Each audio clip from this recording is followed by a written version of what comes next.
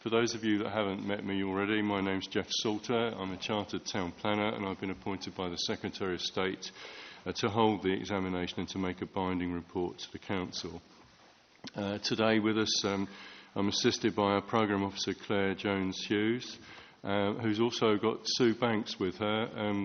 Claire's got another commitment next week, so Sue's going to be taking over next week, but I think they're standing at the back there for you to wave to them. They've been very helpful, but if you've got any questions about procedure or documentation, please raise them with either of those in the first instance. I'm going to take the appearances and give a brief explanation of proceedings today before we go into a discussion of the issues which have been set out on the agenda that's already been circulated. But before we do that, I'd like to ask the Council to do the usual safety announcement, please. Thank you, sir. There are no planned fire drills today. If the fire alarm rings continuously, please leave the building via the nearest available fire exit, which for this room is either behind the wooden dais or the front stairs. Do not use the lifts. Please follow any staff instructions. If you have any mobility issues, please alert staff. Go to the nearest refuge point, which is situated at the lifts at the front of this building. Staff will then advise the incident manager and fire brigade. You will then need to be assisted out of the building. Once the all clear has been given by the fire brigade, staff and visitors will be allowed back into the building. If you should become ill, please alert a member of staff. Toilet facilities are at the front of the building by the lifts on the third and second floor. Refreshments at lunchtime are available to purchase from the Capitol Theatre next door or the cafe in the park. And please ensure that mobile phones are switched off. Yes, right. Thank you very much. There's one other thing I need to say procedurally before I ask you to introduce yourselves, is that to inform you that the proceedings are being recorded. Will be a publicly available recording, although there won't be any transcript of it. But there is an opt-out. If you don't, you can still speak. Does anyone not wish to be recorded? We didn't have any problems with this so far, so that's good. Thank you. I also need to tell you that there's live streaming because we had a limit on the numbers of people in the room. We've also got a live stream of what's being said that's going through to a room in the Capitol Theatre next door. Again, if anyone objects to their face being seen here, please let me know now. Good. Okay, thanks very much. I hope you can all hear me all right. Those of you that were here yesterday would know that I came down with a really bad cold, but I think I'm recovering. You'll get me coughing today rather than sneezing, I'm afraid. But I hope you can all hear what I'm saying. I'm going to go through these. We've got some new faces around the table, so I will go through my notes in a bit more detail than I did yesterday, similar to the first day. But first of all, can we introduce ourselves, please? I do think that's useful. There's a lot of people here. And starting on my left with the Council, your team's going to change, isn't it, Ms. Childs? Thank you, sir. Yes. Good morning. My name is Barbara Childs and I'm the Head of Strategic Planning and Sustainability at the Council. There are a number of expert witnesses from the Council's side, and so as the discussions progress, I think if a new officer appears at the table, you might find it helpful for them to introduce themselves before they first start speaking. I'm sorry, I forgot to ask someone yesterday, but please do that. It's very helpful. Good morning. I'm Catherine Howe. I'm the Principal Planning Officer. Good morning, Nick Ireland. I'm a Planning Director at GL Hearn and led some of the work in preparing the locally generated needs studies, the series of 3 studies. I'm Julia Dorr from Horsham District Council. I'm the Planning Policy Advisor. Charles Worsley, representing Twynham Parish Council and Chair of our NAPO Plan Group. Dr. Meg Price, Chair of Walbourne Parish Council. George Sallows from Rusper Parish Council. Roger Arthur, I'm a District Councillor. Harry Shutt, a Member of the Public. Alan Winban-Smith. I'm commissioned by CPRE Sussex, and I'll be alternating with Dr. Roger Smith behind me. Thank you. Sorry, what was your surname, please? Alan Winban-Smith. Oh, yeah. David Moore, the Horsham Society. Malcolm Kernock, District Councillor for Horsham and representing the Liberal Democrats' alternative strategy. Good morning, Vincent Verso, Val Williams, representing Avonworth Strategic Limited. I didn't catch that. You need some of you need to speak right into the microphone so that we can all hear, please. Surname, please. Sorry. Vincent Verster. Thank you. Yeah. Good morning, Joe Fowler from Divine Homes. Ben Frodsham from Indigo Planning, and I'm representing my client, Prime UK Land Limited. Good morning, Jeremy Farrelly from Genesis Town Planning, representing Waits Developments Limited. Good morning, Richard Mayle, representing Guy Harwood and the Gillingham family of Billingshurst. Bob Selwood of Selwood Planning, representing Berkeley Strategic. I will be seating it with Martin Taylor of NLP as well. Okay, thanks. Yes, I know some of you have agreed to do that. Thank you. Good morning, sir. Christopher Boyle, Queen's Counsel, representing Berkeley Strategic. Morning, sir. Chris Huff from Sigma Planning, representing Ryden Homes. Good morning, sir. Simon Macklin of Barton Wilmore, representing Mayfields Market Towns. I will be sharing the seat with Stephen Hinsley of Tetlow King.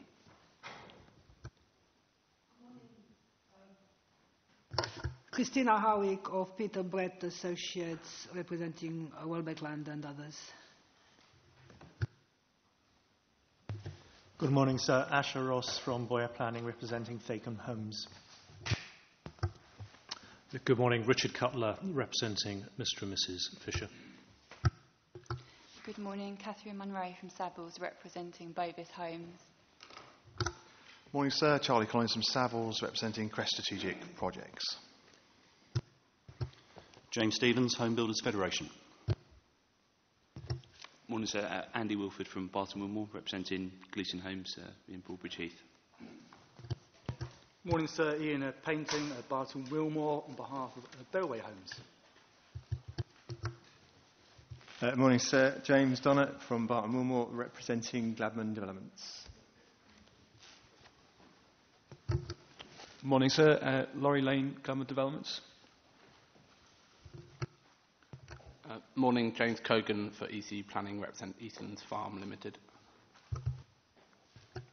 Good morning, sir. Anthony Pollard from Turley, representing Countryside Properties. Good morning, Nick Perrins from Turley, also representing Countryside Properties, and I'll be hot seating with Anthony. Right, everyone, thanks very much.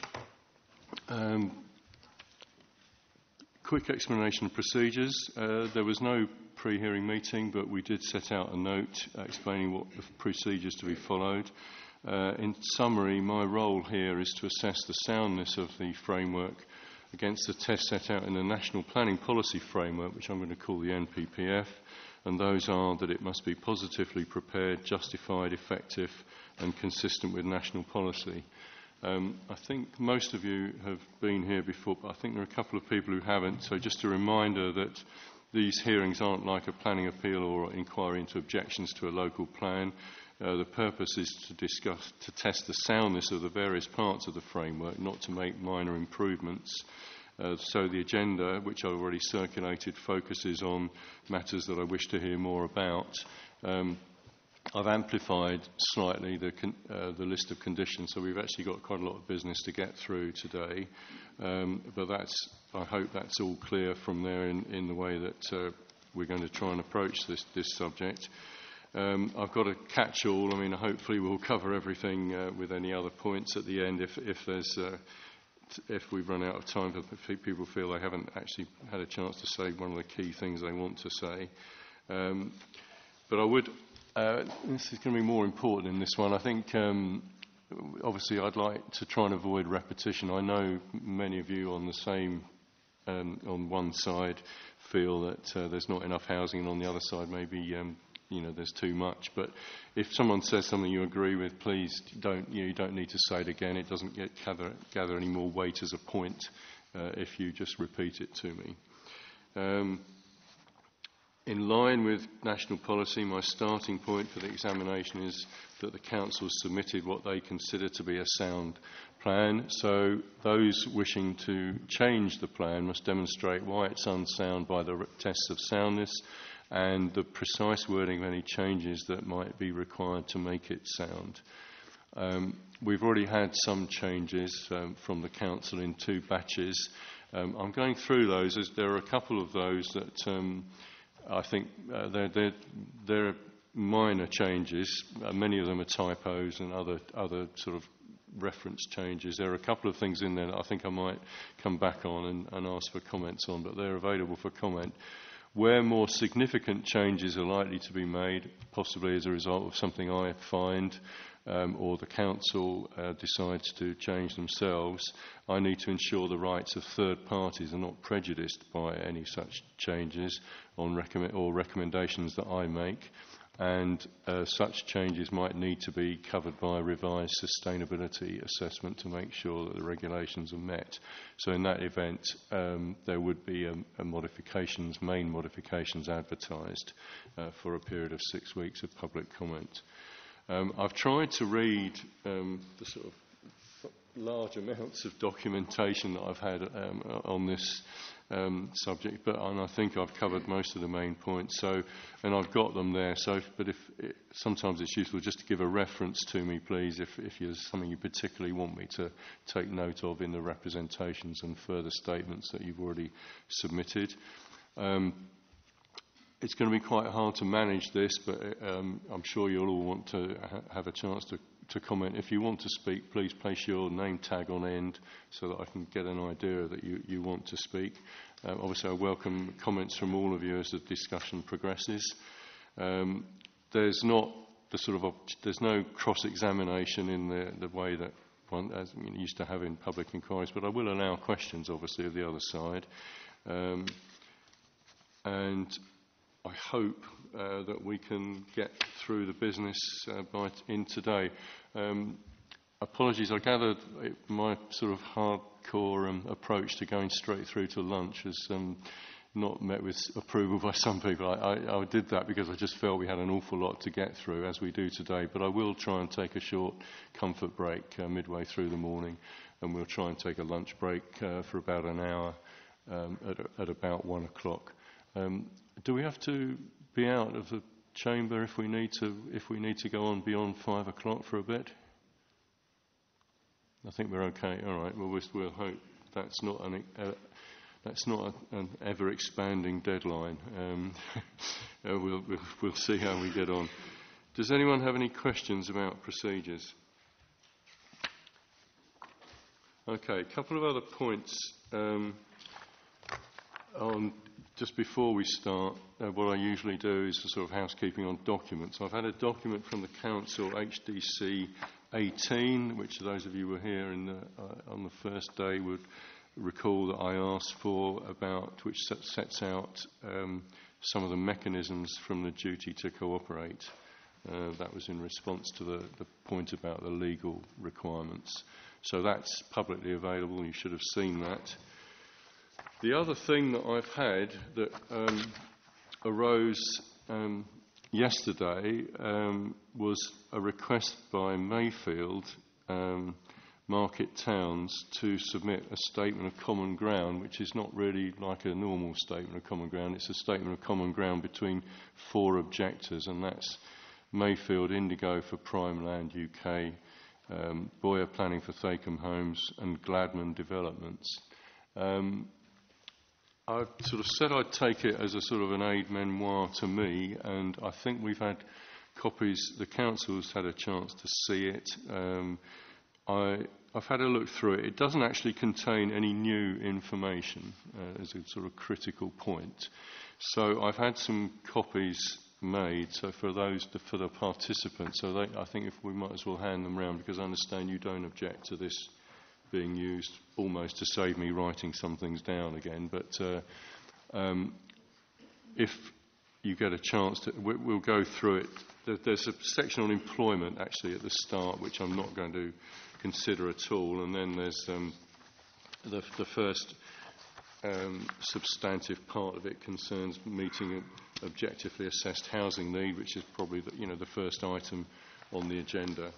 So if you've not seen it, use it. Obviously, it's a public document.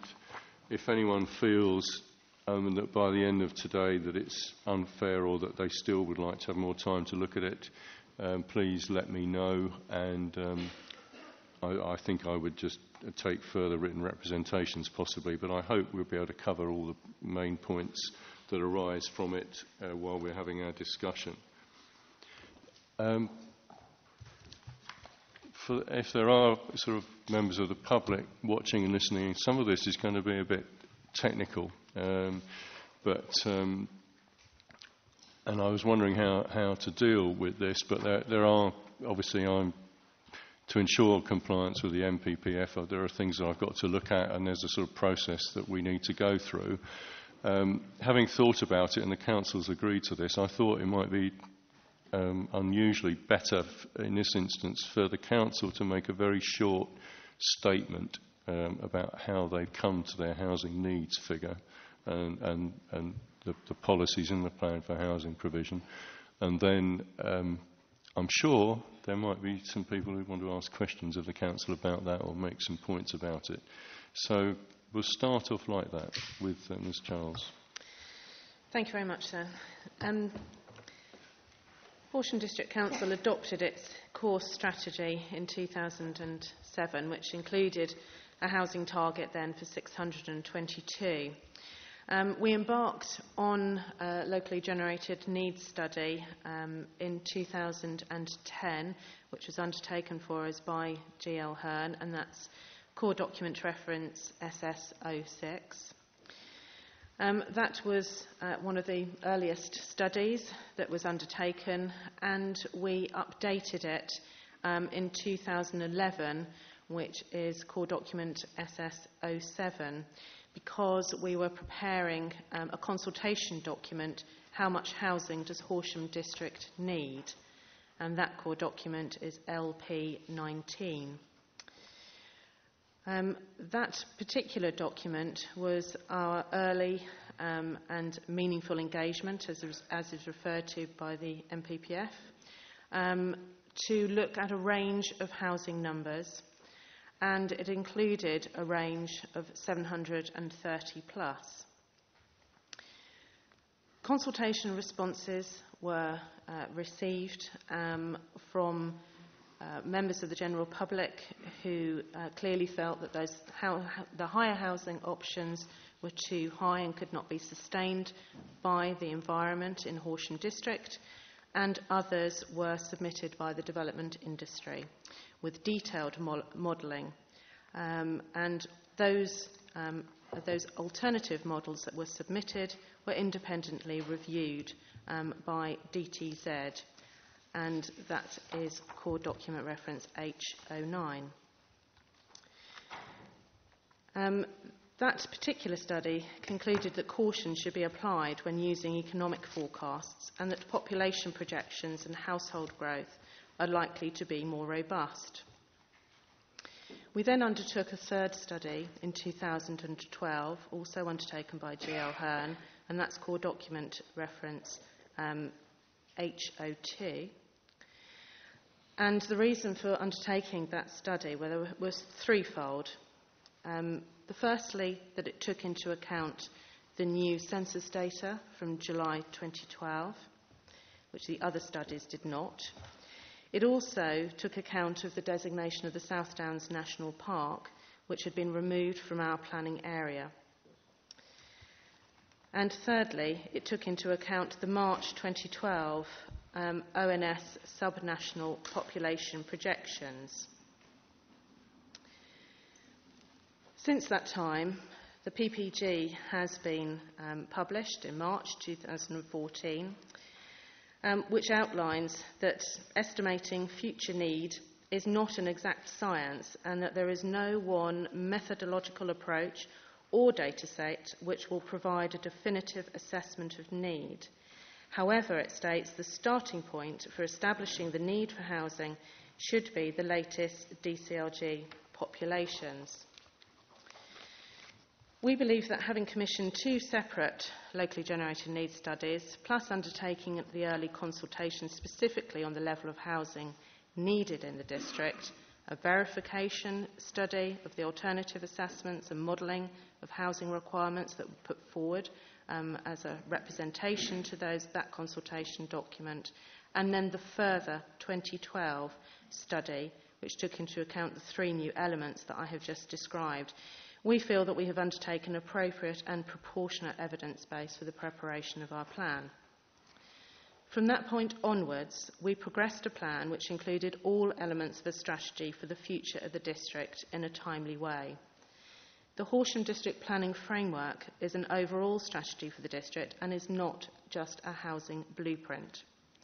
We want to move forward with a realistic and deliverable plan that will meet development needs in a sustainable way.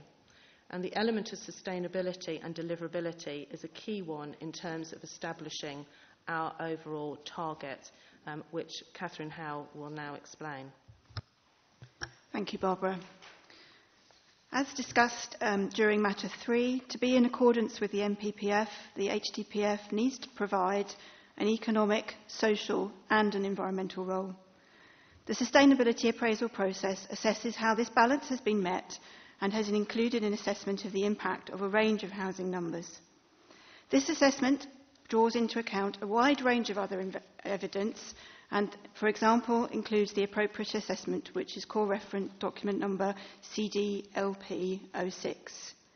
This tests the impact of 650, and it has identified that without mitigation measures, there would be adverse impacts on the European sites.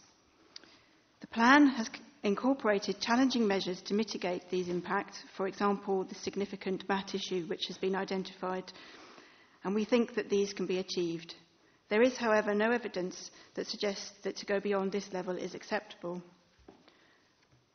The detailed results of this overall assessment process are set out in Appendix 4 of the Sustainability Appraisal on pages 169 to 176. The results of this assessment indicate that the option of 650 to 730 homes has more potential to have severe negative environmental impacts. And given that the high environmental quality of the district is an economic asset in its own right, the highest levels of development were found to cumulatively risk limiting the attractive qualities of the area, which make the district both a good place to invest and to live in, and would damage the economic sustainability of the area. Overall, the assessment of the 600 to 649 homes performed better against these sustainability criteria. Given that 650 homes is at the very bottom of the higher category, this number was selected as it will still bring about the economic and social needs for the district whilst meeting the environmental requirements of the NPPF.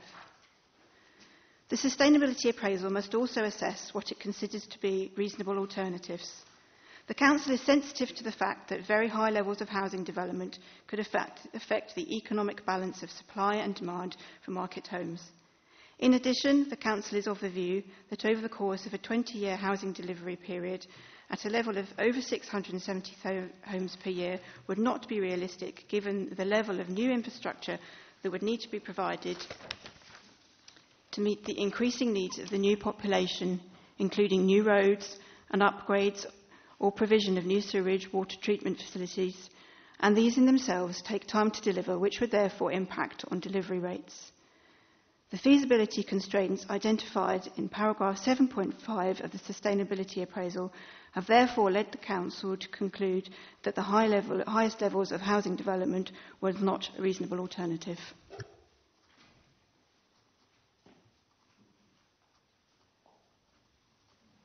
To clarify, I think I said 630 homes. That was meant to be 730. You said that, yes. That's the SA upper limit, you're saying? Correct. Yeah, okay. And the CLG population projections, the latest one was 695, was it? I think. 696 to be precise. Oh, Round about that. Round it. Sure, another one would be welcome.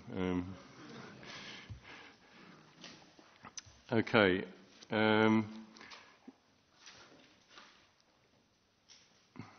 So what you're really saying there is that you've.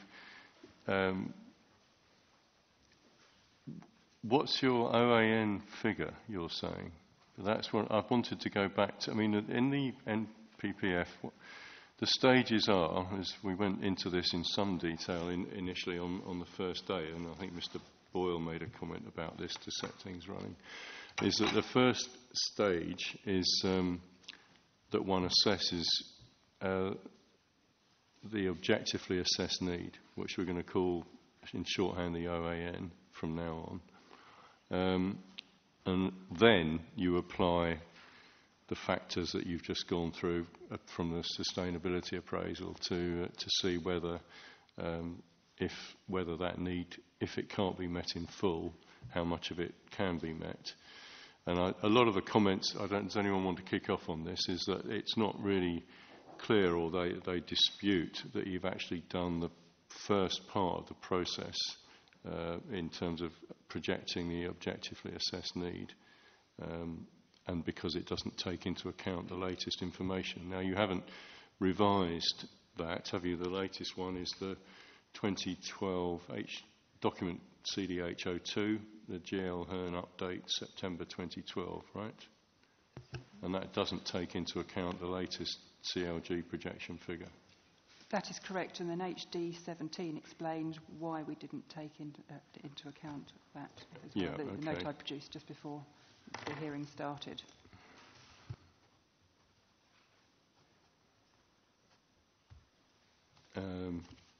So just remind me, what document's that? The H17? HD 17, 17.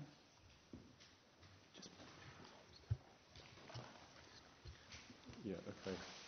So does anyone want to sort of ask the council any questions about this, or Mr.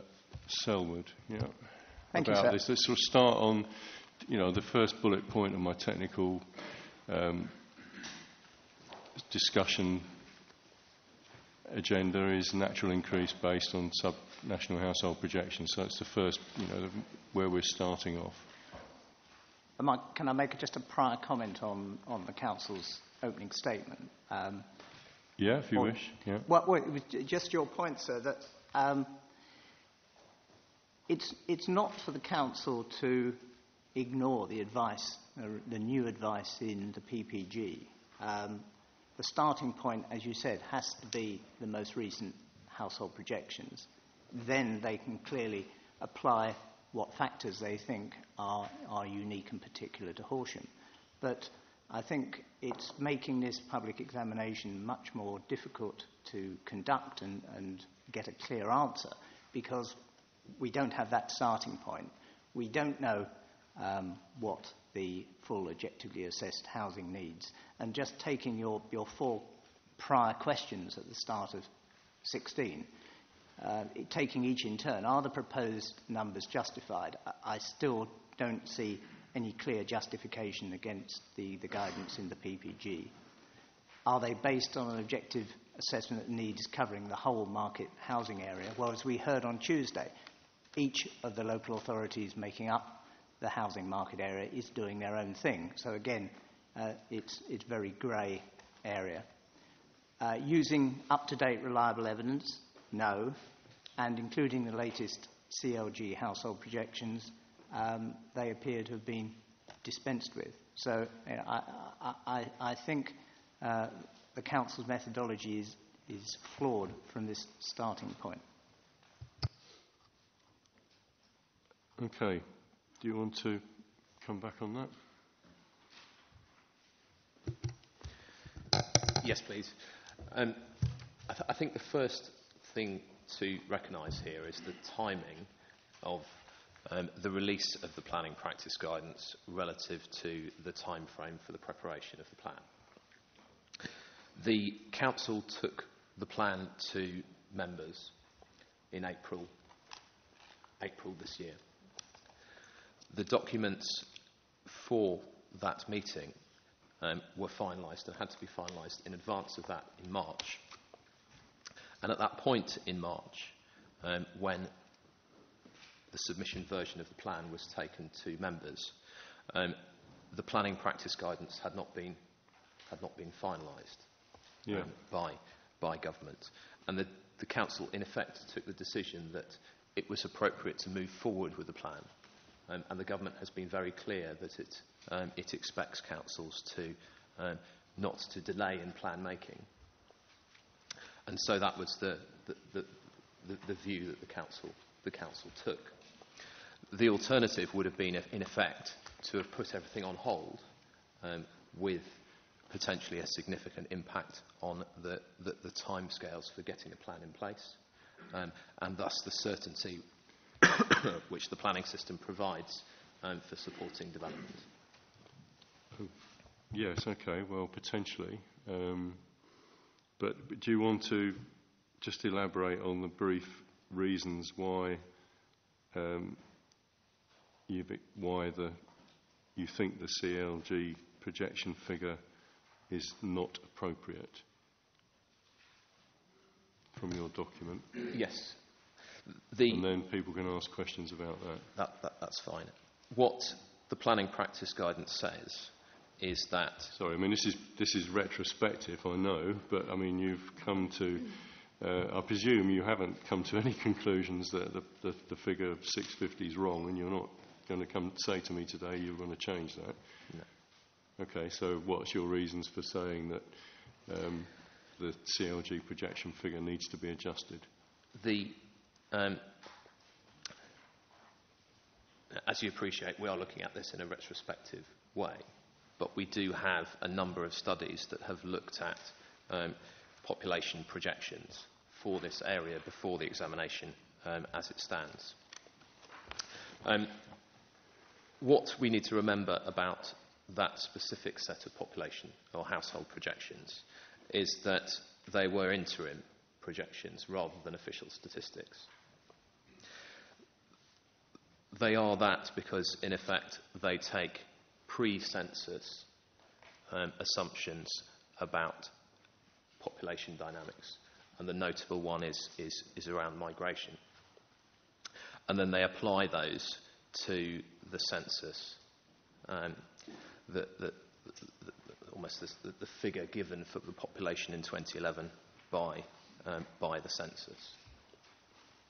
Now, I think it's useful to almost look at how that single set of projections sits within the suite of population projections that ONS have prepared over the last few years.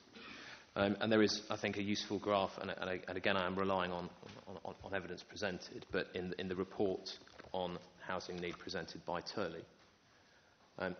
Do you have that? Oh, yeah, I do.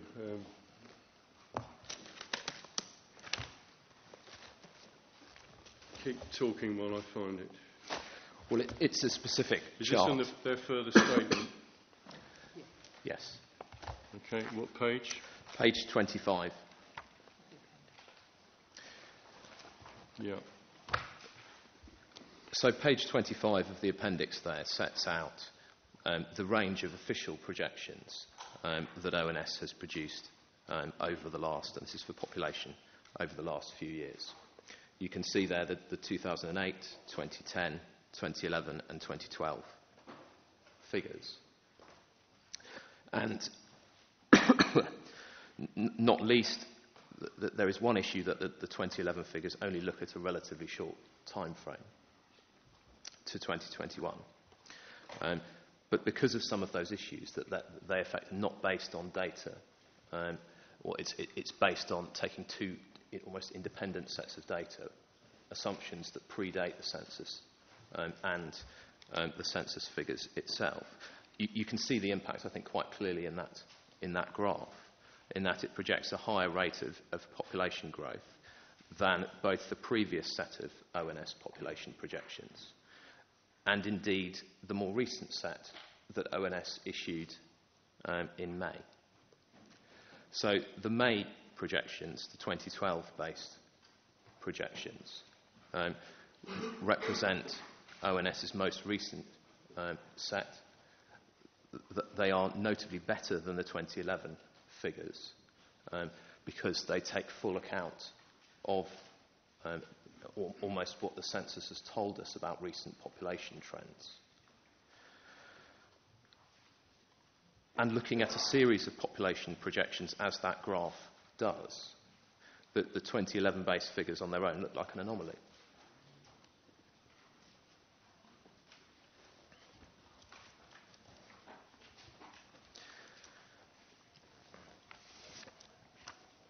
Now we can come on to talk, if it would be helpful, about other sets of population projections. But in the reports that you have in front of you, the locally generated needs study, the alternative studies prepared by a number of other consultants sitting around the room, those have all tested alternative assumptions for migration based on trend data. Those various studies suggest a level of housing need that's quite wide-ranging. The lower end is near 500 homes per year. The higher end comes up to nearer 650 in some studies. But those various population projections, looking at, I suppose, if we take, for instance, the NLP and Turley assessments that have been presented, the average of the various projections coming out from those is about 570 homes per year. So there is both a notable issue because of the interim nature of that specific 2011 set of projections, and looked at by a range of consultants and a range of other means of projecting population growth, does suggest a range, but suggests a range which is notably lower than that individual one projection on its own. Right, but that's what you're talking about, those figures there, with an average of 570, just relate to the first two bullet points in my technical note, which are the natural. There's two elements to this, aren't there? Just in those projections, as I understand it, there's a natural increase projection, so that's projections of what happens to the population by age group, cohort, as it gets older, and how many births and deaths there are to be expected in that, which is what, if there was nothing else happening, no migration or anything, that's what would happen to the population and the household requirements just based on that. No, those projections do include net migration. Yeah, I'm coming on to that. That's bullet point 2. Yeah, that range of projections are all based on projecting migration, and that's net in migration to this authority. Based on past trends. Yeah, and they're based on past trends, which are based on past planning policies, effectively. They are influenced by past planning policies. Well, if you don't allow, there's been, Horsham's seen considerable growth, hasn't it, over the last sort of 15, 20 years, housing growth. And the population projections, I might, forgive me if I'm wrong, but my understanding is that the projections are based on what's happened going back over, depends what period you take, as I've said there, going back over a certain number of years and averaging out the migration which is coming into houses that are being built to accommodate immigrants. Well, net immigrants. Yes, and just to clarify, at a local, district council level. Yeah. So the projections, these issues were looked at as part of the locally generated needs study, and to clarify the specifics there, the 3 projections were run looking at the latest ONS projections at the time and a 5 and 10 year migration. Those 3 projections see net in migration each year over the plan period ranging between 809 to 909 people. So the projections are based on that level of net migration to the authority. Okay, and what's the natural increase figure? It's quite a bit lower than that, isn't it? Natural increase in some senses would be what a zero, a no net migration. Well, it depends on the age structure of the population. I did Sainsbury's plan last year. That actually had a negative natural increase because they've got a very elderly population. Yes, because of the. If one took Horsham compared to say Crawley, that's got a younger population, they would have a higher natural increase. We haven't run a specific natural increase projection. What we've run is one which looks at a balanced migration, so there's no net migration as part of that study. What's the difference? That no net migration sees the number of people moving in and the number of people moving out a year equal one another. Yeah. So, yeah. If there was any increase in population, it would be what I call natural increase. Okay.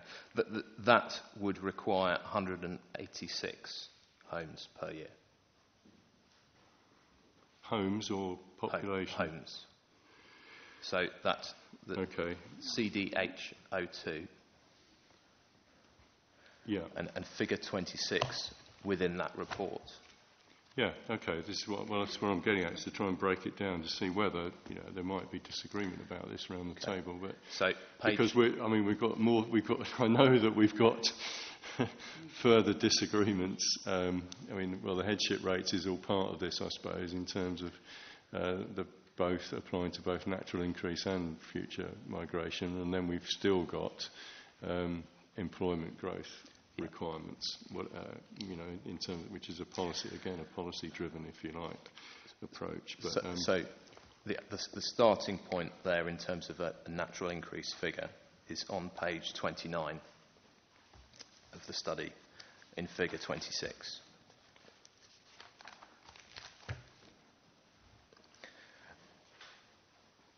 The fifth line down, projection 4, zero net migration, and a need on an annual basis for 186 homes per year.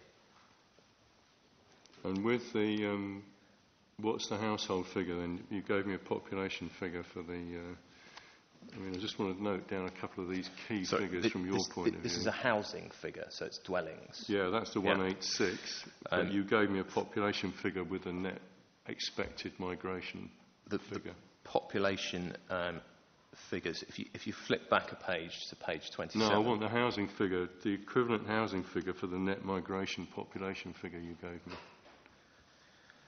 The equivalent housing figures? Yeah. Based on zero net migration or based on the migration trends? No, expected migration on your... Okay. The expected migration trends are at the top of that table. So it's 552 to 593 homes per year. So projections 1 to 3 are based on a continuation of past migration trends.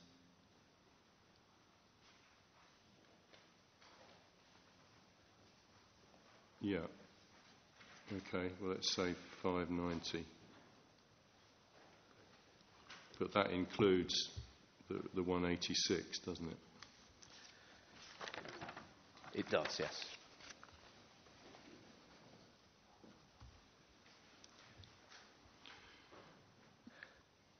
Well, that's higher than the 560 figure. Where does the 560 figure come from? That was quoted to us on the first day as being the OAN figure, if you like, and then you said that there was another 80, the 80 above that. It wasn't you personally, but someone did tell me this, that the 80 above that to get to 6... is my maths right here? Yeah, I think it... 90. Well, okay. 90 to get to the 650. So the five, you're saying 590 or 560? 560. If I could take that point, sir. Lots of local authorities use a range, and I'm aware that Chichester were discussing it recently, and we had to come up with a figure. And when we wanted to put our position statement together with the local authorities and we wanted to identify our objectively assessed need, we picked a figure in the middle of our range so that when we put them simply in the table, and that is one document reference, but the idea of that was so that we added them all up and we didn't have a series of figures that added up with 3 lots of tables. So the 560 is simply the middle of that range. But obviously our own objectively assessed need are a range of those figures, and that has been set out in separate documents in our matters statement as well. Are you happy to what? In our matters statement, we show the range, but when we go to assign the position statement, we put in the figure of 560, which is the middle of that range. In fact, there's actually no 560 figure in these tables. It's in the middle of this range. Okay, and that figure in the middle of the range assumes an average range for headship rates, does it?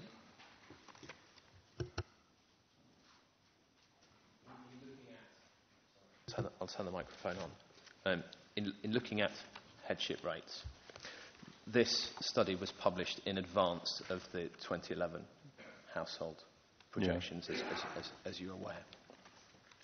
It took an approach to headship rates which is pretty similar to those in a number of the other studies that you have before you, which is a set of headship rates which sit almost between those shown in the 2008 CLG household projections and those shown in the 2011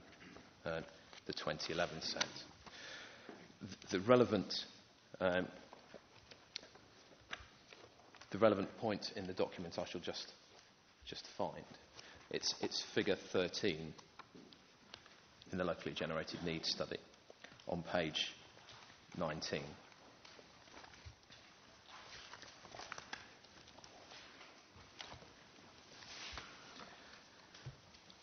Yeah. Now, what we have particularly found over the over the 2001 to 11 decade is that household formation rates, influenced by the recession and the housing market conditions over that period, have fallen relative to long-term trends. The impact of that is particularly felt by those in their 20s and 30s. But if we look at figure 13 and what these projections actually modelled moving forwards, the projections took quite a positive view, which was quite different to that trend. So if we look at you can look at the specific age groups in the table. So if we look at the 25 to 29 age group, while we see a decline over the period for men, we see a significant increase in headship rates for women, and a similar picture for those 30 to 34. What I have done is gone back to the original modelling to look at what that would mean looking at men and women together. For the 20 to 24 age group, the modelling in this report assumes that household formation rates increased moderately from 15.1 to 15.3%. And this is in effect looking at the balance of men and women and what the overall impact would be. For the 25 to 29 age group,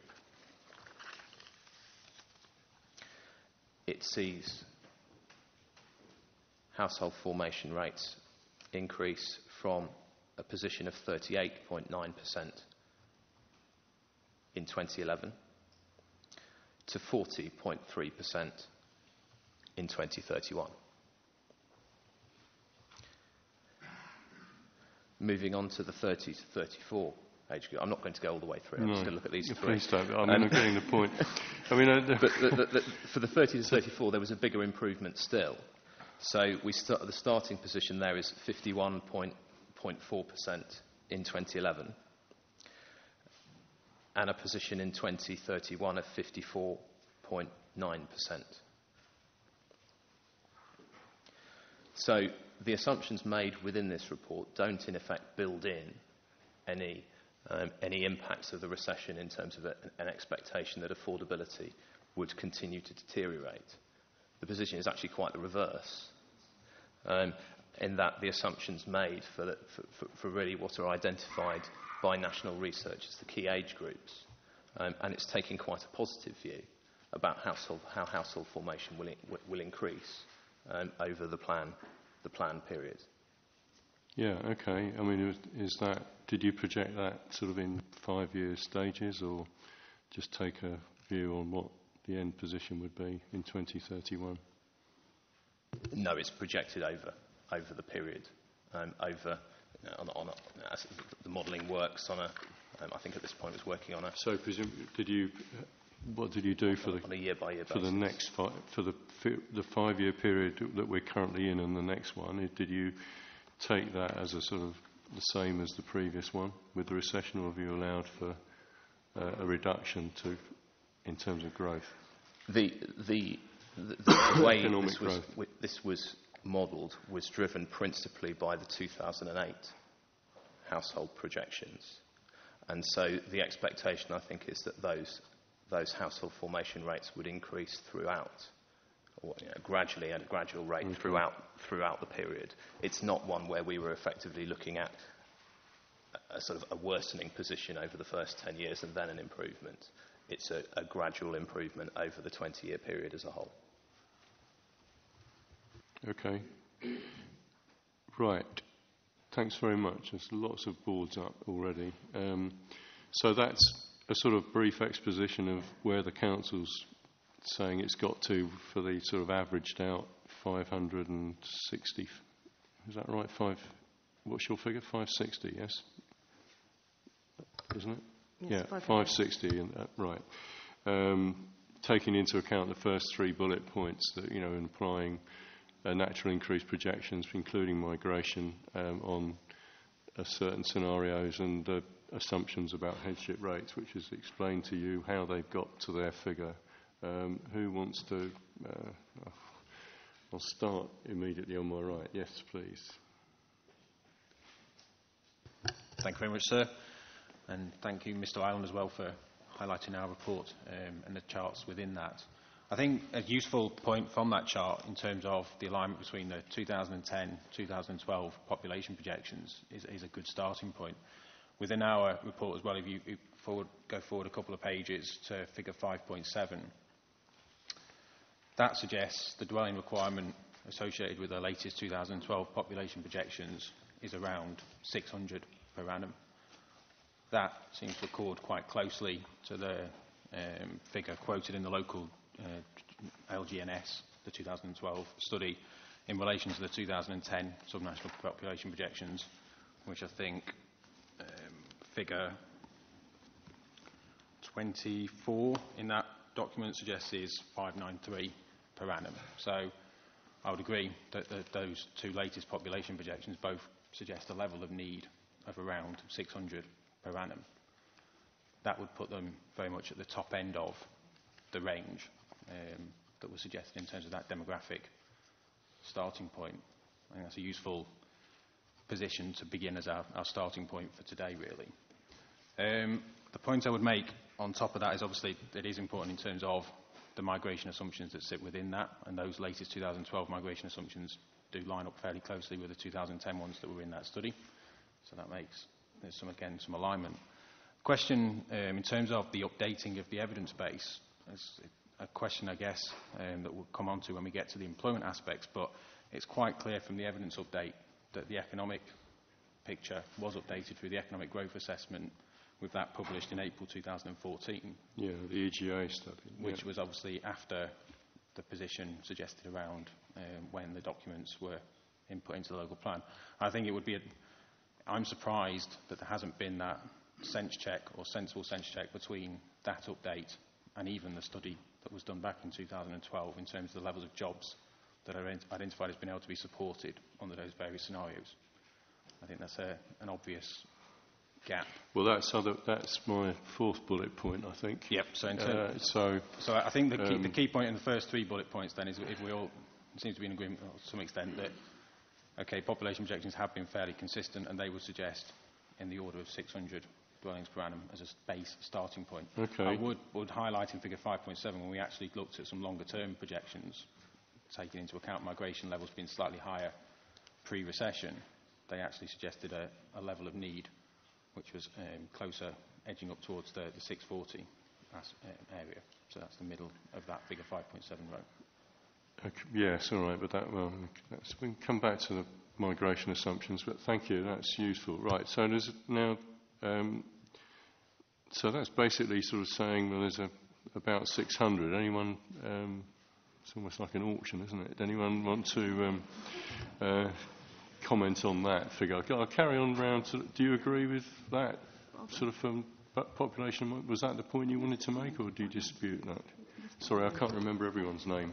It's James Donner from Barton Woolmore. Oh, yes. I find it very difficult to either agree or disagree with what is an opaque assessment when this is. I know you are seeking to understand whether the 650 fits with what the OAN might be, but and I don't want to go over old ground, but just picking up on some of the very earlier comments about what that OAN should do, even for its starting point, it's got to look at the housing market area, and we're not talking about that at all, and we should be.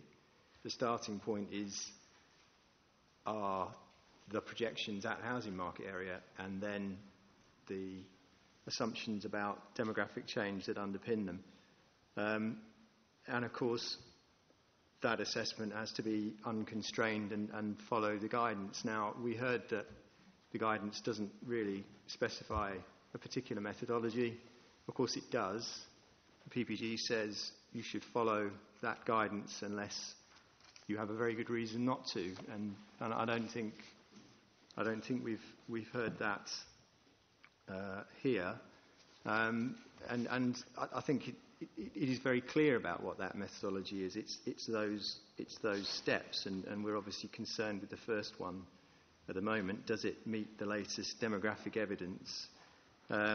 We would say that is in the region of about 600 to 700 dwellings per annum just to meet the latest demographic evidence. And nearer the 700 if you take account of what has been an area that's been suffering from an unaffordability problem over a long period of time. This isn't just a recession issue. This is an issue of house building failing to keep up with need over the last 14 or 15 years.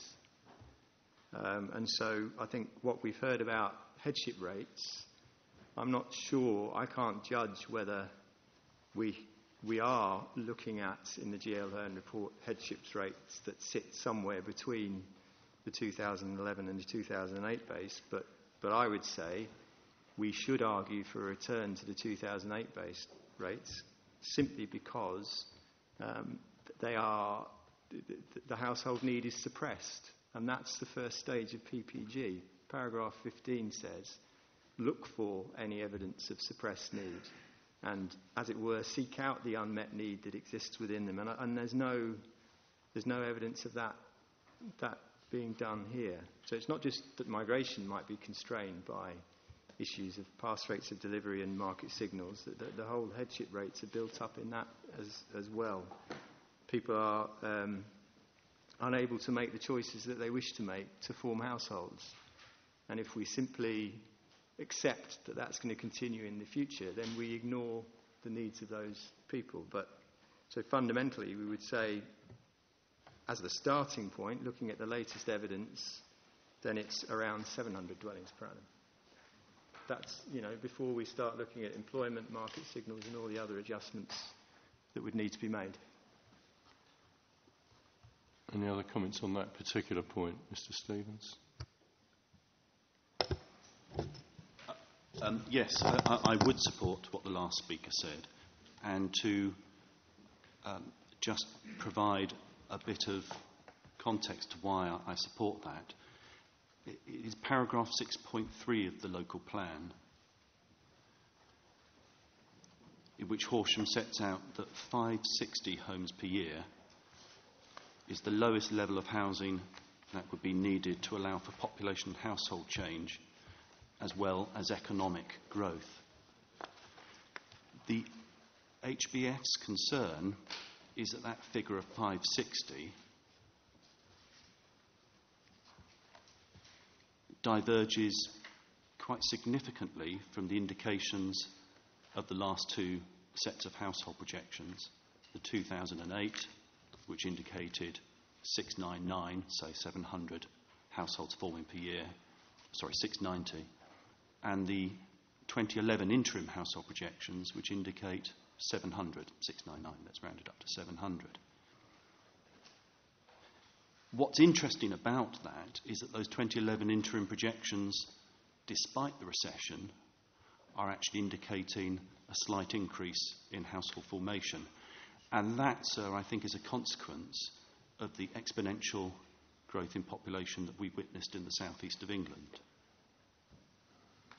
And that's the problem with the Council's 2012 local needs assessment. I think it's a good study, but it is 2 years ago, and it wouldn't have been able to take into account the 2011 census and what that's revealed about much greater population growth.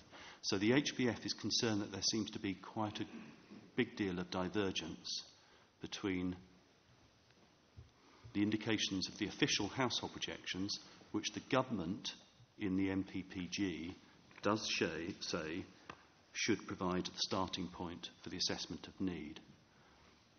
It says that in paragraph 15. In paragraph 17 of the MPPG, it does say that local authorities can sensitivity test that by looking at the population projections, but that's a kind of sensitivity test. The starting point is still the household projections.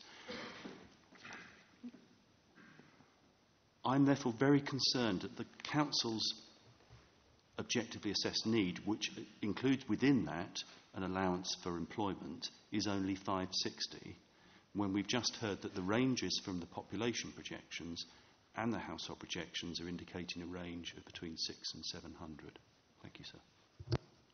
Okay, I think I'll carry on round. Are you making notes on all these points? Some of them. Well, do you want to? I'll do a couple more and then stop. Mr. Collins. A number of points have just been made, so I won't repeat them, sir, but just a few observations on what the gentleman from GL Hearn commented on. In respect to the publication of the PPG, of course, we need to remind ourselves that the beta version of the PPG came out in August before, so there was a draft available, so it wasn't just something that landed from Mars. There was a clear direction of travel on government guidance there on that matter. The other thing is just warning against the danger of spiralling to the bottom in terms of the effect that has on population projections. Okay, there wasn't much housing delivered in the past, but the MPPF's more about projecting forward and looking forward to achieve that significant boost in the delivery of developments in housing in particular. So you need to have regard to historic housing delivery in the district, which we've summarised in our evidence, notably the housing requirements and market capacity in Horsham, evidence at figure 5.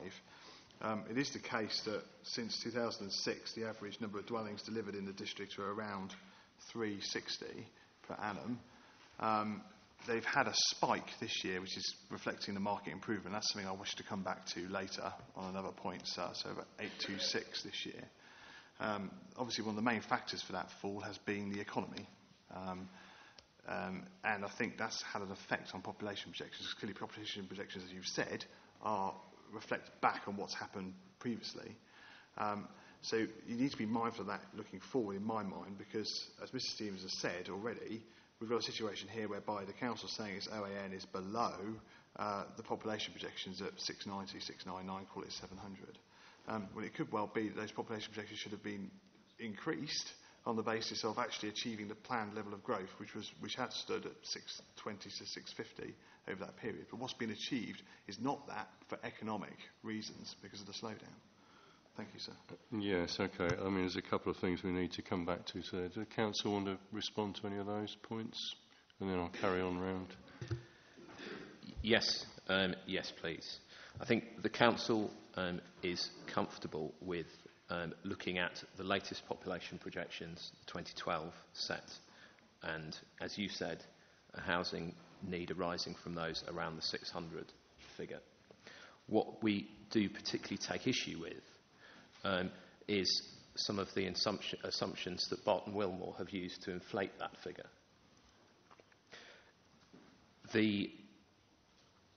In simple terms, I think this is very evident by comparing the studies that you have before you. We have 4 consultancies around the room who have all taken the same population growth assumptions and calculated from the 2012 population projections and calculated what that means for housing provision. Turley's come up with a figure of 598. NLP comes up with a figure of 608. Peter Brett comes up with a figure of 589. But then Barton Wilmore comes up with a figure of 701. Same population projections. That, to me, would seem to indicate quite clearly that there is an error in the modelling that Barton Wilmore has undertaken, which inflates not just these figures, but the other figures within that report, because it takes the same assumptions through to those. Right, okay. Anything else you want to come back on?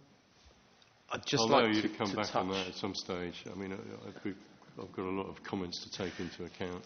To touch quickly on Mr. Stevens' point about the impact of the 2011 census. The 2011 census has been fully considered and taken into account in those 2012 projections, and the figures broadly around 600 that we've just discussed. Could I make a point about the timing and point out that the preferred strategy was out to consultation prior to the PPS guidance being out in draft, and that closed in August. And the preferred strategy housing target was 575. Then we went forward and we had 650 as our figure.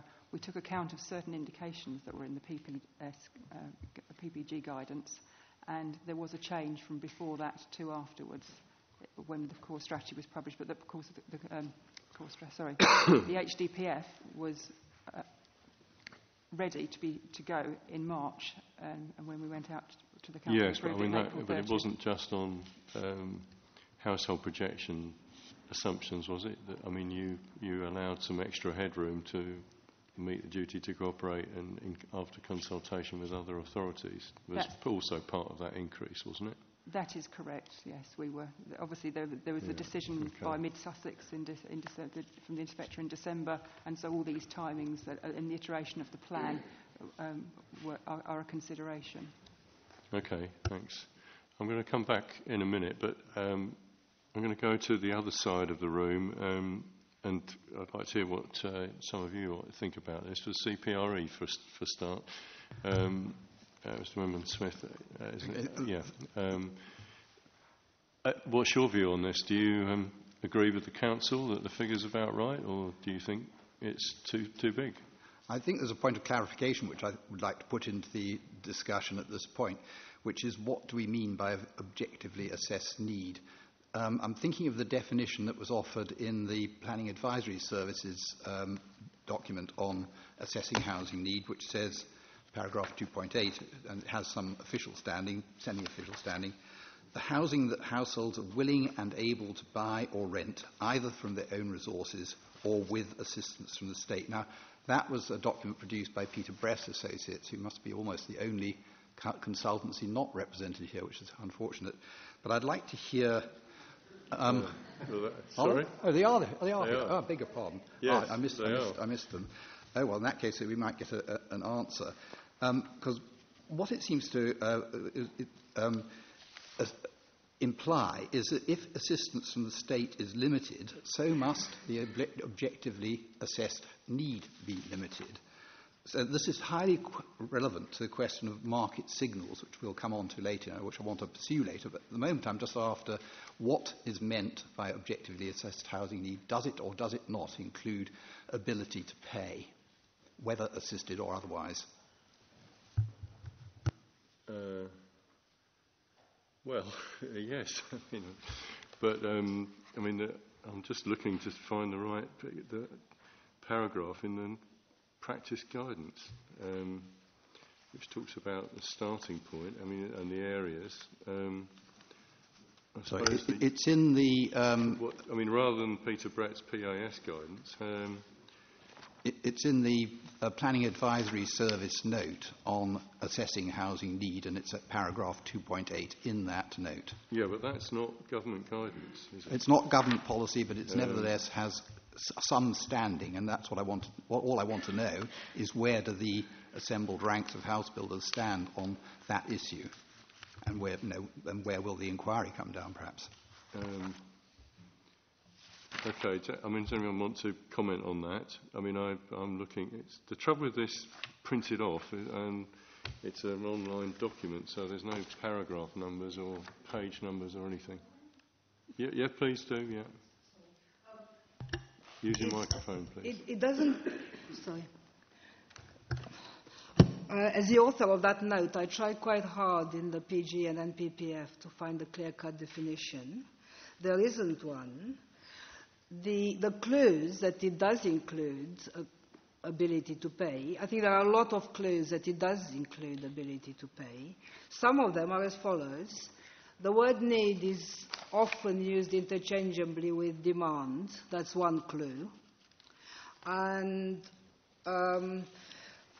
demand, of course, does include ability to pay. That's one clue. Another clue is that the NPPF says that the plan must be deliverable. And the plan, of course, will not be deliverable if it allocates indefinite amount of land, which will not be taken up because neither the private market nor public housing providers are able to build it. Another clue is that the starting point is projections, demographic projections and economic forecasts that roll forward the past, as you noted earlier, sir. Yeah. And the past is what was delivered in the past, and the whole rationale of using the past as a guide to the future is that we're still looking at what will be feasible, what will there be effective demand for. Final clue, I'm sure there are others, but these are the main ones, is that the PG makes a very clear distinction between what it calls overall housing needs, or the OAN, which is to do with projections, with forecasts, with what was affordable in the past. It makes a clear distinction between that and affordable needs, which is measured according to another bit of the guidance, I think it's paragraphs 22 to 29 from memory, following quite a different sequence of steps which had to do with affordable housing.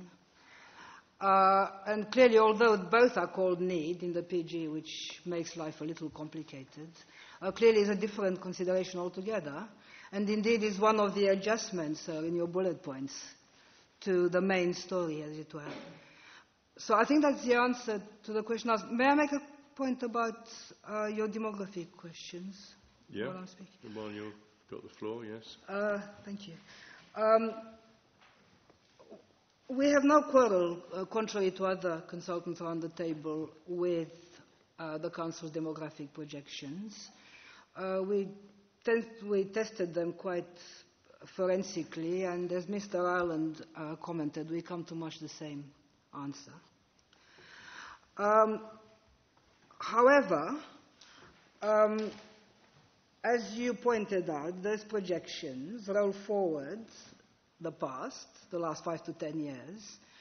They incorporate, therefore, past migration, which in Horsham happens to be the main driver of growth by far. Mm-hmm. And therefore, they incorporate past planning policy. And if you superimpose a graph of migration on housing completions, you see they're very similar. Now, past planning policy in Horsham happens to have been highly constraining. We know that from the affordability signals that other people have mentioned.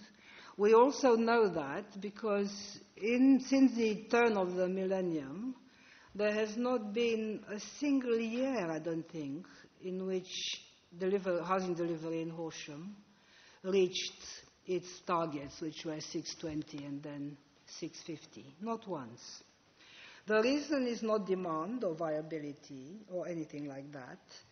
The reason is that the planning system blocked land supply. And that's in two ways. First of all, in 2004, the old plan became time expired. The allocations, naturally, of that plan had been running out in the final years of plan, as things do, and they had run out, largely, by the time the plan died. It was 3 years before a new plan was adopted, bringing new allocations. And those new allocations are dominated by two large sites which didn't come forward for years. In fact, one of them, west of Bubush, west of Crawley, I think took 10 years from being first identified in what's the now RPG. called Kilnwood Vale? Yes. West of Bubush. Because it's been around such a long time, they keep changing its name. Yeah. It had 3 names.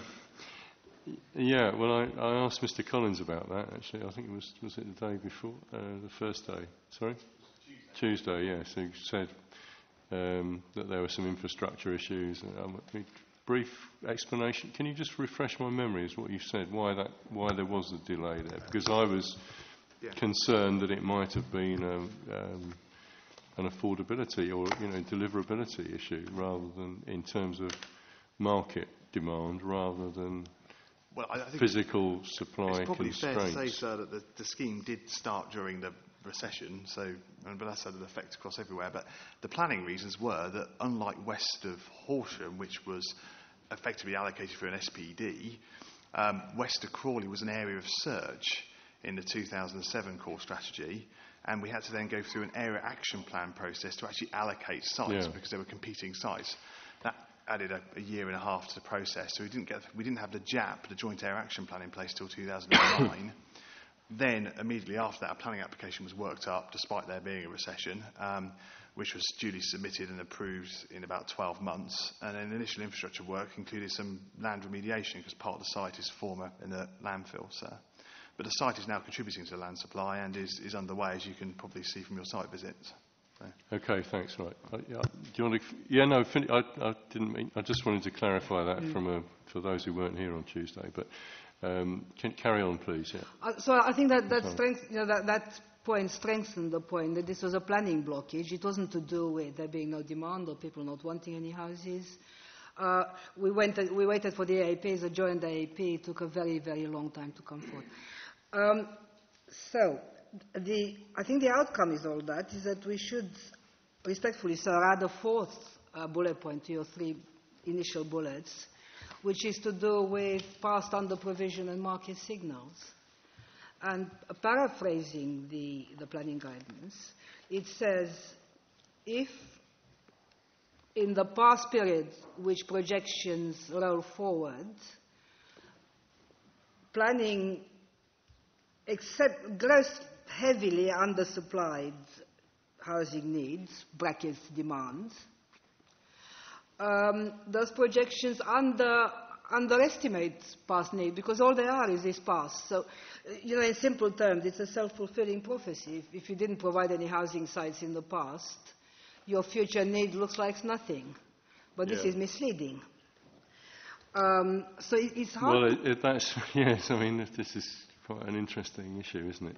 Yes. Whereas on the other side, if you had projected a lot, and then according to the way you start the starting point, you would actually have a very high Yes, but if objectively assessed need if you based projected, on past trends. Sorry. Yes, but if you projected a lot and the demand wasn't there, it wouldn't have been taken up. So, if you are in, many northern cities, I worked in Stoke-on-Trent and bits of Birmingham and so forth. You could provide far too much; it wouldn't have been taken up. So that would be a market signalling in the reverse way to reduce the need. Yes, and it does happen. And it does happen, though not around here. It does happen a lot in other parts of the country. No, I'm going to come on to affordability. I want to come on to affordability and the employment growth assumptions as well, actually, later. Okay, was that all? But I think it's more than anything else you wanted to say? Yes, I think it's more than affordability. This is volume of supply. I think we need to adjust upwards for the fact that the volume of supply was suppressed by the planning system. And in many places, you can come up with a number because there are more or less constrained times in the past. But in Horsham, for all the time that we have proper data for, has been heavily constrained.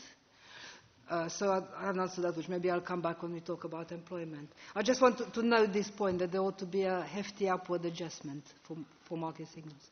Thank you, sir. Okay, I think it'd be useful to Council to respond to that, actually, before we... and then I'm going to go back to the other side, and then I'm going to come back to you guys. Yeah.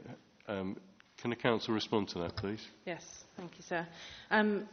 We would take exception, actually, to what has been said. We feel that we have been a plan-led authority, that there have not been constraints in the pipeline from the planning policy perspective and allocations. We have clearly allocated strategic sites as well as smaller sites, and they have not come forward as quickly as we expected because of market conditions. In a response to that, we produced a supplementary planning document called Facilitating Appropriate Development, which is core document H15, and that is a criteria-based assessment which essentially gave an assessment for sites that were sustainable, get a set of criteria that they could be assessed against to be brought forward. And a good number of homes and a variety of sites right across the district have come forward as a result of that development. So we believe that we responded very quickly to the recessionary process, and particularly producing a supplementary planning document. So not only were we plan-led in terms of allocating sites, but we also addressed what was a short-term, what we hoped would be a short-term issue. Which were the sites, if we've got... the west of Horsham. We've heard about west of Dewbush, Kilmwood Vale, whatever we're going to call it. We'll call it Kilmwood Vale from now on. But we've just heard, I've just been given a figure of 360 a year delivery since 2006. Yes, and which has risen to 826 in the last monitoring year, clearly as we've come out of the recession, which shows that the sites were available, that it wasn't that they were constrained by planning measures, but it was market conditions. Well, Mr. Collins has said it wasn't market conditions with Kilmwood Vale. It was a sort of getting a planning process, took about 2.5 years, and then the site had to be remediated. And the west of Horsham site was actually allocated within our core strategy in 2007. It was subject to a master plan, as Mr. Collins referred, and those permissions were given so that that site could come forward as quickly as possible. That's why it was an allocation rather than being subject to a further document. Well, what's the state of that still going forward, is it? I mean, it's still being developed. The take-up of that site now is extremely good, and the site is performing well. But there was a period in the recession where it was very slow to start. Okay. Could I just let Nick Ireland comment on the sort of more technical side? So I'd just like to take issue with what Mrs. Howick has said about a planning blockage rather than a demand issue. It's just not supported by the evidence in this case. Can I just refer you to the Chilmark study? Yeah. The Chilmark consulting study. What, the recent one? Yes. CDH 04. That's right, yes. And to page 37 in that.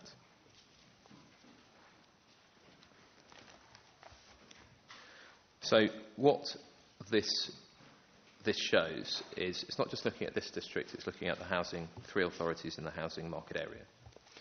And it's showing sales of market housing on a quarter-by-quarter basis, looking back to the mid-90s. Mm-hmm.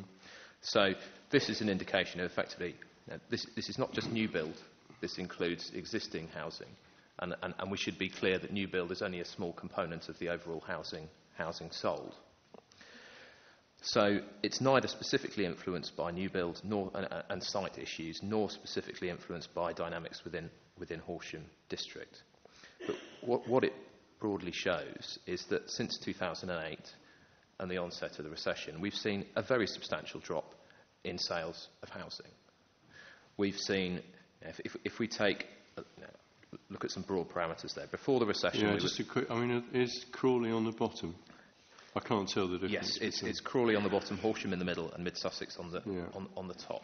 Okay, so you've got third quarter of 2007 virtually as high as it has been, apart from 2002. Yeah. But we have an average prior to the recession that's probably around the sort of 2000 mark, and an average over the last few years that's nearer 1,200 since 2008. So we've seen, in broad terms, a reduction in market demand of, well, about a third. And if you're selling a new build housing site, as I'm sure many people around the room will tell you, or would be able to tell you, you would have seen the rate at which you sell the homes fall over that period because of wider, effectively macroeconomic factors. And so what Mrs. Howick has said about a planning blockage is by no means the full picture. The evidence suggests that there is and this is effectively evidence on overall sales from land registry, shows that effective market demand is also driving the rate at which housing is selling. Okay. Well, we can take comments on that. I'm going to take one more comment from either Councillor Arthur or Russellworth Parish Council. One of you put your side, and then the council can respond, and then I will take a short break. Sorry, I'm going to do that this morning. Okay, thank you, sir. I'd like to make 2 points, basically, if you'll allow me. One is to address the household size and the impact of that on the targets. And the other one is to follow up on some of the discussions that have already taken place relating to the market and the market impact. And that's important because, obviously, if the target is unattainable, then Horsham District will be left behind a 5-year land supply, and we will continue to see indiscriminate speculative development on greenfield sites and flood-prone sites. So it is important. It's not an academic exercise. I know you know that, sir, but I just want to emphasise. I certainly do. Well, Sorry? I hope I'm here for a purpose. Yes, yeah. But if it's just based on a calculation, a theoretical calculation, we wouldn't need you. In fact, we wouldn't need us either.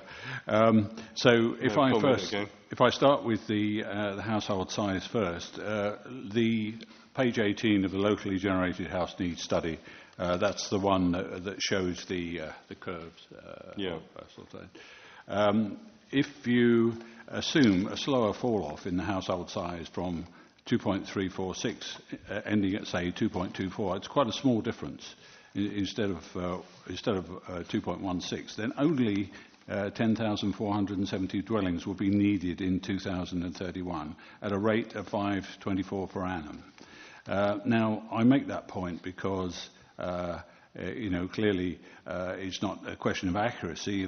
You might ask me where these numbers come from, and I've taken them from the original sources, and we can go on debating what the figures. But the point I'm trying to make is that a small change in the household size makes a big difference. Certainly, if you take the figures that GL Hearn have used, then it does generate a need for 648 houses per annum, which I've confirmed for myself. But a small change in that figure will make a big difference. As you can see from those curves, during the recession, on the top curve, there was a variation above and below the trend quite substantially. And that was because, obviously, youngsters were living at home for longer, because disposable incomes were suppressed, because the youngsters were sharing equity in some cases with friends, or were moving away from Horsham district to areas with lower housing prices. And personal debt is still high. And since 2008, it seems that the numbers living with parents across the UK has increased by 40,000. And FTBs across the country are approaching 40. In the long term, the ratio between house prices and salaries is around 4, and the figure is well over 10 in Horsham district.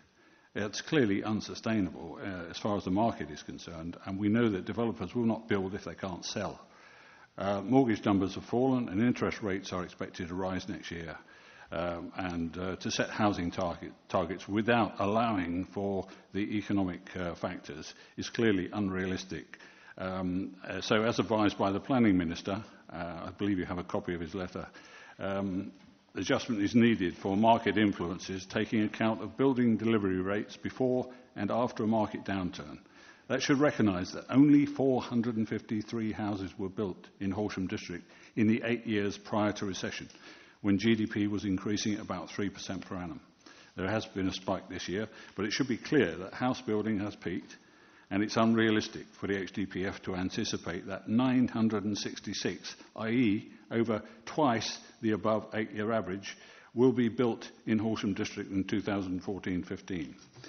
If the 20-year plan target is not adjusted, then Horsham District Council, as I said earlier, will continue to be behind its 5-year land supply. It's thus essential the target should be adjusted for the equnomic climate. And secondly, and this is equally important... Which way are you saying it should go then? Sorry? I'm saying that 650 is not attainable. Right. So that's not a deliverable figure, and it should be reduced. What do you say it should be reduced to, then? I suggest that you will not see more than 500 houses per annum. Based on what? Based on your interpretation of the based on historic evidence. The fact that 450 houses were built in Horsham district in the 8 years prior to the recession. So prior to the recession... What, in total? That was the average over 8 years prior to the recession. 450 a year? Yes. Well, I've just had another figure of 300 and something. But anyway, that was a different period. Yeah, a different time period. Yeah. So the other fact, the last point I would like to make, if you allow, is that this is not just about the target now, it's also the fact we need a means, a realistic, rational means of adjusting the target for economic conditions as we go forward. To go forward with a 20-year plan without that means of adjustment is clearly not tenable. I'll just say one more thing. So, hang on. So what are you saying? How should that take place? I mean, as far as I'm aware, the only way you could adjust the target would be to have an early review of the plan. Is that what you're seeking? Clearly, the plan, in the old South East plan, there was a mechanism for review. All I'm suggesting is we need... The South East plan is gone. Yes, I understand that, but the principle... I'm talking about a principle that was included in the South East Plan. Is every good reason to have such a principle so that you don't have to wait 20 years or even 5 years and wait and find you're completely off target. We need to allow adjustment to the target according to the economic circumstances. Well, but then there has to be due process, doesn't there? I mean, all of these people here would want to have a legitimate right to make comments about that, and their comments should inform the target as well as yours and the local people's. I think that's quite reasonable, but the thing to remember, sir, I believe, is that there is no penalty on developers if they fail to meet the target. there is a penalty. There is a penalty on the people of Horsham District if we fail to meet the target, and that is that developers will be allowed to continue with indiscriminate development. Well, they might. I mean, you might say there's a penalty on the people who want to live here because they haven't got houses. I mean, okay. I mean, I was going to break Mr. Wenman-Smith. Is it a very directly related point? It's a quick point bearing particularly on this question. It is entirely feasible to include within the plan a policy under the sort of heading of plan, monitor and manage that allows for current estimates of need as well as current estimates of housing supply to influence the rate of development that should be set as a target. It is entirely possible to phrase a policy within the plan that does that, and indeed that was government policy in the middle of the Thatcher era, something called plan, monitor and manage. This can be done, and I think it should be done, and I think it's something which is necessary should be done because of the sheer uncertainty that we are now in. We can have a fire and forget plan, which is what we're being offered, or we can have something that is capable of adapting to circumstances. And NPPF is actually quite clear that plans must be able to adapt to circumstances and react positively. Well, they can, but I don't see how you can. Well, we'll break there, and people can ponder that for 10 minutes as to see how that could work. I mean, as far as my take on it is, one can have an early and hopefully speedy review. One can have a subject localised review of a local plan to meet changing conditions. That's what the MPPF allows. Can I just say, I've actually run a system like this in Tyne and Wear. Tyne and Wear Structure Plan had a process which involved the builders as well as other parties in reviewing annual housing land survey material along with current information about economic and demographic change, and was capable of taking into account the balance between the two, which is necessary if you're going to pursue a consistent strategic policy. That is possible. It has been done. It can be done. It has even been national policy at various points. Okay, I'd like comments on that maybe from the Council when we resume. I'm going to take a short break today. It's quite a big and intensive session. I'm pretty sure it's going to break the flow a little bit. We'll come back for 10 to 12, please. I'm not saying the builders like it. If you relate that to what they've come up with, people come up with well, I mean, some of that will be housing associations. But if it was all to be built by private developers, it would mean that affordable housing is something about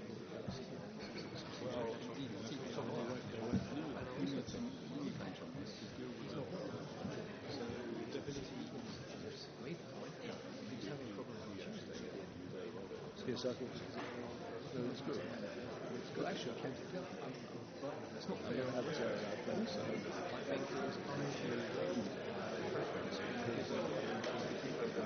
think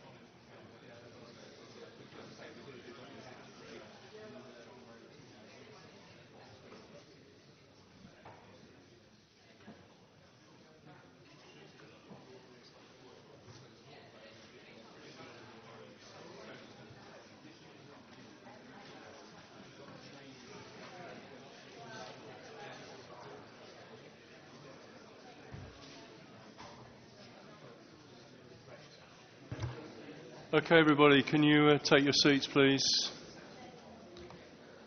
I'm sure you've still got a lot that you want to say to me.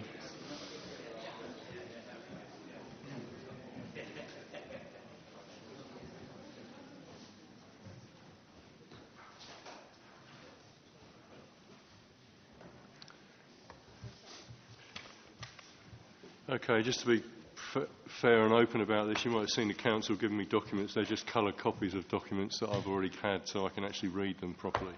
And that was the Chilmark Consulting Report. Would the council like to comment on Mr. Winman-Smith's flexible policy proposal?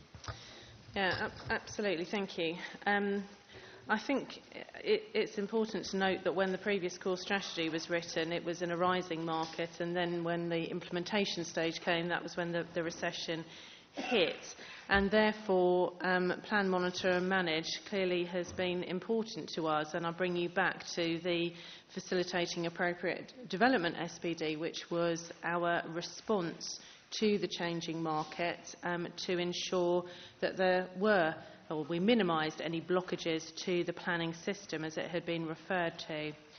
I think I'd also just like to say that we have actually worked very hard in order to bring forward those major sites, the two strategic sites that we've described, west of Horsham and west of Bewbush, setting up a specific major projects team assisting a Crest in their bid to the LEP to help unlock the infrastructure towards bringing that site forward. And the housing completions, which you asked me about in terms of how was the progress with those two sites, the west of Horsham completions 238 to date, and west of Bewbush 75. But we feel... Out of how many? Sorry, that's from roughly 1,000 on... 2,500 in Bewbush. Yeah. And 2,000 for land west of Horsham. 238. 238 of 2,000 for West Horsham and 75 out of 2,500 for yes. Kilnwood Vale. Yes, but as I say, the completions... Is that at least up to sort of April this year or something? Yeah.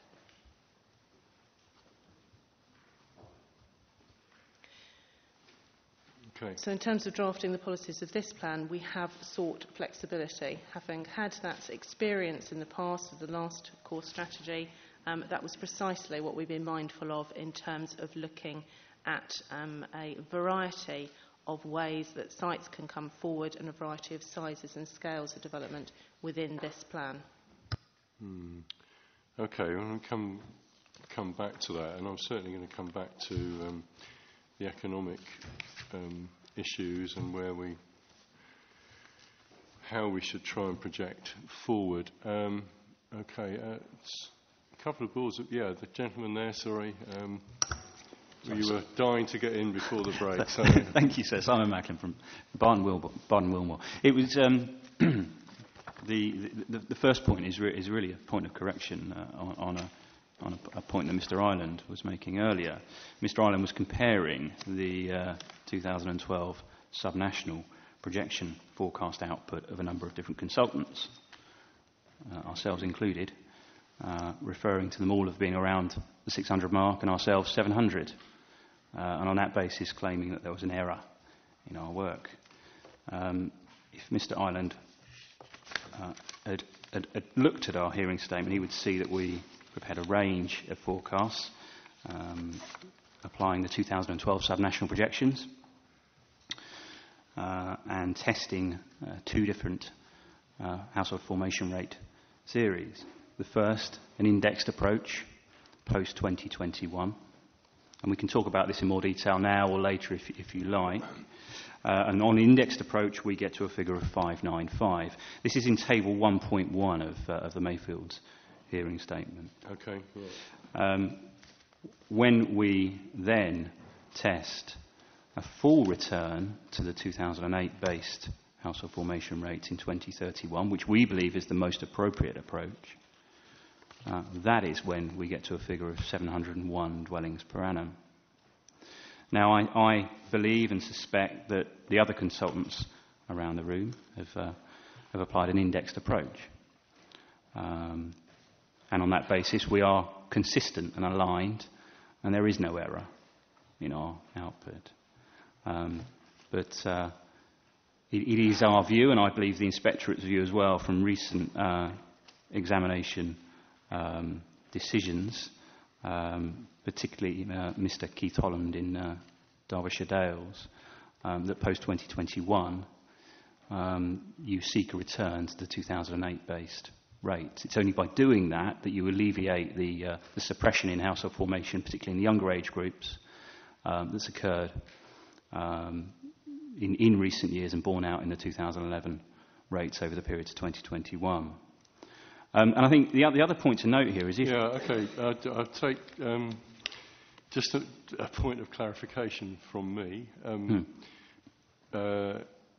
We try to take consistent approaches in the Inspectorate, but, I mean, it does depend on the evidence that one's heard. So, you know, there's something to discuss there, I think. Yeah. So I don't know what Keith heard. I know him very well, but I actually haven't spoken to him about it. So, you know, and I appreciate the point that he's made. So, but I'm going to, you know, listen to what other people say here in coming to my view on this. I mean, clearly that's why I put it in, taking on board your representation. Because, I mean, there's an issue here, I think, that if we're going to come on to that I sort of don't know whether I'm just not got this quite right, but, you know, we've got everyone, some people are saying the economy's picking up and therefore we need to go back to the earlier pre-recession headship rates, household formation rates. But the economy's picking up in some ways because there's more people in it and the economy's bigger. And the average real incomes aren't necessarily picking up. And I mean, there are national statistics that say that. There's still... And that's, you know, this is getting rather political, but I mean, there are statistics out there that show that real wages, real salaries aren't picking up at anything like the rate that the economy is, and that's I don't think that's in dispute. So the question is that trend going to continue? I mean, and it's a factor of a number of macroeconomic factors such as numbers of people coming into the country, wage rates, you know, job creation, a whole range of things, and in local affordability issues as well with supply. I appreciate that. So, you know, all I'm saying is it's not sort of necessarily the same here as it is in High Peak, and you know, there are other factors that maybe come into play. And local economies may be different. Is that a fair point?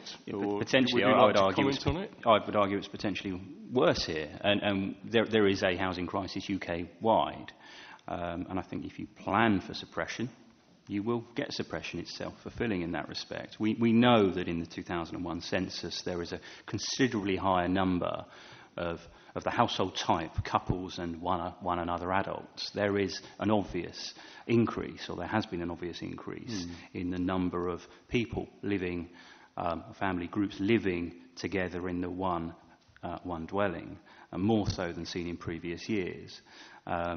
What we are trying to do with the full return to 2008 base rates is alleviate that, bringing it back to the pre-recession rates. Just very quickly. I mean, I'm not going to cut you off. Come back again.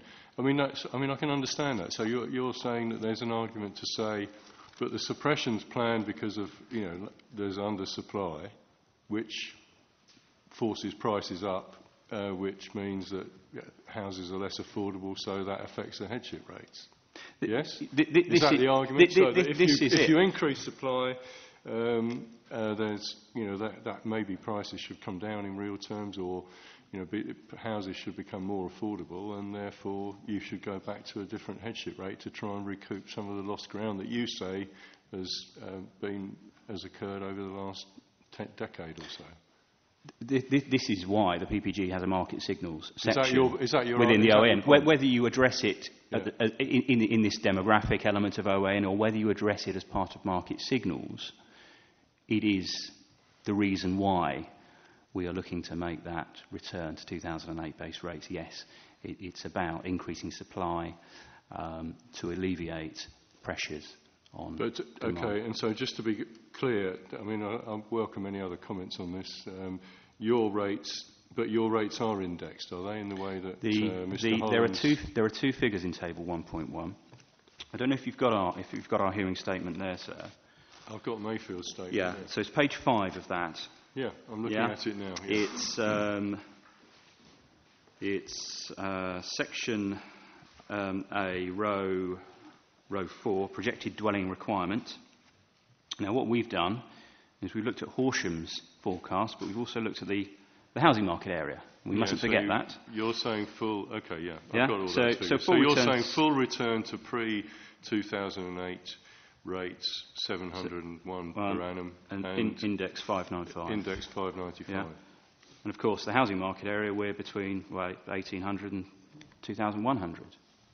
Yeah. Can I just quickly... we're going to come on to... We've discussed some of that. I don't know if you were here on Tuesday, but we're going to come on to the other local authority needs as well in the market area. Can I just quickly refer you to the Geo Hearn 2012 study, so CDH02. Yeah.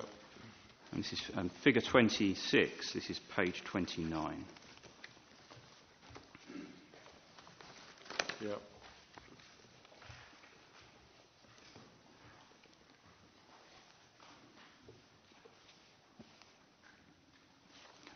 This is where we can hopefully bring some of this collective evidence together, because Mr. Ireland was referring to his projection 1.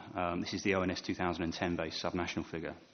And you see in figure 26, it's the first row, the current projection of this 2012 report is a figure of 593. Yeah. Now that is very similar to the 600s that have been talked about.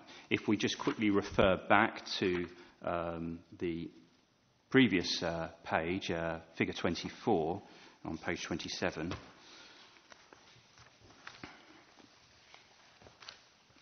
we see that projection 1 leads to population growth of 893 people per annum. That's broadly similar to the population growth of the 2012 subnationals, which I think is about 895 people per annum. Right, 875 people per annum. If we can flip back to figure 26, there is reference in figure 26 to a previous projection. Now, it's my understanding that the previous projection, certainly for projection 1, was based on the same levels of population growth, but run on 2008 base formation rates, and that gets to a figure of 694. So actually, ourselves and Geo Hearn are fairly aligned in our forecast. Let's just confirm that. Is that right, Mr. Ireland? I would expect that is based on 2008 household formation rates. But there is a range of research at a national level that demonstrates quite clearly that over the last decade we've seen household formation rates change. And there is a difference between what the census, the 2011 census shows, and what was expected previously in those household formation rates. Now, that work has been done by Cambridge University principally for the RTPI and through research itself. None of that work is suggesting that we see a full return to those 2008 based rates. Cambridge call it a partial return to trend, and their expectation at Cambridge University, their expectation moving forwards is that we see that partial return to trend. I've seen that in the context of another examination report, actually, I think. But anyway, yes, fine. Yeah. And so the point here is really about the realism of that full return to trend that Mr Macklin has been talking about. Now, Mr Macklin's submitted the study that is appended to his matter statement as part of the submission stage of this plan.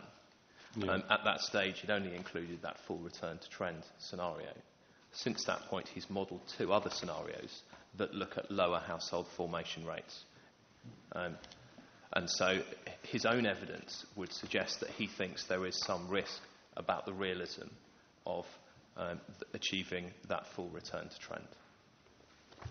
Okay, do you accept that? Or? No, I don't, sir. No, I do it for simplicity and for transparency, to enable you to compare the results of us and others, and to enable me to explain the exact question that was raised earlier about an error in our forecast. But okay, that's fine. I think I'm understanding, the point, and that's why I, put this down as something to discuss. The indexation point. Did you want to make any other comments? I'd quite like to what anyone else thinks about that indexation point, actually. But if you've got any other points... Not for the time being. On that? Yeah. Yes, sorry. Could I come back to... Before the breaks, I made some points which Nick Ireland contradicted on whether it's demand or supply that's responsible for under-delivery. Yeah. And I just want to come back on those points, if I may. Nobody could disagree that the demand for housing fell in the recession. Of course, we agree entirely on this point. The question is whether the reason for Horsham's persistent failure to deliver before, during and after the recession is a result of that, or whether it's a result of supply blockages. And my reasons for thinking is to do with supply blockages are as follows. One is that, as I think we show in our previous reps, is that at the core strategy examination, even before the recession and the credit crunch were dreamt of, there were 2 inspectors that were already concerned whether the sites coming forward through the core strategy would be deliverable. And we quote them in our report. They asked the Council to review the emerging strategy, to go for an early review in order to relieve that concern. That never happened. I'm not clear why, but it didn't. So that's one reason for thinking the supply was blocked, that pre-recession inspectors were concerned about it. Second point, there's an obvious market signal which is not mentioned in the planning guidance, which is a number of developers, house builders and promoters present on the table today. Clearly a very large section of the industry considers that there will be viable demand for quite a lot more, viable demand also known as needs, for quite a lot more than 650 new dwellings in Horsham over the planned period.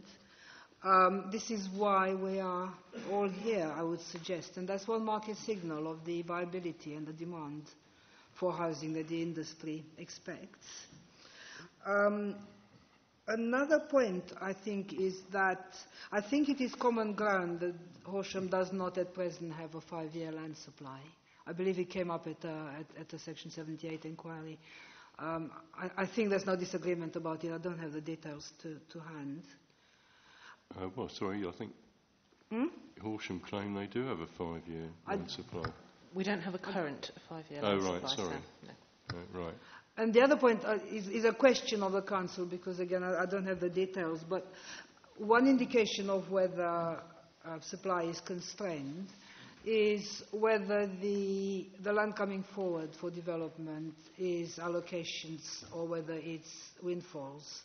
And I'd like to ask through you, if I may, how much of the recent land coming forward has been windfalls. Thank you.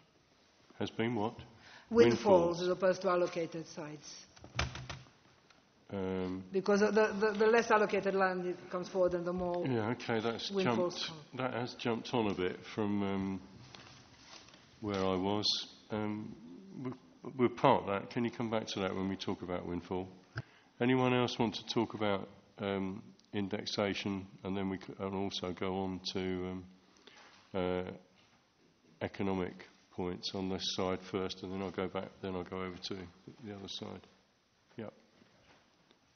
I don't mind who goes first. Obviously, for Gladman, we've prepared the assessment in the same way as for Mayfield, and we've looked at the same approach of indexing and full return. I think there's a few points worth bearing in mind.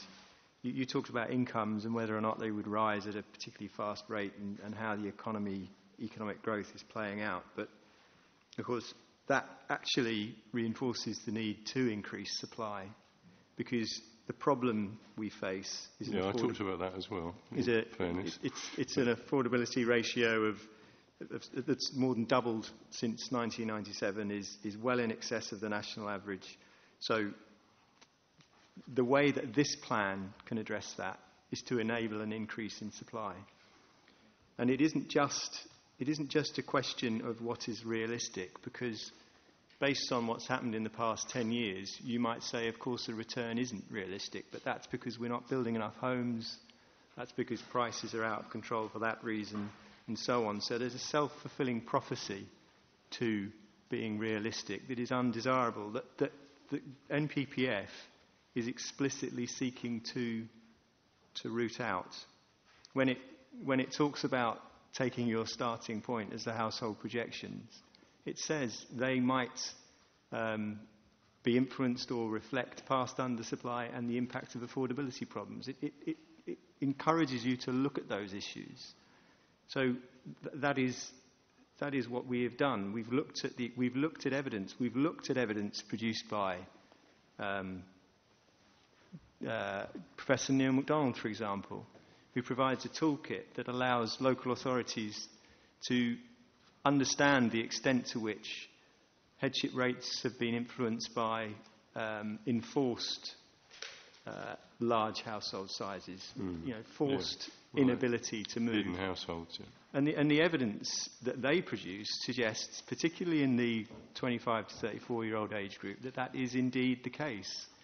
And we don't just take that on face value. We look at the market signals as well. We look at the affordability problem. We talk about a housing crisis in England, but it is a bigger crisis in this district, because the affordability ratio is much greater. The problem is much greater. So there is a certain amount of market signals adjustment here as well.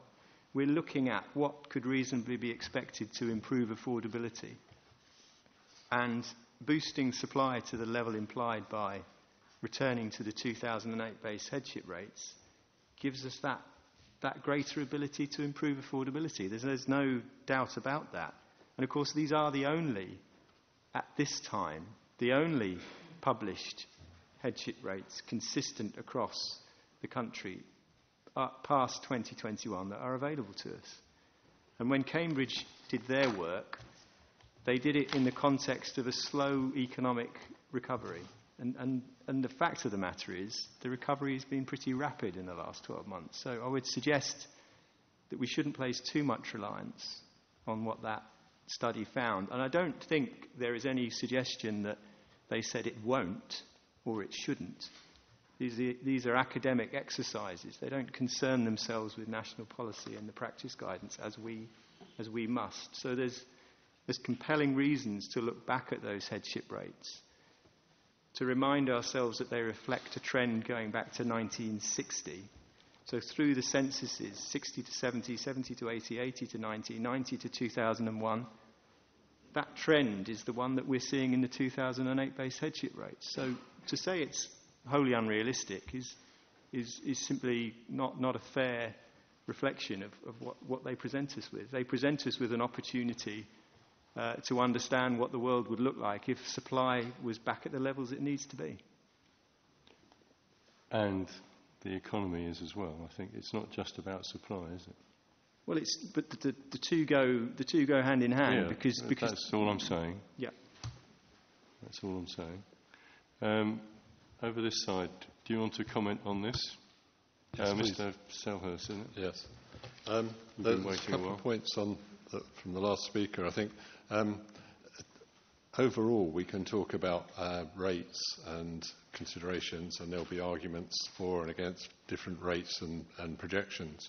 But I think that there's a key point is that a lot of the arguments opposite, we're talking about exponential growth in population and implying that there needs to be a corresponding exponential growth in housing. And I'm not sure we're talking about exponential, are we? There was an exponential growth was mentioned. I'll take that with a pinch of salt, I think. I mean, we're talking about growth. But, exponential implies, absolutely unstoppable till the whole district is concreted over. Yeah, but I think that's the problem, that the issues aren't looking at the long term, the real long term, in terms of establishing what the finite values are now for housing allocation, recreational land allocation, development, other work-based land allocations and farming. So that without that percentage, if you like, as to what will maintain the overall character of the district in the long term, you don't know what the limits are for your housing. So any figures that are saying that there will be a continued growth of 650, 750, whatever, for however long, can't be justified in real terms, in terms of the quality of life. And I would say that at least Horsham District Council, in the preparation of their figures, they made scant reference to two really interesting things, which was the environment and the quality of life. And that's been completely missing from any of the arguments from the other side so far. So theirs is based. Well, it's because we haven't got to that. To be fair, I mean, there's as I said, there's a two-stage process here. Yeah. What is the need, and then can the need be accommodated, and what are the constraints on that need, which is what your point is, I think, that you're coming on to. And I mean, in some ways, we've been talking about this, and. We're talking about migration, but as I said earlier, I mean, the lady from Montague Evans said it's in effect it's all policy driven. Now that this side of the table is saying that is what government policy is saying, that we should be policy driving higher housing numbers to make them more affordable and to create a step change in supply, subject to constraints, environmental constraints. So that's what this whole process is about, really. And you've sort of just moved it beyond just the sort of need part. But I mean, we've got to come to it sometime. But the other point on affordability, I think, is critical as well. That the argument was that by increasing the supply, you increase the affordability of the housing. And I don't know of any instance in the last 20 years where the affordable housing allocation as required by Horsham District has been met by any new development. So I think it's always been under-met. So that the Horsham had a figure that's varied from, I think, between 30 and 40% of requirements for affordable housing over the last 20 years. Well, it's 35% in the current plan but that has never been met on any of the developments. That whatever the figure was at the time that the developments took place was always less than. That less than that was provided by the developers. What are you saying then? That we should allow even more housing so that you can get a higher affordable... Well, that's an argument that's being put to me. But I don't think the figure should be even higher than the 650 up to, I can't remember who said it, 830 something, wasn't it? That to enable the needs that are identified in the Chilmark document, the update of affordable housing needs to be met, because the only way that affordable housing, or the main way that affordable housing seems to be provided now, is through large sites with a proportion of the private of the housing on the large sites being going to affordable housing or social providers. I'm agreeing with that, but I don't think that you shouldn't be allocating more and more houses just because the developers are failing to meet the percentage allocation they should be doing now, because otherwise what will happen is their percentage will continue to drop. So that they'll have less and less incentive to do it. That depends on viability factors to a degree, but I mean, I don't think actually anyone is saying that I might be wrong here, but I don't no one's really objecting, I don't think, are they, to the, we'll come on to that later, the affordable housing policy and the percentage figure in it, which is, should be justified by a viability assessment. So how are you suggesting, if we don't, that we provide a higher number of affordable homes? By increasing that percentage, it will be my argument, rather than increasing the number of houses that you build. So if you increase that percentage, then you get more affordable homes. That's the simple balance. You might. Some of these people would say you wouldn't get any, because they couldn't afford to do it.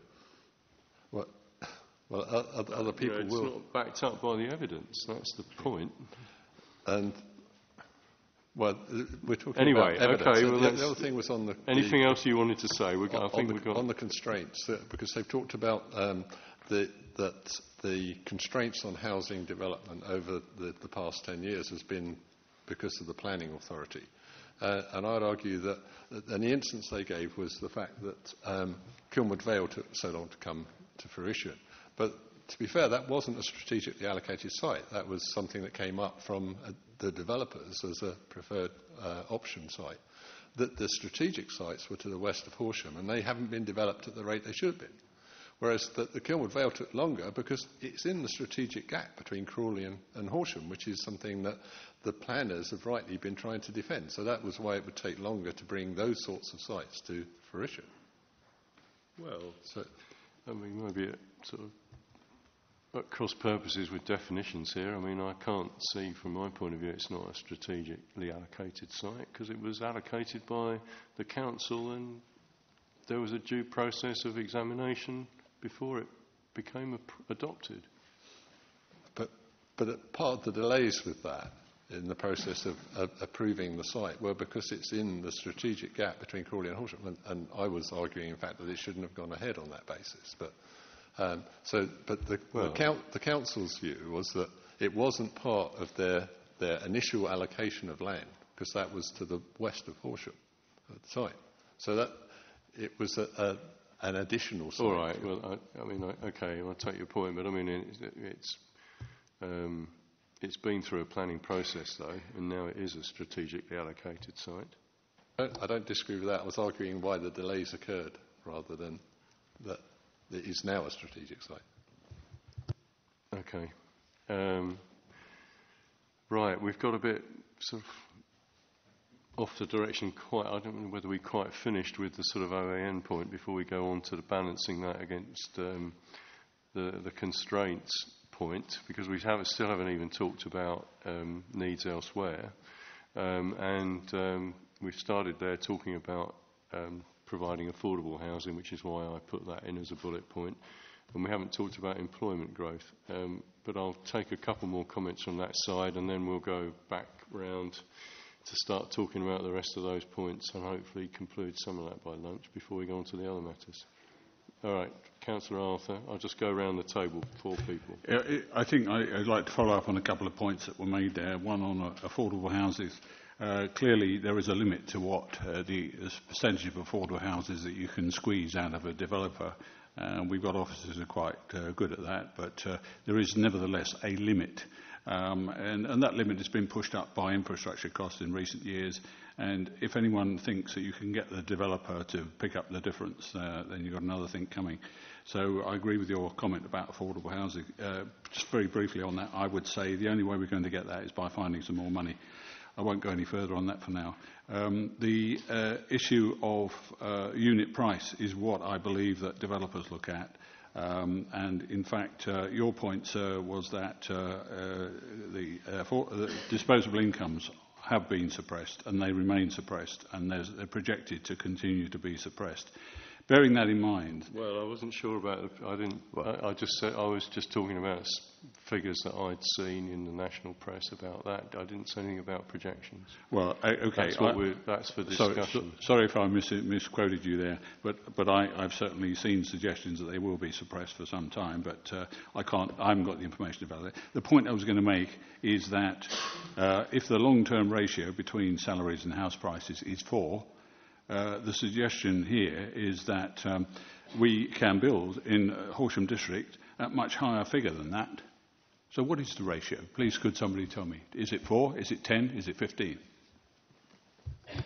Well, I'll let you come back on that in a minute. Okay. Mr. Schatz? So, well, okay, you might as well say that in open forum, Mr. Stevens.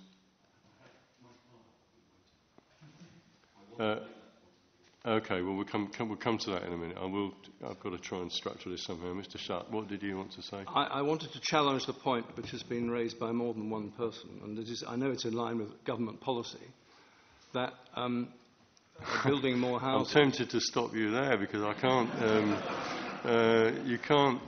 I can't challenge government policy. I made that perfectly clear to you on the very first day. On the other hand, you did ask to raise economic issues. And this is very much an economic issue because it goes to the heart of what's what you mean government economic policy? Okay. Well, I mean, you've allowed a statement which is factually incorrect, which is that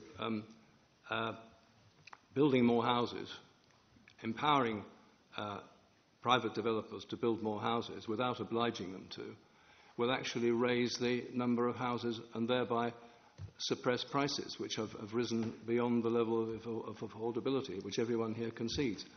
Now, this is basically false economics, and I would, if I may, draw your attention to the proceedings of the CLG Select Committee on the NPPF, at which this point was challenged, and even Dame Kate Barker herself, the author of the Barker Report, review, rather, I think it's called, in 2004, now admits that what she said then about empowering through the planning system more developers to build more houses was incorrect insofar as, of course, they will only build up. The idea of getting private sector, profit-oriented companies to expand the supply so that it drives down the price they receive is, to say the least, naive. And in fact, it hasn't happened. And you might say in theory it could do, but in reality it doesn't. And it's basic economics, really. And the idea that I would challenge any of the representatives on the other side to come out and say, if they went to their shareholders and said, we want to build more houses so that the return on our investment goes down, what response would they get? Okay, well, you'll have a chance to respond to that in a minute. Mr. Wenman-Smith? Yeah, thank you. I just want to, on the numbers question, I think it seems to be common ground pretty well that household formation is indeed must be affected by the economy. And I think I've raised the issue about market signals and stressed the point that I think these need to be read both ways. They can either lead to a higher or a lower than trend level of housing need. Just a couple of points following on from that. Economic uncertainty is always the case. It's always with us. Uncertainty is a condition of life. But the Office of Budget Responsibility, not notably sort of radical organisation, has stressed that point particularly as recently as March, and saying there is considerable uncertainty around any economic forecast, and I would totally agree with that.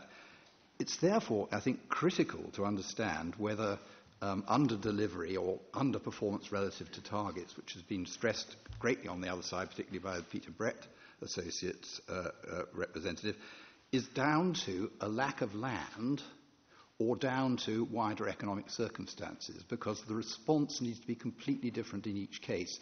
If it's wider economic circumstances, laying on more land will make no difference. It'll make a difference to where the houses are built, but it won't necessarily make any difference to the number or the affordability. So critical, if it's down to land supply, then land supply issues may follow. But I think on land supply, again, in response to what's been said the other side of the table, they have laid great stress on under-delivery being because of dependence on a few large strategic sites. And obviously there is a general problem there that large sites take longer. There's also a problem that small profits on large numbers are less attractive to builders on the whole than large profits on small numbers. And I think this goes to a critical issue in terms of the plan's policies here. there's a presumption that builders are motivated by a desire to deliver large numbers. They're not. They're motivated by profitability. I think it's worth just... I've mentioned in my evidence to you originally that the Chief Executive of Bovis has made the point that he's intending to build some more houses, but he's intending to charge a great deal more for each of them. And not only is it the case that building more new houses doesn't reduce prices, it cannot, because builders are locked into a business model in which rising house prices are critical to profitability. It won't happen. And I think we need to just take that out of the equation. Okay, well, someone, maybe Mr. Stevens, or someone in response, on behalf of some of your members might want to respond to that, please, later. Is there anything else? One more thing on the numbers, and that's the relationship of OAN to affordable housing needs. In my view, and I'd be interested to hear what other views there are, the demographic forecasts of housing need include all households, rich or poor. And in that case, the delivery of housing to people at lower income must be part of the overall number. Now, in the case of Horsham, I don't know what that number is. They have a view, I think, about what proportion of their housing need is going to be have to be done in a subsidised kind of way. And I suspect it's a fairly high number. There's a range. This is in HDO, HDO 4, and I've given my marked copy away. But I think it's up to somewhere between 250 and 400, isn't it? But the number is 25-35%. I think something of that. No. That's what they're seeking to achieve as a percentage on new development, on major development. But the per annum needs are. Oh, please, someone help me. Because I know it's up to 404, but there's a range figure, and I'm trying to find where it is on this because sorry, did someone shout that out? 200 and something. 240 was their target, I think, per annum. 225. No, it's okay. 225 to 404 was the range, and 225. So that's your figure. Out of 650 or so. It's around about 35%, rough calculation. But the point I'm making is that it's simply illogical to suppose that getting more affordable housing requires you to build more housing in total, because the demographic need you're seeking to meet already includes that number. So it's a non sequitur. It's a reductio ad absurdum to suggest that you build more houses to build more affordable houses. Not only will it not happen, it would be completely daft to try and make it happen. I think we need to get to that actually nailed down. Thank you. Okay, some point. I mean, you're not really going against the council there, but I'm not going to allow the council to respond at the moment. But Mr. Kernock. Thank you, sir. To a certain extent, what I was going to say has already been raised here in relation to affordability and the delivery of the affordable housing, etc. Okay, don't repeat it then, please. Yeah, well, I'm not. Well, I'm just saying that. But in addition, what I'd like to add to that is that under our alternative preferred strategy, we were basically comfortable with the figures that HDC had come up with within its HDPF.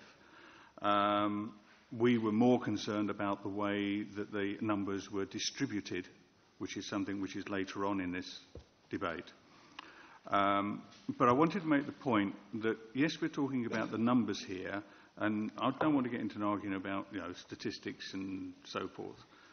But the NPPF also requires a balance between the number of homes delivered against the harm to the environment and the community.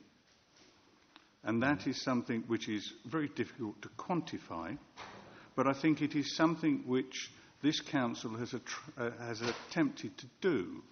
It has tried to assess the harm to this community. Because as has been mentioned, if you went into this catch-22 scenario of the more you build, that's how you get affordable housing, Well, sorry, I don't buy that. All you end up with is a total urbanisation and coalition of settlements, because you're constantly saying, well, if we build another 100 or another 1,000, the price will come down. No, the price won't come down. The companies, the developers, have a responsibility to their shareholders. Their shareholders want to see a maximise on their investment. And the way to maximise on that is to, shall we say, control the market by only delivering just under what the market is looking for, and therefore maintain peak price. Therefore, well, okay, that point's already been made, but yeah. I take it. But I think the point is that there's quite a lot of developers here who are all seeking a higher number than is in the plan. So, Mr. Stevens, I think, could you start to respond to some of those points, please, on behalf, because you're the sort of representative of some of the people around the table anyway. Thank you very much, sir. But just briefly, could I just go back to the question about the baseline demographic needs? I want to start include that as well. Because we haven't quite bottomed out that question, and you did ask about the question about indexing. And we have seen a number I'm not saying I'm going to stop discussion on that at all. I know we haven't completed discussions. Yeah. It does seem to be that there is a basic demographic range between about 600 and about 700. It's about 700 when you look at the DCLG official household projections, which is what the government says should be the starting point. And Neil MacDonald's annex prepared for Gladman sets that out when you look at the past two household projections.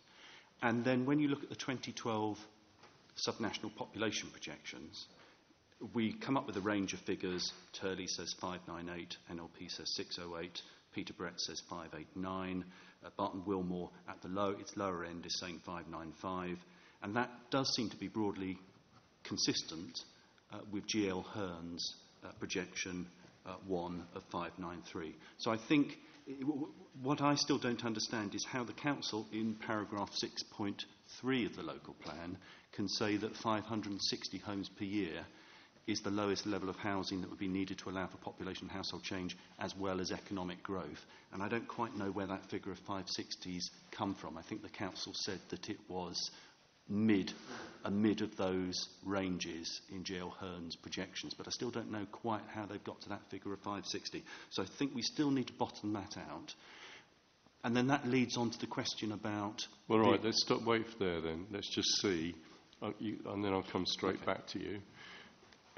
Is there anything else you want to say in response to that point? It's Mr. Ireland, you dealt with that, I think. Well, the council put the number in the document, so we did take a midpoint from the range just to make it simple in the document to say that there's different ranges and different numbers that come out. So to pick a number, it's not an exact science. The range is the top three figures in figure 26. Yeah. And it's the midpoint between those three projections. Sorry, which three? Projects 1, 2, 1, and 3. 2, and what? And 3. So, it's not weighted then. Well, actually, well, the midpoint between them is about 575, isn't it? Yeah. Thank you. Mental arithmetic, not that bad. But that's what you're saying you've done, yes? Right, Mr. Stevens. Thank you very much, sir. Which then does tend to suggest that the figure is going to be north of that figure of 575, 573, if you were then needing to take into account the needs of the economy. And what I recognise is a very contentious issue about market signals, which is the tenor of the debate that we've been having just now over the past 15 minutes. And unfortunately, what you've been hearing from the other side is very interesting, and it's the basis for a good pub discussion. But unfortunately, it's not what the government wants, because the government, ever since March 2011, in its Planning for Growth ministerial statement, sees the planning system very much as a vehicle to deliver growth, including a step change in housing delivery. And then the intentions of the ministerial statement got fed through, filtered down through into the MPPF and subsequently the MPPG. But it's the MPPF which is very important, because the ministerial foreword to that says that we need to meet the housing needs of a rising population. And in paragraph 17 it talks about looking for the opportunities to respond to growth of the economy and for higher rates of housing. And the government also attaches a great deal of importance to boosting significantly the supply of housing. And in paragraph 50, it talks about widening opportunities for home ownership. Therefore, the government does want, its expectation is that the local authorities do plan positively rather than negatively by perhaps building into their plans sufficient contingency to account for the fact that potentially housing supply household formation has been suppressed in the past as a joint consequence of planning undelivery, planning failure to respond to needs, and worsening affordability. And that's kind of why the plan needs to be supported by a proper schma, not just a range of demographic projections, which then also looks at the consequences of what I say, the effect of previous periods of planning policy. So if you have evidence of rising unaffordability, rising rents, increased overcrowding in the district, increased homelessness, increased affordable housing need, then that kind of suggests that perhaps previous plan makers hadn't quite got their projections right, and therefore you need to do something to counteract those undesirable trends. And the government in the MPPG does set out the various steps that you need to go through in order to try and counteract those undesirable trends, such as rising prices, rising rents, increased overcrowding, increased affordable housing need. And we have seen through the latest Chilmark Schma, I believe, a rise in the affordable housing need within this district. And people have alerted to the fact that the ratio of lower quartile house prices to lower quartile incomes is now housing's now about 11 times more expensive than lower quartile incomes. I know that people do struggle with this, but the government does see that the way to resolve those problems of affordability is through an increase in supply. No doubt a change in government or a change in policy by this government might lead that government to take a different position upon that. It might see, well, the planning system can't really do anything about this. We just have to accept that in order to safeguard perhaps our environment or perhaps to safeguard the equity that the incumbent home-owning class have got stored up in the housing, we don't want to increase supply. But as I said, that is a pub discussion. It's not really a legitimate discussion for deciding whether this is a robust plan. In terms of what house builders want themselves, that again is also an interesting discussion to have down the pub. There are no doubt lots of people who benefit from a strong regulatory framework as a way of restricting competition. The Home Builders Federation represents 80% of developers in England and Wales, and that includes the large multinational companies like Barratt's and Taylor Wimpey and Persimmon, down to small house builders. And we are concerned, just as the government is, that the house building industry is contracting because there isn't sufficient competition. And the government is very interested in trying to increase competition, to widen opportunities for participation. And that is integrally linked to provision that is made in local plans. And that's why it's important, the government attaches very important to objective assessments of need, not assessments of need that are constrained by rather more subjective assumptions on the basis of what we think people might be able to afford over the next 20 years. And just to finish off, I would recommend, sir, to you your colleague Roland Puncheon at Kirklees Local Council, where Kirklees tried to calculate, this was before the MPPG, but they tried to calculate the housing need on the basis of what they thought people could get through mortgage lending. And Mr Puncheon, I believe, correctly threw the plan out on that basis because it wasn't an objective assessment. I haven't seen that one. But, I mean, you said something just before the end there. which I wasn't sure about at all. The point before that one was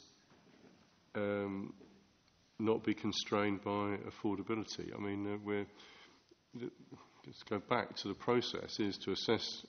It's very difficult to assess needs. I mean, you know, we're trying to do it in a housing market area, but I mean, then once having done that, you then say, well, okay, that is a need. Can we meet it? And we haven't even started talking about need in the wider housing market area yet. And we've well, no, about I'm that just a bit confining. on the first day. I mean, you said affordability. It's other environmental and social constraints that this side of the table have queried as well, isn't it? That's the later stage, isn't it? Yeah, they're I'm saying that points. on the basis of the evidence that we have in front of us, even before we even take into account increasing supply to counteract the effects of poor affordability, we're seeing a basic demographic range based upon past trends of between 600 and 700 households a year. That is probably relatively affluent people moving here from elsewhere in the country, particularly London, for whom affordability isn't an issue. You would need to provide between 600 and 700 dwellings a year just to meet that trend in household formation driven by relatively wealthy people. Now, the council, in its local plan, in its objectives section, talks about actually needing to meet the needs of all people in the district. The papers are buried underneath there, but it does have a more inclusive objective to meet all those needs. If you only met the trend projections, what you would be doing is that you wouldn't even be treading water, you would actually be institutionalising a problem of decline in affordability in this district, and therefore that would seem to be counter to what the council really wants to intend to achieve through this plan. So, well, then we're coming on to the other factors. The allowing for hidden households and affordability, and also economic growth as a policy-driven increase in economic growth. But I mean, are the people around the table saying to me, contrary to what I've heard from this side of the table on my left, that there's not a problem to them in providing very substantial numbers, say up to 1,000 a year, and that they'd be quite happy to provide that? Anyone got a problem with that? Sorry, sir, just to butt in. I think Barbara Childs said that last year the council had attained 826 completion. So even without a local plan, it's up to date. And I spent my last 5 years in this council at inquiry or fitting inquiries, etc. Even in that context of no housing land supply, they did 826 last year. So that tells you, in the current climate as of last year, the market could achieve that rate. So the evidence, ignore my views down the pub, as Mr. Stevens would put it. Well, I'm not taking that point. I mean, I'm not saying this is a pub, but I think there are things that we need to discuss. So the evidence in front of us is, in the current climate, we all take our own views on the market, but the current climate, last year Horsham delivered 826. That tells me there's no bar why you can't go beyond 650, and it would be supposition to say whether you could go beyond 826. Well, yes, okay, okay, that's a good point, but I mean, that's 1 year, isn't it? And it's, we're talking about a 20-year supply, so even that's below what some of you are saying needs to be provided. But that's not quite the same, is it? After a few years post-recession of very, very low supply, to sort of start coming back to that figure for 1 year isn't necessarily the same in terms of business forecasting for some of the house builders around the table. We'd be looking to provide 1,000 dwellings a year, say, over 20 years, and with a very, very significantly increased point. I mean, they're saying, the parish council and the CPRE are saying, well, that wouldn't necessarily reduce prices or make things any more. It wouldn't make housing any more affordable, because you would constrict the supply to keep prices up and to keep profitability up. Well, that's a separate point. The first question was, could the market take 1,000 dwellings a year, or would it hold back to 650, or can it not achieve that?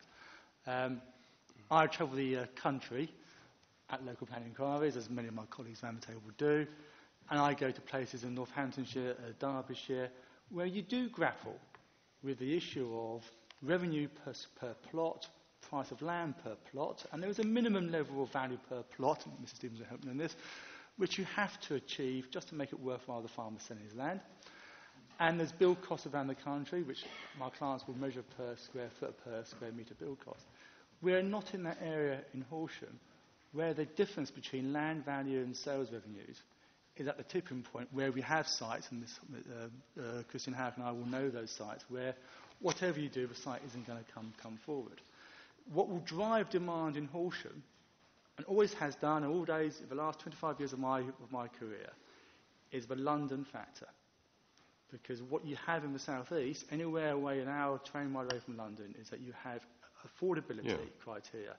So, to pick up the comments over the table, you could build as many houses as you want in Horsham, and that demand would be insatiable, because London will just generate. I mean, the mayor said up to 62,000. He's never got beyond 33,000 odd from all sources. So I think you have to assume that if you're talking around 1,000 dwellings per annum, 750 dwellings per annum, 800 dwellings per annum, the market, and Horsham doesn't operate in isolation, it operates with Mole Valley, operates in Surrey Heath, even operates, I would say, St Albans as well. People moving out of London make those choices. There's nothing that I've seen, and my instructions to find land for clients are ever increasing. So the demand from my clients to find more land to meet the need that they know that they can sell to, in my view, would more than pick up any of the numbers that you've seen, sir. I don't know what my colleagues Van Well, I'll take some further comments and then also widen that out to. We'll stop round about 1 o'clock, but then the economic, the employment growth points as well. I'd like to try and get onto this and then come back after lunch to capacity. See if we can wrap up some of the main points on need. Mr. Collins.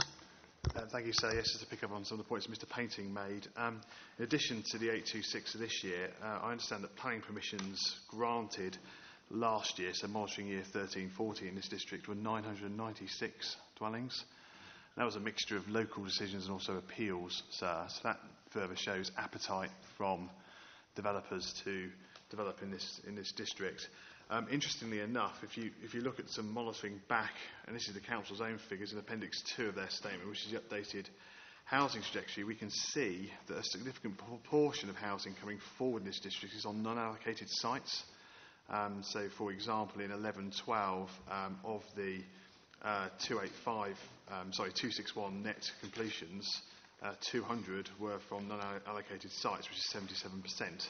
Following year, it's 66% in 12-13. Year after that, 13-14, the last year, it was 67%, which indicates to a degree that things haven't been plan-led here.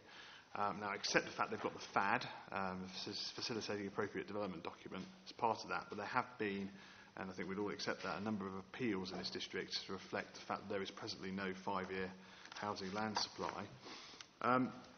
In terms of economic strength, what we've done at Savills, and we've appended this to our statements, so you can take it as read in terms of our market evidence that we've prepared, we looked at how Horsham compares to comparable markets, notably in the south. And we looked at the situation in 2004 to 2008, because I think it's fair to say that was the last time of sustained economic growth. Obviously, we had the recession then from 2008 to about 2011. In the period 04 to 08, this is in figure 12 of our evidence, which you can take as read, but Horsham delivered about 0.7% of new dwellings as a comparable to existing stock. So new dwellings equated to 0.7% of existing housing stock. Now, you'll be aware of the work done by Professor Alan Holmans for the TCPA last year, and that was equating to a figure of about 240,000 new houses across the whole of England, which equated to an average of 1.04% of stock, if you very crudely just average that out across every local authority in England. Now, clearly there's going to be weighting to that, but I would argue that the weighting to the south would have to be higher because there's more demand in the south. Mr. Painting's talked about a London effect than, say, if we were sat here in Middlesbrough or somewhere in northern England. Therefore, you can see in the period of economic growth from, say, 2004-2008, we had a situation whereby Horsham was not delivering that high level of percentage stock. Now, why would that be? Well, to my mind, it was because of supply factors. There was not enough land supplied coming forward in Horsham in that period. And the reason for that is that you can look against the comparable authorities that we've looked at, all of which were delivering around 1.2, 1.3, 1.4% of existing housing stock as completions in that period. We've then moved on to figure 15, looked at how the market strength in Horsham as compared to those other authorities, and various indicators such as median house prices and the transactions for properties are showing that Horsham is actually relatively stronger in comparison to those. So overall, sir, I think there's evidence before you now which suggests that Horsham is a strong market. 2014, good economy. There's past evidence which suggests that Horsham could have been delivering more, but isn't in direct comparison to comparable markets. The solution to that is to relieve the supply, to increase the housing requirements so that the market can achieve the higher levels which it's previously not been able to do. Thank you, sir.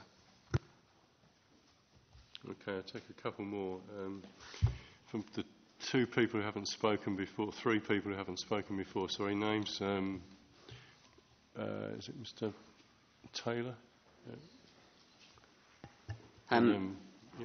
I'm just conscious that I still don't think we've bottomed out on what the demographic-led needs are, and if we're going on to talk about employment growth assumptions and affordable housing needs, those are elements that are in addition to the demographic-led needs, upwards adjustment to that.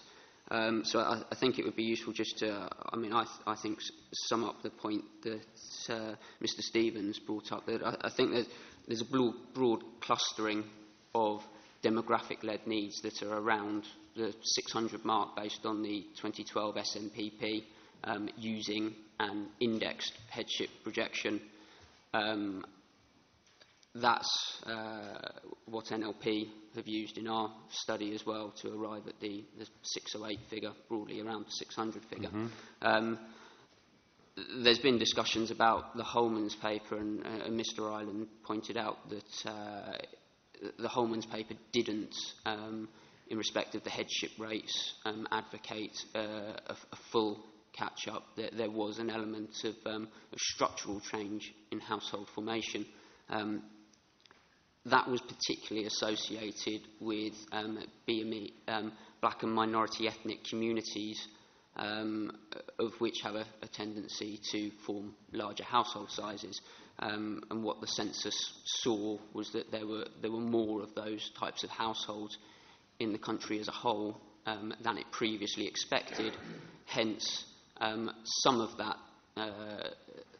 that reduced level of household growth was due to that factor, but the other half was suppression, as we've discussed. So I think if you're minded to use an index approach in terms of defining the demographic-led needs of Horsham, you need to bear in mind that is conservative, and there is evidence from the Holman's paper that those headship rates may well be higher as projected in the future, to reflect that element of suppressed household formation with a degree of catch-up to the old 2008 rates. So, I think in terms of the demographic projections and the demographic-led needs, I think most people are on the same page that it's in the region of 600 plus. There's certainly no evidence before this inquiry that it would be less than 600, which makes the number of 560 somewhat perplexing. Okay. Mr. Mayle? Oh, sorry. Yes, sir. Thank you, sir. First of all, can I confess that I'm not an expert, or housing figures are not my strong point. Can I take the point made by Ian Painting and the London effect? Can I attest to the Gatwick effect? I've worked for my sins in this area for over 50 years, and I can say that that has a tremendous effect. And I'm not a betting man, but I believe that a second runway at Gatwick is now 50-50. It's between Heathrow or Gatwick. And can I suggest, therefore, that if there is a second runway at Gatwick, it's going to have quite an effect on Horsham, as Gatwick always has done in the past. And in that case, so if you were to find that this plan is sound, can I suggest that you do as the inspector did at Eastbourne? She put in a proviso in that case that Eastbourne needed to look again at the employment figures. And may I suggest, therefore, that the point made by CPRE that there needs to be an early review if there is a decision to build a second runway at Gatwick? Well, we discussed this briefly on Tuesday. Did you? And I think fine. I didn't have the pleasure of being here. It's quite clear that there would be a need for an early review if the second runway was announced. Fine. I'm not sure that anyone disputed that. The council certainly didn't. Right. And so, having said that I'm not good with figures, can I say that the figure of 701 put forward by Barton Wilmore attract me personally, because I'm trying to build one decent, well-designed house on land adjacent to my house in Stenning. Okay. Right. Okay, thanks very much. And then there's two... You'll have to come back to these after lunch, I think. We'll try and get some comments for you to respond to. So, two gentlemen there. Mr. Boyce, is it? Yes. No, not Mr. Boyle. You've changed positions, I think. What's your yes, name? Mr. Boyle's changed. Right, sorry. Who are you, it's please? Chris Huff. Oh, yes, sorry. I beg your pardon. Sir, I just wanted to clarify the position on the current 5-year housing land supply. We had a Section 78 inquiry in this room last week, most of last week, and Horsham helpfully provided figures as at October 2014. So if you haven't had those, which I guess you haven't, I think I'd just briefly give them to you. Well, they're saying I have. Where are they? The updated trajectory. I've got an updated trajectory. All right, well, very briefly. So they're at October 2014. Oh, right. I'm told you haven't got this. But, perhaps I'll check that with Horsham afterwards. Well, and make can we sure deal with that over lunch then? Make your point briefly, and then we'll check the figures over lunch. I just wanted to say that there's a historic undersupply, so of 2,314. That's the magnitude of the historic undersupply. The figures use a 5% buffer. A 20% buffer is arguable. But it comes out with a 61.7% supply, which is 3.1 years as of that. And it's based on the 650 figure. Now, so the point about that is that that has been the situation as long as I can remember in Horsham. They've never had a 5-year supply. And that endorses the supply issue, because 5-year supply figures are recession-proof. If you have high completions, then you're building up towards your targets.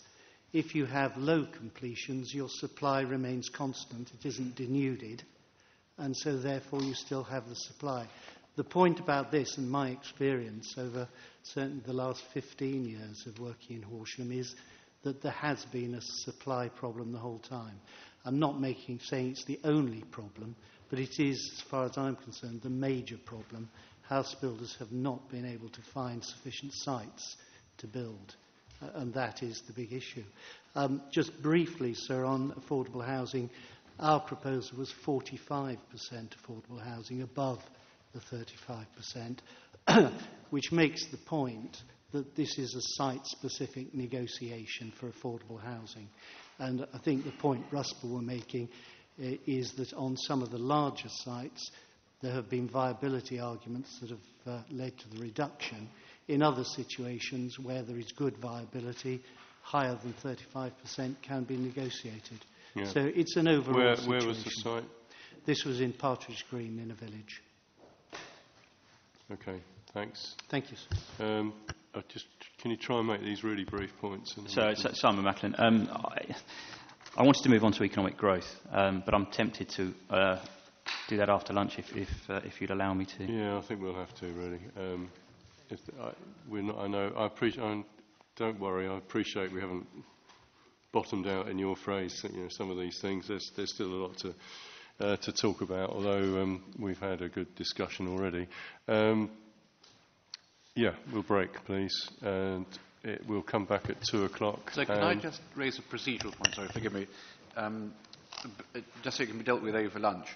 Do you remember this morning there were two statements that were read from the Council? You invited them to do an overview introduction. And there were two statements that were read out. It would be very helpful if we could have copies of what was read out, particularly the second one, which we'll come back to for question 18A on constraints, because it was read out so fast I couldn't really take a note of what was being said. It would be very helpful to have that. The other point was... hang on a minute, are they available? I suppose we can have a photocopy. Ms. Charles. So I'm afraid my notes consisted of handwritten bullet notes. They weren't a typed-up piece that is ready for circulation. It's the second note I was particularly keen on that was plainly a typed-up note that was written. But had handwritten notes all over it. So it had been... It was a working note which we used. I think you'll just have to... I've got some... I took my own notes, Mr. Boyle. Well, it's a shame, but we'll just have to deal with what we can deal with, and it'll be slightly slower at 18A than if we'd been able to see the document, but never mind, that's what the Council wants to do. So the other point was to remember on Tuesday, the question was raised as to how the 90 had been arrived at, and you asked for the Council to respond to that for the purpose of today. We're going to come to that, I think, under question 17. We've not seen any response, and again, it would be helpful before we get into question 17 to have that document. Okay, what's the Council's response to that? Was your opening statement intended to address that or not? Yes, in part, sir, and again, I haven't prepared a written statement for you. Okay, we'll just have to deal with it in the same way, Mr. Boyle. Thanks very much, everyone. It's still 2:00, please.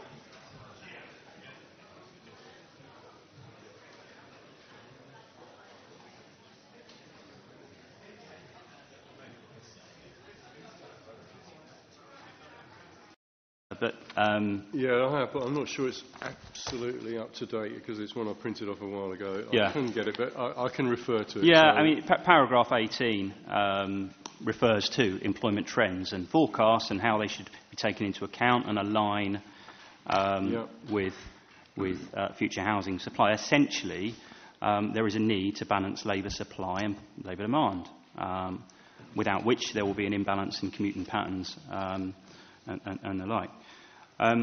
What we talked about to date is the starting point and the demographic need. That is the first part of OAN. Our evidence, and even the Geo Hearn 2012 study, indicates that will only provide a minimal level of uplift in labour supply. We can see that from Geo Hearn's 2012 study. This is CDHO2. If you go to figure 24.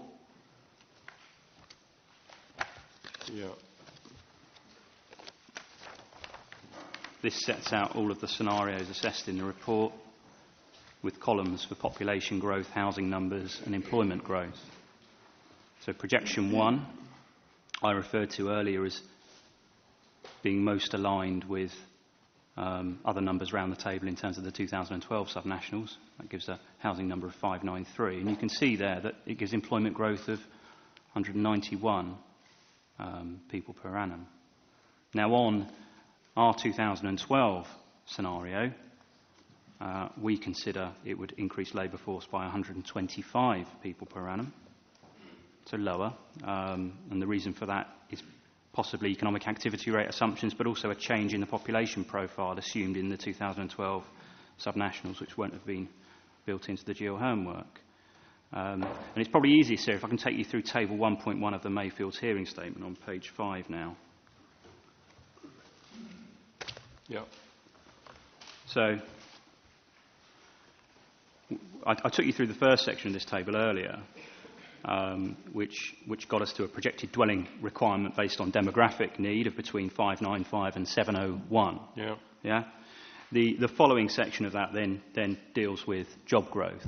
Now, what we've done is we've assessed the necessary level of increase in labour supply to balance with the baseline economic forecast within the economic growth assessment, the NLP assessment, published by the Council in April 14. Yeah. There are other higher job figures, quite substantially higher. There are more recent Experian forecasts, the latest of which projects, I think, 662 per annum, but we've assessed this on the basis of 445 jobs per annum.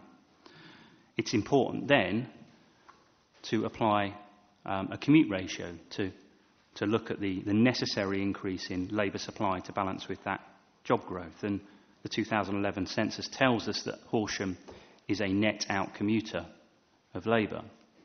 It has a ratio of 1.24. So you apply that to the job growth figure of 445. That takes you to a figure of 552. That is the necessary increase in the resident labour supply in Horsham to meet that job growth forecast. Now, as I said earlier, the 2012 subnationals only provide for labour force growth of 125 people per annum. There's a deficit there. It's necessary then to look for an increase in net in migrants to increase the population to a sufficient level to provide for labour force growth of 552 per annum. Yeah, but that is on a crucial underpinning assumption of that same commuting ratio. It is, but I think the 2001 census also showed a commute ratio of over 1.2 as well. So I think on that basis, I think it's a prudent and sensible assumption, unless there's a catalyst here that can cause that to change. Given Horsham's proximity to London and other sort of key settlements around the area, I think there's nothing to suggest. I'd like to see what the council says about this, because we've heard yesterday about the business park and the 15 hectares or whatever. So it is on this basis we've run our numbers, and we now, if you can turn to section row C, this is labelled up row C. This is the upward adjustment we see as necessary in dwellings over and above the demographic need to provide a sufficient level of labour. So circa sort of 300 dwellings per annum on either index or full return above the 595 dwellings per annum or 701 dwellings per annum. Now that leads us to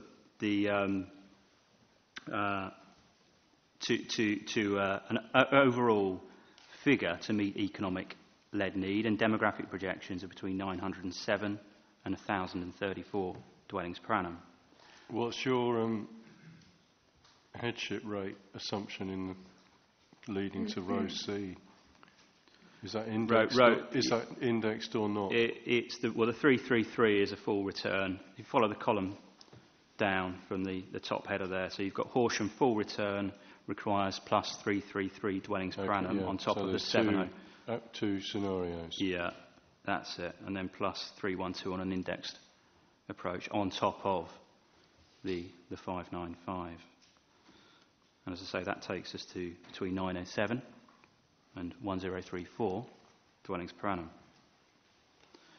Now,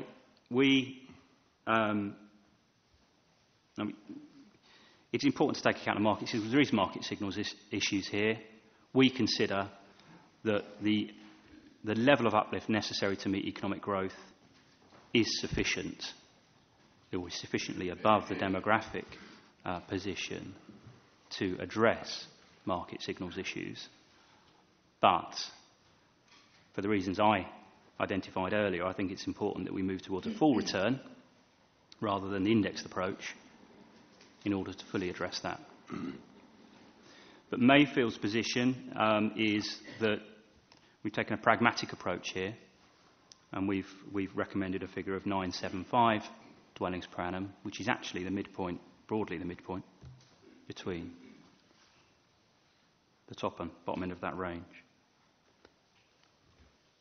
Okay. But the other point to note is the council have no evidence here other than the demographic projections in this 2012 report to assess the level of growth necessary to meet key chunks of the requirements of what an OAN is.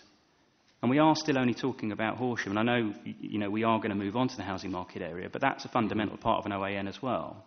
And without that, the council just don't have any credible evidence. All right, okay. Does anyone else want to comment on that, or anyone disagree with that? I think it's... yes. I'd like to suggest a much simpler, more conservative approach to the issue of future employment. It is conservative because I just want to look at what the Council's own evidence in the Jill Hearn study says. I think the answer is in table 24 of the Jill Hearn study, which is on page 27 of 35.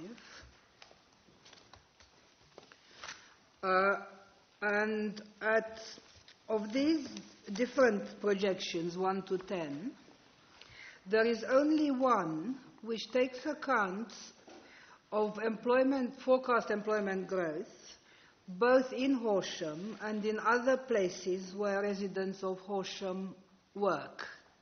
So this is done in a traditional way with fixed commuting patterns, fixed commuting ratios.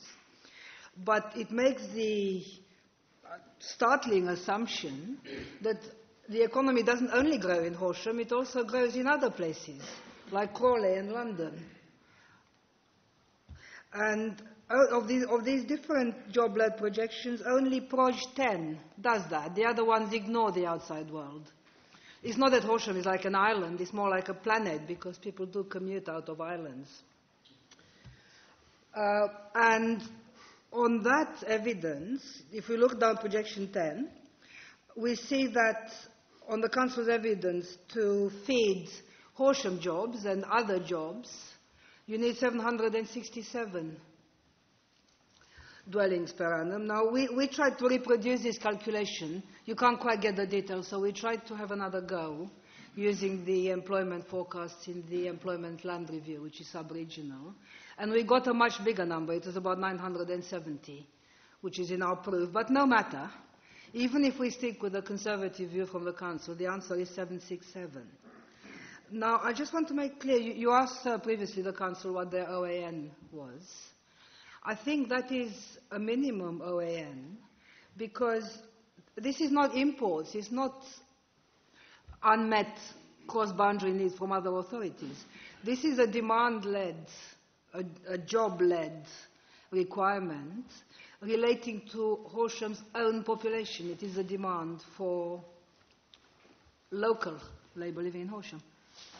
So it seems to me a minimum definition of the OAN because it's a council's own calculation. All it takes account of that the council doesn't is the fact that there's job growth elsewhere. And it's not a one-sided calculation. It does know that also some people commute into Horsham, but more people commute out of Horsham than in. So I think that's very, very important because the 767 is a baseline and it is a minimum OAN on the council's own calculations. I agree with Simon Macklin that overlaps with the market signals adjustment we were talking about before. So I don't know if the 767 quite meets the market signals, but it helps a lot with adjusting for past undersupply. So my view would be that that's a new baseline. Thank you. Okay, thanks. I'd like the council's response to that. Please. Thank you. If I start on this, I think it's firstly worth pointing out in respect of this table that it looks at 5 different scenarios for employment growth based on forecasts both by Experian and by Cambridge econometrics. You can see the impacts that the commuting assumptions have through comparison of projections 9 and 10, in that those use the same effectively jobs lead into the two. The key driver of why that particular forecast is higher than the others is that the jobs in that forecast were higher in relative terms. We have, I think, before us a range of different economic growth forecasts. And can I just refer you to the NLP assessment, if I can? Mm-hmm.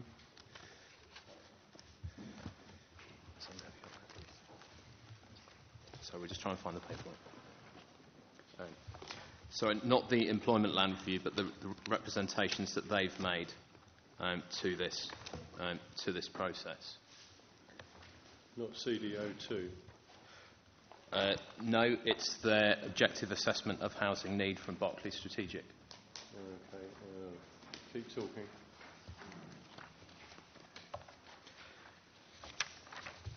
I don't know, didn't I?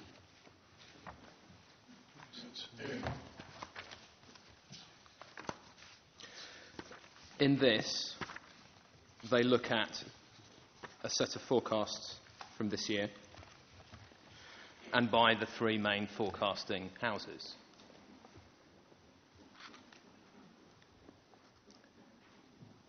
So I'm on page 36 of their objective assessment of housing need and market signals. Okay, I'll keep talking. I'll just take the reference and look at it later. Okay. What they do is they look at the 3 main forecasting houses. Experian forecasts an average of 635 jobs a year in this district. Cambridge econometrics forecasts an average of 218 jobs a year. And Oxford Economics forecasts an average of 425 jobs a year. So we have one forecast from Experian, which is forecasting, in effect, 3 times the amount of jobs growth as another forecasting house. Yeah. All at the same date, the same time. And it just shows that, I think demonstrates quite clearly that economic forecasting is by far from an exact science. We have a factor of 3 in there in terms of forecasts prepared by different companies at the same time. That document also sets out the past employment growth in the district as well. What it does is it triangulates the various data from those forecasts that I've just mentioned and looks at what jobs growth we've seen in the past. That past jobs growth is about 200 a year, according to that assessment. And I think that's the particular challenge that comes with looking at jobs growth. What level of jobs growth is realistic, and the challenge that the Council has been grappling with. I'd like just to make one other point regarding the Barton-Wilmore report, if I may. One of the things about this exercise is that you have to make a number of assumptions in relating growth in jobs to growth in housing, in population and housing. And most of the reports you've got in front of you make assumptions about a fall in unemployment as the economy recovers and an increase in employment rates moving forwards, not least because of the changes that the government is introducing to state pension age over the period to 2020. Barton-Wilmore's figures don't take account of any of that. There's no assumption on reductions in unemployment, and there's no assumption on increasing employment rates to take account of state pension age changes. And those factors, as I came back to earlier this morning, is another set of factors in that report that serve to inflate the assessment of housing need. Yes, but I mean, okay, I take all that's.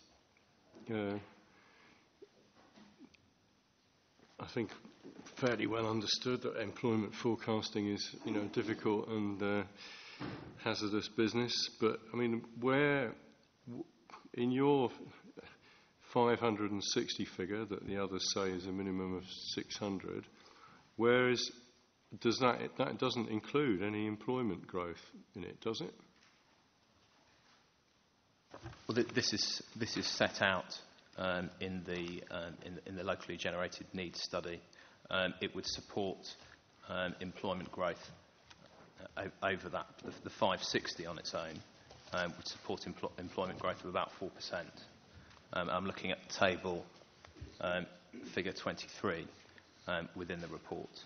The 650, which is what the plan is based on, supports a higher level of employment growth, equivalent to. So, all right. So just so everyone, including me, are clear about where your employment assumptions are within the 650. Yeah. So you're saying that does allow your 560 figure. Yes, is a demographic needs figure which includes employment growth? The demographic needs, well, you can see the relationship between the growth in population and employment in table 23 and 24. So by comparing the housing numbers to the employment growth in the right-hand column, you can see the relationship. Okay, so you're allowing for 100, you're saying there's 100, if on the, let's take for the sake of argument 593, projection 1. Yeah. That allows for 191 job growth per annum. It does, and if you look at projection 8, where the housing number is 653 in that instance, which is where the plan is in terms of its level of housing provision, that supports employment growth of 274 a year, 5,500 over the plan period. Yeah, okay, but the 650 figure is also to provide for other adjoining authorities' needs. It is, but the houses that are built are occupied by people that will live here, who don't necessarily work those people could you support the growth in the labour force here. Well, okay, I think there'll be a few comments about that. I mean, so just going back to the figure, well, even your 560 figure, okay, which is what is nearest to projection 2, 552, and that's allowing for 131 jobs per annum, right? Yeah.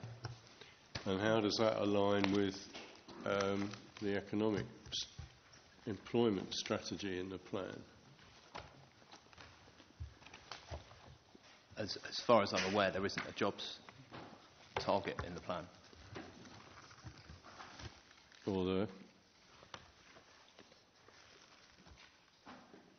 Well, so your policy seeking sustainable employment development is based on an assumption that there'll be just 131 or so, maybe slightly more jobs per annum.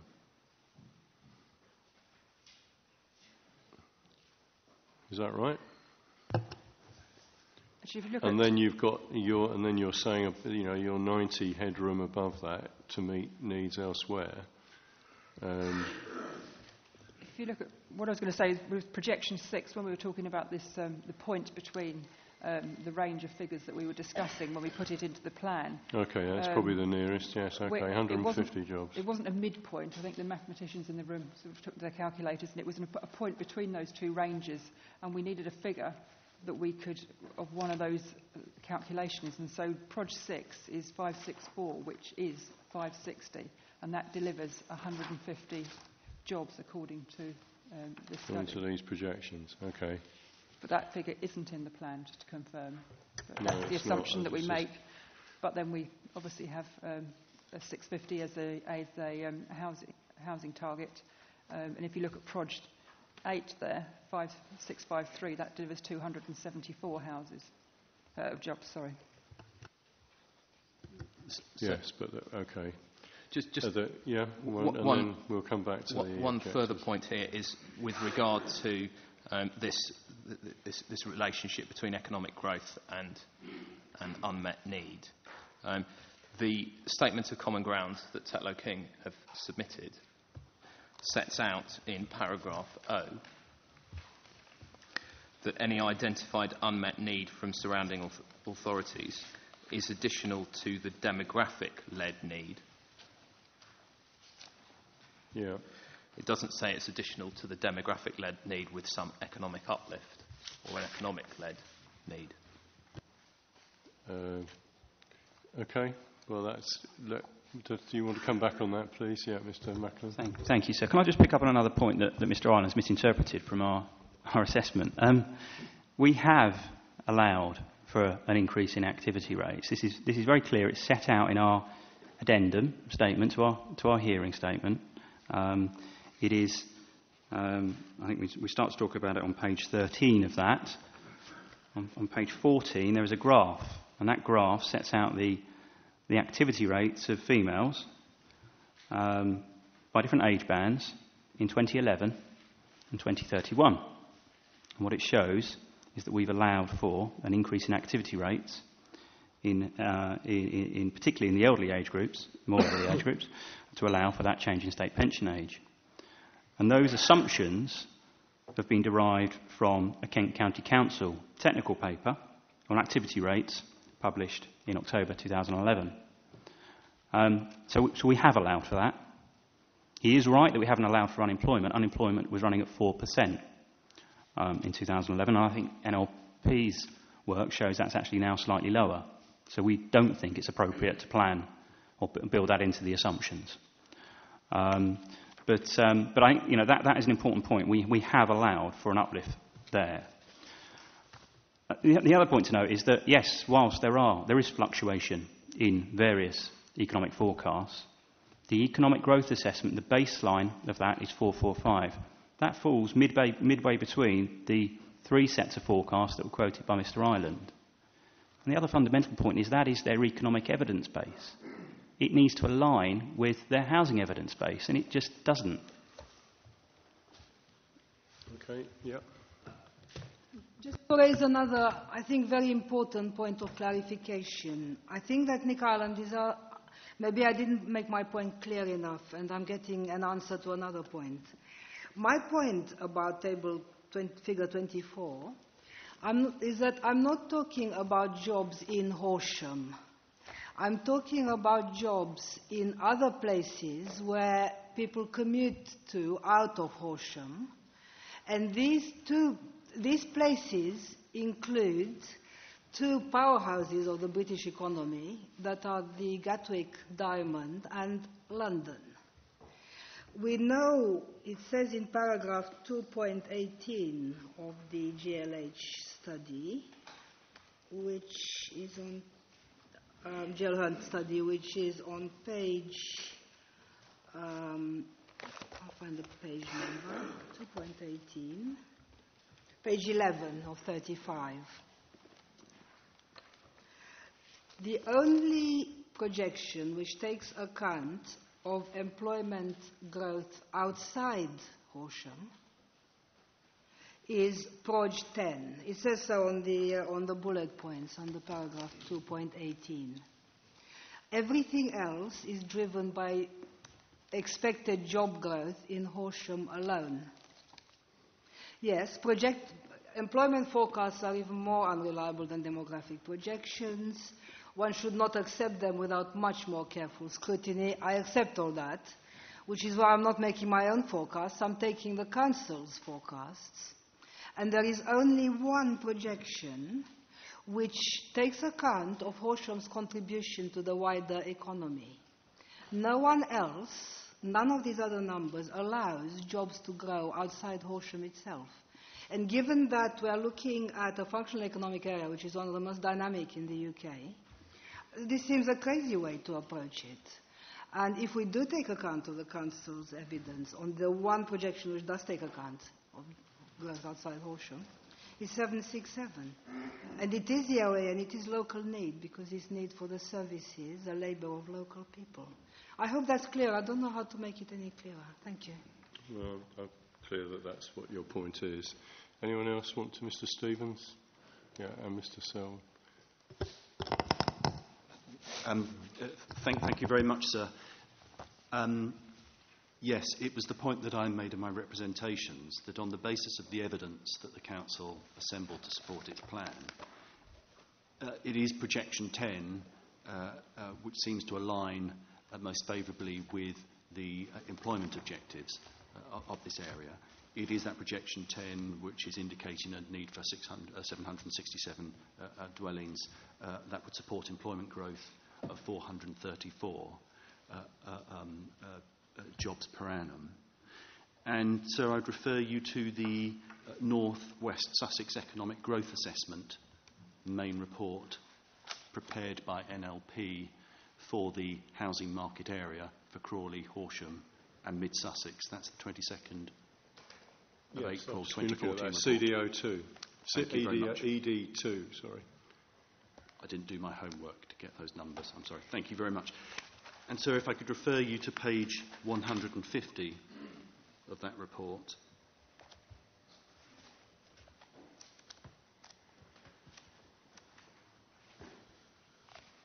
Yeah.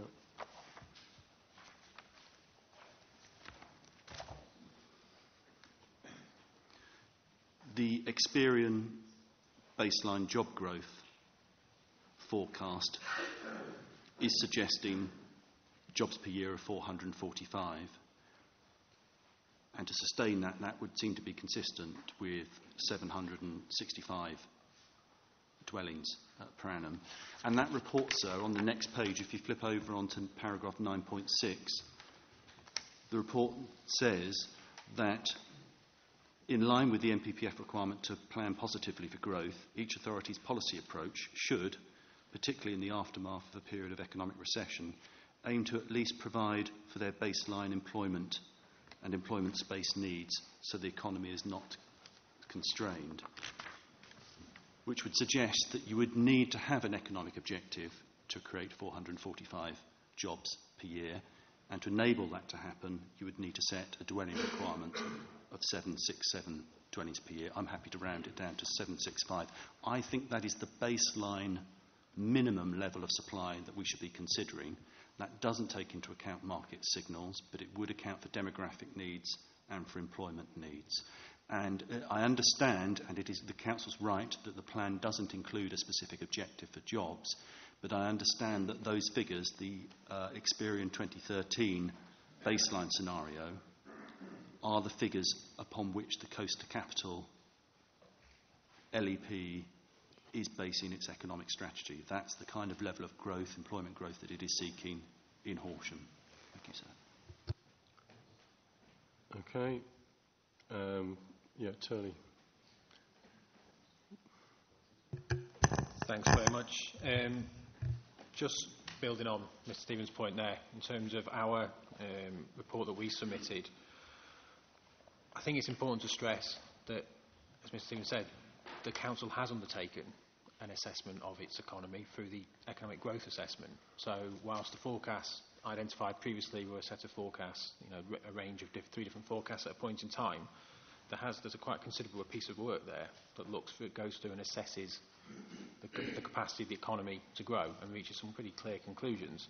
We've set out in 6.22 of our report, and I'll just surmise, but the economic growth assessment stresses that the Experian May 2013 scenario, this is quoting, effectively provides an indication of the base case position drawing on macroeconomic forecasts, and it's reflected in the conclusions at paragraph 7.73. This base case position effectively represents the minimum objectively assessed need for employment land that each authority should seek to plan for to support economic growth within their local area. It does also go on in section 9 at paragraph 9.28 to say, in regard to the other two scenarios, analysis undertaken as part of the EGA suggests that the potential for future job growth in Horsham could be even higher than this base case position if particular plan-led or site-based opportunities are pursued. The district is well placed to capture higher value economic growth opportunities, such as those promoted as part of the Let's Growth strategy for the heart of the Gatwick Diamond, in light of its existing concentrations. There's a clear economic message building on Mr Stevens' point there.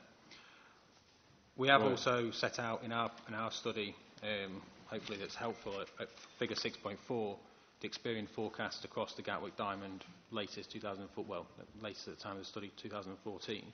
And that clearly shows across that whole Gatwick Diamond area very strong levels of job growth. I think that's an important context when we actually look at considering Horsham within that functional economic geography. Okay. Obviously, the work we've done also identifies a need for higher level of housing, and bringing it back to the table in the local needs study, 2012. My interpretation of that is similar to those presented before, but my understanding is that projection 10 actually allows for the same number of job growth as projection 9 in Horsham, so that's 7,500, with the additional aspects picked up in terms of commuting outside. So that 7,500 jobs, even sitting underneath that 767 figure, is lower than the baseline position adopted and recommended in the economic growth assessment. Okay, Base Barton Wilmore, and then I'll come back to the Council, please. Yes, thank you, sir. Just to make the point that we obviously are still in the realms of objectively assessed need, and although we find this 445 jobs per annum in a paper that deals with employment growth assessment and strategy, that is the policy off position.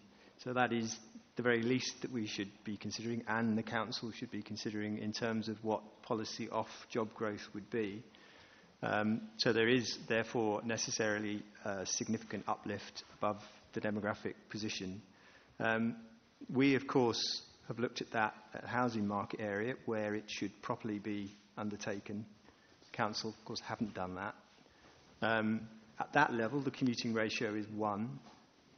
So there is no, as it were, that the HMA consumes its own smoke at that level. At the district level, just to cover those commuting points, we, as Mr Macklin said, we took a view from 2011 census, 2001 census. The commuting ratio was pretty much the same, so that's the ratio we used in each district. If it is Horsham's plan to influence that ratio by perhaps reducing out commuting, that's policy on, not policy off.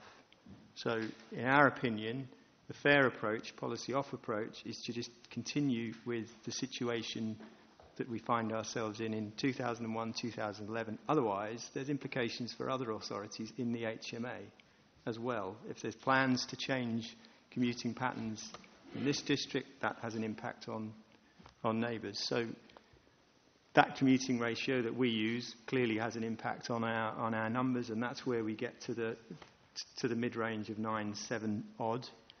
And of course, we produce that figure independently of PBA, and they come up with the same figure, looking at exactly the same baseline employment forecast. So I would say that that adds extra weight to the work we've done, rather than, as has been suggested, that it has errors in it.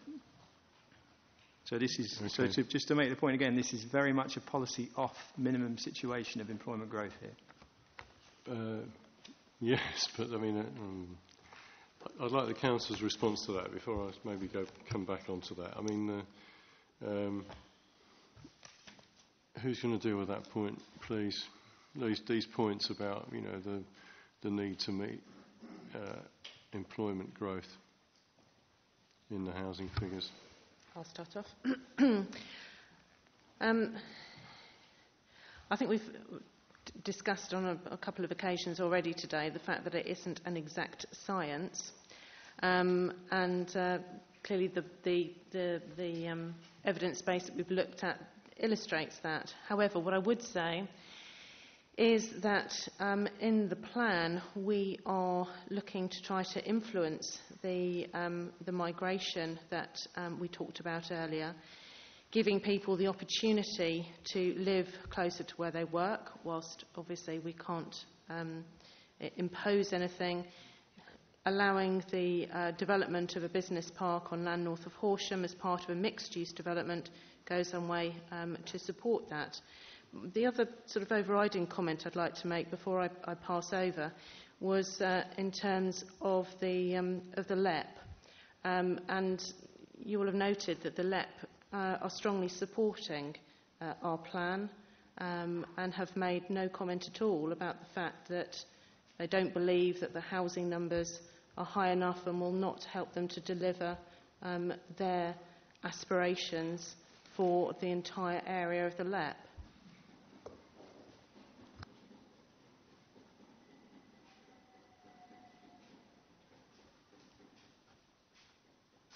Any other comments from the council on the economic forecasting? Sorry, Mr. Selwyn, isn't it? Thank you, sir. I'm not a demographer, but I do believe in internal consistency within a plan. And I think that is a fundamental flaw.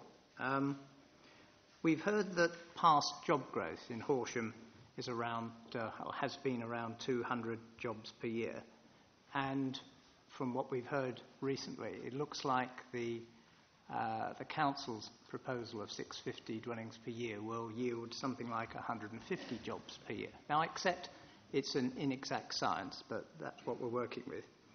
Now, the preamble in PS4 discussing Policy 7 of employment says has been prepared to enable Horsham to take a more proactive role in capturing the significant economic opportunities that are anticipated to arise in North West Sussex over the next 20 years. So it seems to me that a housing provision which allows a lower level of job growth than has occurred in the last 5 to 10 years is internally inconsistent. It is throwing the gears into reverse and will actually frustrate economic growth in Horsham. Sorry, I think the figure quoted there was wrong. The figure for the level of employment growth that the plan would support moving forwards is rounded 275, which is above the 200 that's been achieved in the past. Well, that's so then that's job growth in Horsham, but which I suppose what are you saying that those jobs could be taken up by Crawley residents, or I mean the headroom that you've got is to meet needs elsewhere as well, isn't it? So which we're coming on to. I think let's move on to that. Because we've got that limited 90 houses. If you're saying that you're going for 650, that supports job growth of 250. Okay, but it doesn't support anything, meeting any needs from any other adjoining authorities under that scenario. Is that right? So that's not what we're saying. All right. Well, I've misunderstood it then. So can you explain it again? The 90 headroom will support growth in the workforce in this area, and the expectation is that some of those additional people may work in this area as well. I think that to me would be a reasonable assumption. The unmet, in essence, the point is if we all start with, if everywhere starts with demographic projections, if one area can't meet its demographic projections, those there is therefore an unmet need which could be met in another authority. But by meeting that in the other authority, it will support growth in the workforce in that other authority as well. So we're at cross purposes here. Mr. Boyle, do you want to make a contribution here? Quite right, sir. We are all at cross purposes, deliberately or otherwise. The 560, the Council have hung their hat on that as being their OAN. We know that's derived from their demographic exercise. Other people have disputed whether that should be 560 or some other figure, 600, etc. What it isn't is a demographic plus employment, has already been established. What it provides for is 150 jobs. 150 jobs is not 200, it's certainly not 445. The 650 provides for 274 jobs. But the 650, if it's derived from demographic plus employment, i.e. demographic plus the employment uplift, allowing this gentleman to rely on the 274 jobs, becomes the OAN. So there isn't a 90 on top. It becomes the council's OAN. That's not taking into account the affordable housing. So it's a demographic plus the employment uplift. We haven't yet got to affordable housing, and already his OAN is 650. The moment he relies upon the 274 jobs for Horsham, he's telling you that his OAN is 650, absent affordable housing. That's not the council's case. Well, he just said it is, but marvellous. I think we need to go back to the council on that. Marvellous, because if that is the council's case, then they've told you that their OAN is not 560. Their OAN, ignoring affordable housing, separate matter, their OAN is now 653. If they want to stick at 653 for the OAN, that suits us very well, because if we then add a further 90 on for this contribution that they've been talking about for other people... Well, we haven't even looked at what that is. I mean, are you saying that the jobs uplift at 264 per annum is going to help meet the needs of other authorities, say particularly Crawley? That is correct. 560 is the OAN with 150 jobs. 650 is the housing target with some headroom, and that would deliver 274 jobs, of which some would be for Crawley, for people for Crawley who are being picked up in the duty to cooperate headroom. Well, that's where the inconsistency comes in then, because you can't have a 560 providing 150 jobs and then stop at that point, because the PPG says you then need to take into account uplift for employment, affordable, etc., but just on employment. If the headroom is an other district need headroom, you can't count it again as providing for your uplift for employment. I mean, it's not adequate anyway, because we know we're looking for 450 jobs. But setting that point aside, you can't double count it in that way. Have you got anything further to add on this? Just simply by saying that I think that the way doing it that way does, in effect, double count. Because if you are, say you take an area that is delivering, where the baseline is, say 500 homes. There's an unmet need from somewhere else, so it decides that instead of providing 500 homes, it is going to provide 700 homes. if it doesn't uplift the jobs figures in those, or its provision for employment in those instances, where are those other 200 people that are going to, or 200 homes, the people living in those 200 homes, going to work? You know, it's not a case of, I think, you cannot look at it in those terms.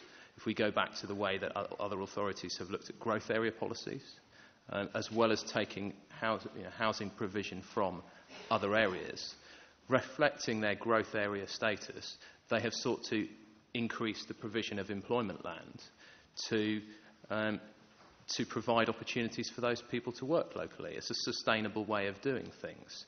We are approaching this issue in exactly the same way. Approaching completely back to front. I think that's my point. That is sort of the other way around to what I'm thinking. I mean, just a minute, because I really need to understand this and to understand the differences between you. But in this instance, the answer to your question is Crawley, isn't it? Where are they going to live? Or where the jobs growth, it's meeting some of Crawley's unmet needs. That's where the employment is. Well, my understanding of the council's and we heard yesterday. strategy. Sorry, just to finish. We heard yesterday that there's an issue about possibly, Crawley's employment growth being constrained. I don't know if you were here for that. Yeah, I understand part of the issue. There is an issue around employment land provision in Crawley. The council also has an aspiration to deliver higher quality jobs within the district, which is clearly set out in the plan, with the aim of allowing people to work more locally. Okay. Do you want to get anything further you want to add? It's going to be repetition, sir. You have set out in your agenda a sequence which pretty closely, setting aside the Margaret signal point, follows the PPG guidance, and that is you start with the correct demographics. That's your first 3 bullet points taken together. You then adjust for employment, market signals, and affordable housing. That together gives you your OAN. You then look to see if you've got some headroom in your capacity to provide for somebody else's needs as well. What the authority are now telling you they're doing is the 90, which is they claim somebody else's needs, is to be taken into account as an employment uplift for themselves. That's putting the last stage into the first stage. Okay, there's some other boards up. Very briefly, please, if you've got... So, quick point of clarification just to help you. Figure 24, we've been talking about a jobs growth figure of 274 in projection 8. That assumes a 1-to-1 commute ratio. The commute ratio is 1.24. Horsham's a net out commuter. That would come down. So it's not right to see that as a jobs figure. It's a labour force figure. The jobs would be lower on that basis. Yeah. The other thing is, and I don't know if I can, the only way I can help you is pointing to our evidence, because, of course, we can only establish this if we look at the whole housing market area. And that's the appropriate way of doing this, looking at the needs of Mid-Sussex, Crawley and Horsham on a demographic and economic and a market signals basis to establish the overall objectively assessed need in the housing market area. It's only when you've done that can we then have discussions around how that's distributed. Well, okay, but we are where we are, and somewhere or other, I mean, what are you saying, that I should suspend the whole examination and wait until Mid-Sussex come out with their figures? Well, it's Horsham's responsibility to establish the full objectively assessed need of the housing market area. Well, they say that they've done that. Not of the housing market area, they've only set it for Horsham. Well, there's evidence for the housing market area. There's no evidence that I've seen. Well, there's the economic growth assessment that's a joint study, and there's the strategic housing market assessment that has been taken, the 2009-2012 update and 2014 update that has been taken as a North West Sussex area that we've undertaken. Well, that's for affordable housing, though, isn't it? Well, the 2009 is a SHMAR, and the 2012 update, but the 2014 update is not just a SHMAR update. If you look at what it delivers in the executive summary, it is more than just a affordable housing update. I would take issue with that. it doesn't go through the steps of the PPG in establishing what an OAN is. No, there is no evidence here that does that. All right. We are where we are, and I mean, there's also this policy on, policy off point, but then some of this is policy driven anyway, isn't it? I mean, there's this goes back to this migration trends point and what happened. Some of that is policy driven, and some of the employment figures are policy driven. I mean, there's the council said what they want. I mean, they are saying they want economic growth. So I'm trying to make sure that somehow or other they're aligned on what these figures are. And there's a board just gone up. Is that about economics and the employment-driven area? If I can be bold, like Mr. Selwood, I've managed to avoid being a population modeller in my career so far. I've been sat here now for 4 hours plus. In my mind, my client will ask me, what has been resolved today and where are the difference of opinions in response to your matters you've raised? I see there's a fundamental difference about are we working to 2008, 2011 to 2012. We haven't resolved that. I haven't heard where the difference lie or that's been resolved. I haven't heard job growth. Are we 147, 247? Does that include Crawley? Does it not include Crawley? Then there's the headroom. Is 90 the right figure or not, which is another hour, 2 hours perhaps as well. We are where we are. You're absolutely right, sir. But if the OAN is fundamentally wrong, that is where we are, in my view, sir. And that leads then to a review of the council's case and the OAN, a review of the numbers and the sites, etc. Go away, do it properly, look at the HMA. The alternative is, and this has been a bit disrespectful, and I don't mean it as such, we can carry all the way through, and you may conclude in 2 weeks' time, after hearing the whole 3 weeks, that the OAN is unsound. And that is even worse in a way, because I would suggest next week we need to understand what is the number we're looking at when we look at North Horsham, when we look at South Horsham, etc. Yeah, well, that's a fair point. I did set out a statement about that, recognising that I could go home tonight and send in a letter tomorrow morning and say the exam's suspended. I mean, but I'm spending time on this, and this is taking more time, but to try and at least get a feel for that. And then I was going to continue with the other sites because that could actually it might certainly inform the capacity side of it, which is what we're just about to go on to, and that's what I agreed. I said I didn't get too many. I think people are lined up to be here, so I mean I've obviously got to resolve this, so that's why I'm spending a bit of time on it and giving everybody a chance, albeit it's taking quite a long time to come to give their opinions about it. So that's why I've decided to proceed on that way, and that's why I'm taking such a lot of time over it. But clearly there are a lot of divergent opinions here. Both on your side that the number's too low, the OAN number's too low, and on the other side that it's too high. Now, okay, I mean, has anyone got anything else? I mean, I've got the representations. My let-out, I suppose, if you like, is written representations carry equal weight, but I'm trying to, use the expertise around the table to get all the views and get all the evidence I need. And now I've got people complaining that they want to speak about this. Sorry, sir, if I could just respond to that. Sorry, I know others want to speak. One way forward could be, rather than the council saying we are right because we've taken the view we have, and etc., timing of the forecast, etc. Maybe the way forward to help you, sir, would be to get the council and the 4 or 5 main people around this table to give you a summary table of, if you take the 2008, 11 and 12 and the different 3 or 4 scenarios, what does that actually mean? Well, yes, okay, except, I mean, that might be helpful. If anyone wants to produce that for me, that's fine, because I can still be carrying on with the examination. I mean, I've got to go away and come to a view about all this.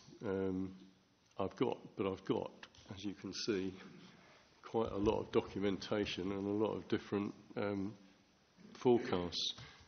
Mr. Selhurst, yeah, what your getting agitated. What's no, it's what's just the a problem? couple of points that a lot of what's being said here is in the documentation, and you said you didn't want to go through what had already been presented to you in a written form. And so well, yes, but then where is the point is for it to be discussed and disputed, so that I can come to to an understanding, like as we've just done with Mr. Boyle and myself and Mr.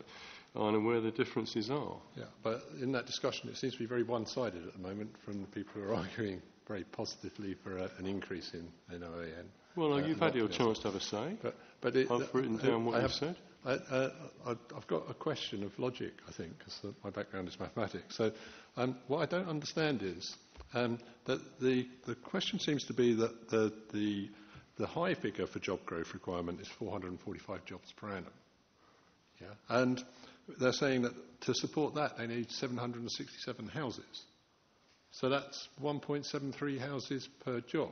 So these people are earning phenomenal salaries. Is this correct, or am I missing something in the logic? No, I think that's additional. Yeah, I mean, you've got to add in the demographic need as well. Yeah, but the 650 houses presumably has got probably on average somewhere around 1,300 working people. So that's 1,300 extra jobs that need to be created to support those houses. No, you're missing something, because there's demographic increase as well. Yeah, but the demographic increase is just the natural growth of the population. That they will require jobs. There's a demographic growth. Yeah, and there's a corresponding growth in jobs. Would you like to? Yeah.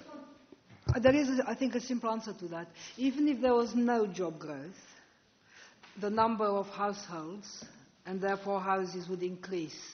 I think even if there was no population growth, the number of houses would increase because of the aging of the population. Older people have smaller households. Even despite all we said about the recession and everything, households are still getting smaller. Overall. So even if you had no new jobs, you get quite a lot of new houses. So this is on top. That's why that ratio is so bad. Could I make another take? No, because you've had quite a long... It's logically incorrect. If there is no population growth... but there is. Over a 30-year period. No, but she was saying that if there wasn't, you'd still need housing growth. But if there is no population growth, you don't need a growth in housing, because over a planned period of the expected lifetime of a person, then you're going to have the correct number of houses. So there will be times, obviously, during that where there's a cycle of up and down in housing, but overall there will be no increase. So that's completely illogical, I'm afraid.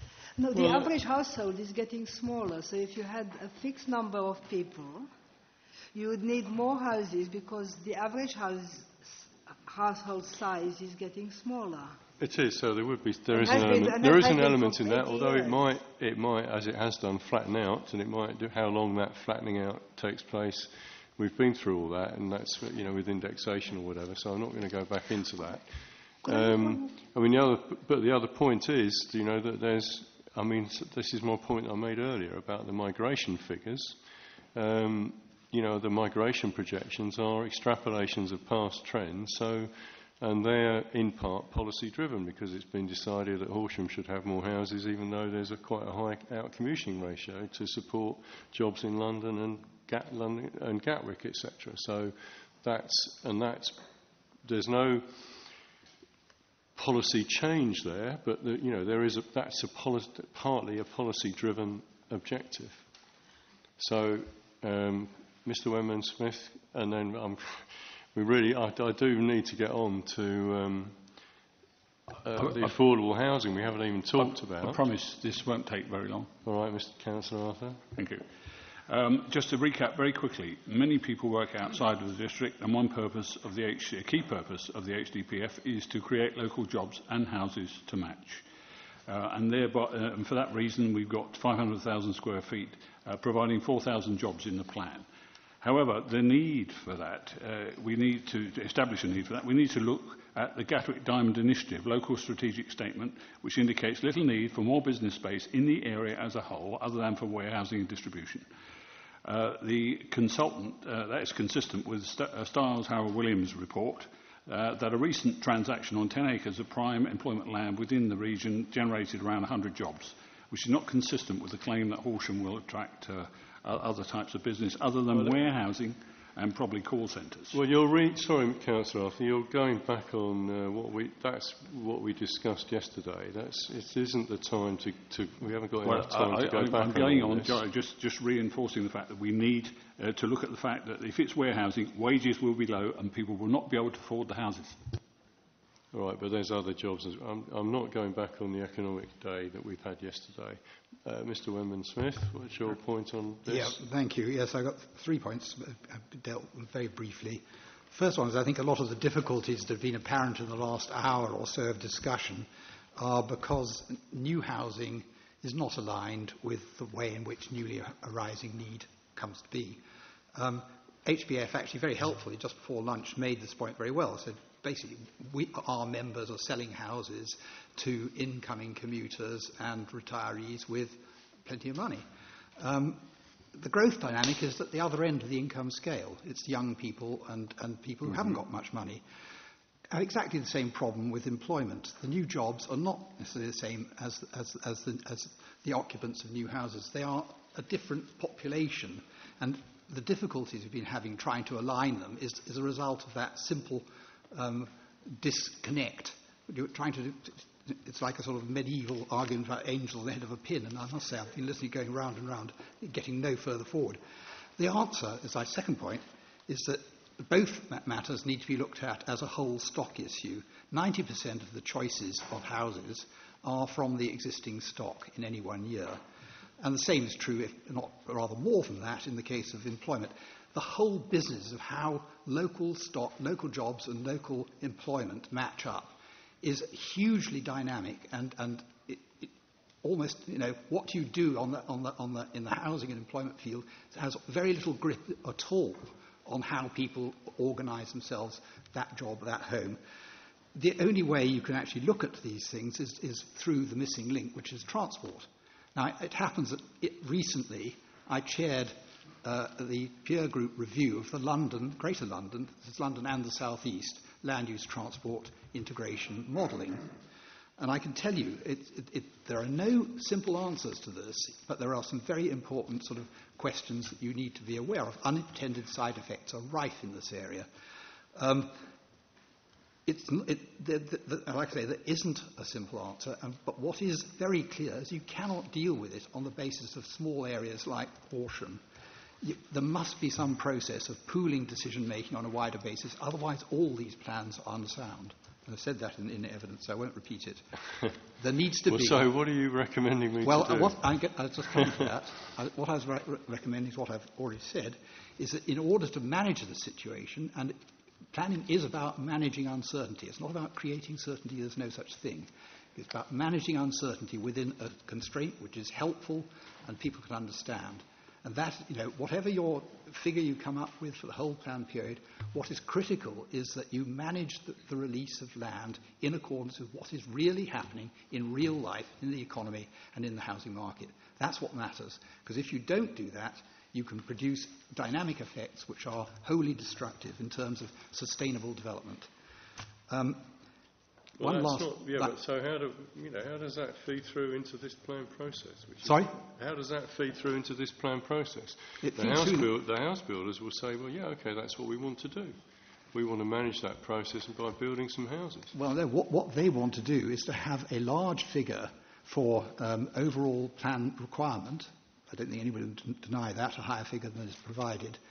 And they want the 5-year supply to be some proportion of that total requirement added to, if possible, by as much as possible of any backlog they can come up with. That's what I call the fire and forget approach. It means that you cannot adjust the actual delivery of housing, or housing land, which is the only thing you actually have any control over as a local authority, in accordance with what's actually happening. That's what they want. What they should have is clearly a view about how much land it could be expected to be used over a 20-year period. Knowing that, we cannot be certain. And that what we must do to manage the process, to make sure that the pattern of development is sustainable, the dynamic needs to be moving in the right kind of way, which means looking after it on a year-by-year basis. Now, I've made that point already, so I won't make it again. But what you haven't made is a point to me about how you think this plan should be changed. And the council's put a figure in. They've made some allocations. I've got to decide whether that's right. I've got varying views. Some people say the allocations are too small. Some say the figure's too small. Some people say it's nowhere near it. It's way too much. I've made the point already. The critical thing is not the quantum of housing you think might be necessary over 20 years. It's how you manage the release of that land over time. Because if you release it all at day one, it produces a very different end result from if you release it in a managed kind of way over time. But that wouldn't be NPPF compliant, would it? Sorry? That wouldn't be NPPF compliant. I don't see why not. Because the NPPF requires, the council to identify their housing needs and provide for them. But the NPPF also requires them to have regard to market signals. And what I've said again, which we're trying to talk about. But exactly, it was what I'm trying to talk about as well. Because market signals are not a one-way street. Market signals, if there's not sufficient effective demand in the system, either from public money or from private money, there will not the amount of land will not correspond to a funded level of housing output. If that happens, the whereabouts of housing will take a very different trajectory from the trajectory that constitutes a sustainable pattern of development, which NPPF requires councils to positively pursue. But the evidence, I've had counter-evidence for that just before lunch, when helpfully several people said that they didn't foresee any problem with managing demand and providing housing at a higher level than is identified in the plan. It was. Now, as I said, they might say that anyway, mightn't they? But that's the evidence. That's the evidence I've got. Yeah, well, the and I've got to take it. I've got to take it in good faith that and we've got how many people here? Yeah. All house builders, all saying that they want to build more houses in Horsham. That was my third point, which is that you cannot assume that the sum of developers' aspirations is a viable quantity of housing. That's a good. I understand the point. So, certainly. I don't need labourers in that case. They would say that, wouldn't they? So yes, that's 18A, I think, isn't it? Question 18A. We're still on question 16. We are. You're making me feel very inadequate, Mr. Boyle, that I'm not managing this process very well at all, but I'm doing my best, I can assure you all. It's, as I think everyone's realising, it's not actually that easy to do this, and actually doing it, I take very well the points, doing it at a district level probably is even more difficult than doing it in other fora. Affordable housing, can we please have a few comments about that? We've already had some, and then we can and we've still got the other needs, so that we can sort of say, okay, well, I've heard lots of evidence, then I go away and have a think about, what the need should be, but then we go on to 18 and 18A, as Mr. Boyle's just said, about counterbalancing the need. Can it be met within the area? What are the constraints? We've already had comments, and we've got the affordable housing projected figure from the Chilmark study of 260, whatever it was, to 404.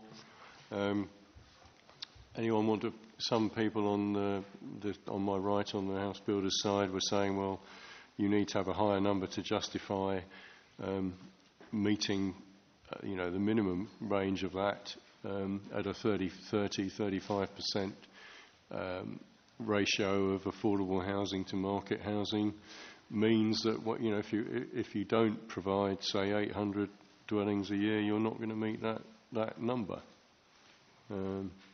Mr. Boyle, you've really covered the point, and it's a relatively short one. The previous work had a range of 181 to 260. And the council has a corporate strategy to deliver 240. And if you are to meet that corporate strategy, obviously that's a mid-ish point between the 181 and 260. If you were to meet that corporate strategy, then you're in and around 800 on the percentage assumed. that's actually more than the 730 ceiling that we've taken from the SA, and so that's just simply the point to be recorded, that the affordable housing uplift would take you above your ceiling, and your authority becomes an exporting authority rather than one helping out somebody else. With the new information, the Chilmark work, the range has gone up 225 to 404. That might well indicate that the Council should be putting up its corporate strategy, because it's no longer a very good midpoint at all. 225 to 404, the midpoint would be 300 and something. But it also indicates that even if you stick at the bottom of that, the 225, at about 30%, you need to have about 750 odd units to deliver that. And again, that indicates that there should be an uplift following the PPG. 750 is in excess of the 730. I know other people argue for 730 being not the ceiling, but we've stuck at 730 as the ceiling because that's what the Council has assessed to be the ceiling. Okay. Do you want... is there any elaboration on that point? I would certainly agree with the points made by Mr Boyle. I would also flag up that... Speak right into the mic. Flag up, based on our previous representations, that we would support the figures towards the upper end of those scenarios, the 382 to 404, for a number of methodological reasons, not least that they're based on gross household formation rates, which is important when you're taking into account supply. The PPG specifies that. I think it's also important, going back to figure 19, and there's some useful information in here. I mean, that sets out for Horsham that 63.4% of households are unable to buy in the authority, and 45% are unable to rent, and I'm fairly certain they're linked to either lower quartile or smaller rented accommodation. So that's the bottom end of the market. I think that's quite telling, and I think just linking it to some of those conversations earlier around migration, one obvious output of those impacts of percentages unable to afford is that inevitably it's the younger households, it's those households looking to buy for the first time who are priced out of this area, and that has an impact on the level of job growth that can be supported in an area. Okay. One more board, yes, sorry. Name, please. It's Stephen Hinsley of Teklo King. Okay. Oh, yes, sorry, King. Yep. I mean, the first point I'd like to make is the methodology that's used in the Chilmark report. We have problems over the existing need and how that's based on a very restricted waiting list, and that doesn't capture the full range of need. I'll probably come on to that in later questions. But I think the point is that even on the Chilmark work, the need figure has gone up, as Mr Boyle has said, and not only have the Council not taken the opportunity to change their corporate aspiration, but they haven't made any changes to their policy approach to deliver more affordable homes, and I think that's a point that goes to soundness. Okay. Looking at your question, I've looked at... I took your question to mean what would happen to the overall housing requirement if we started to look to meet what the real need figure would be. Yeah, that was the point that had been made to me already, yes. And so if we look at... We did an assessment, you'll see in our evidence, of a range of need which was between 302 and 364. We believe that should be higher. And we based that on the way that the SHMA looked at working out the affordable need in the work. And you can see the update of that in table 9.1 of our report 1. Okay. The housing figure to achieve that 302 to 364 would be a housing requirement of 863 to 1,040. As a means of comparison, to achieve the 404, the highest figure in the Council's work, it would be 1154. That's assuming an average of 35%.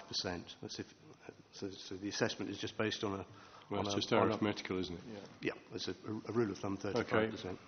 And the final one for comparison is the 975, which was the pragmatic figure that Mayfield's has, you will have heard earlier, and at 35% that would deliver 340 affordable homes. Okay, well, the numbers sort of just follow on from each other, don't they? Yeah. I can work that out. Okay. How does the council respond to that, please? Yes, thank you, sir. I'm the Strategic Housing Manager for the Council. My name is Andrew Smith. I have responsibility for housing strategy and enabling, and I manage the housing options and homelessness teams. I think one important point to make at the beginning is that 43% of all affordable housing delivered in the past 5 years has been through land-led sites. So when we're looking at affordable housing delivery as a whole, we are not looking merely to deliver our need through Section 106 sites. In fact, the Cabinet has taken a decision earlier this year through the Housing Policy Delivery Statement to increase the strand of affordable housing that will be delivered by RSLs directly, land-led, and to that end we've looked at increasing our funding streams, loans, and using extensive commuted sums for funding. I would want to make a couple of comments on the statement of common ground. 1 or 2 points of accuracy. First of all, this council does not operate choice-based lettings, so where the statement... Sorry, this is the document that we saw this morning from Tetlow King. That's right, the one that's referred to by... I mean, mine wasn't signed, but I think 3 others have signed up to this. Okay. In paragraph 5 in the first section speaks about households on the list who do not bid within a 12-month period are removed from the list. There is no bidding. We don't operate choice-based lettings. We directly nominate households to housing associations for housing very specifically. There's also the comment made that the 621 households that came off the register when we reformed our housing allocations policy last year are still in need of affordable housing. We looked at that. We wrote to everybody on the register. A number of those people were on registers all across the country because at that time, before the Localism Act, there was an open register system, so anybody could apply to any register. A number of them were adequately housed. A number of them had refused a number of offers of social housing. And when we trimmed the register down extensively, the letters of complaint we received, you could probably mark on the fingers of one hand. So when we went through that exercise, we wanted to hone down to the people in this district that we really had a duty to house. So that's really the point that I want to make at this stage on that. There's just a couple of points there, but also there is, so far, in the last 5 years, 43% has been delivered outside Section 106 sites, and that is something this Council is committed to extend in the future. Yeah, okay, but I mean, the Council's evidence is, in the Chilmark study, that you need between 225 and 404 affordable homes a year.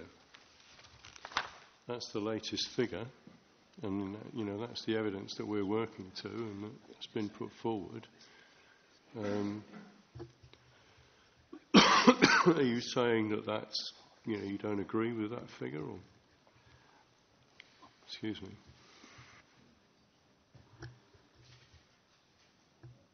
And how's that? How's it even if it's the bottom figure? How's that going to be achieved? The bottom figure is 225 a year. 225. Well, this last year we delivered 239, and we're on track to deliver 285 next year.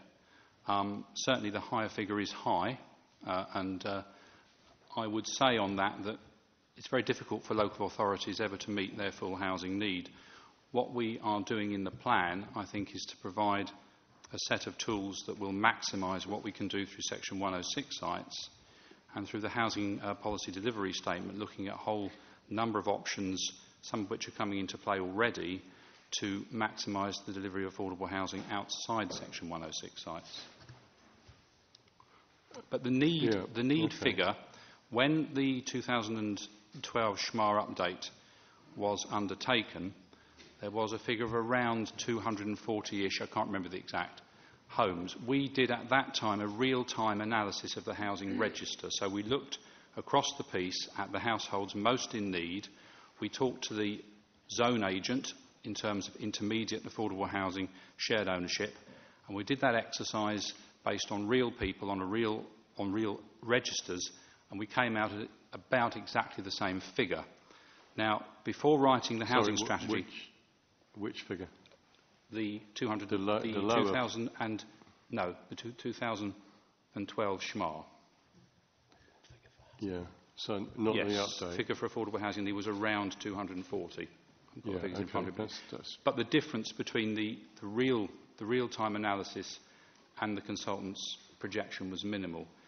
Now, we will be doing another analysis of the register and the Help to Buy agent in terms of all the information we have in terms of people on those registers before the next housing strategy is written, and it will be interesting to see how those figures will correspond to the latest SHMAR update.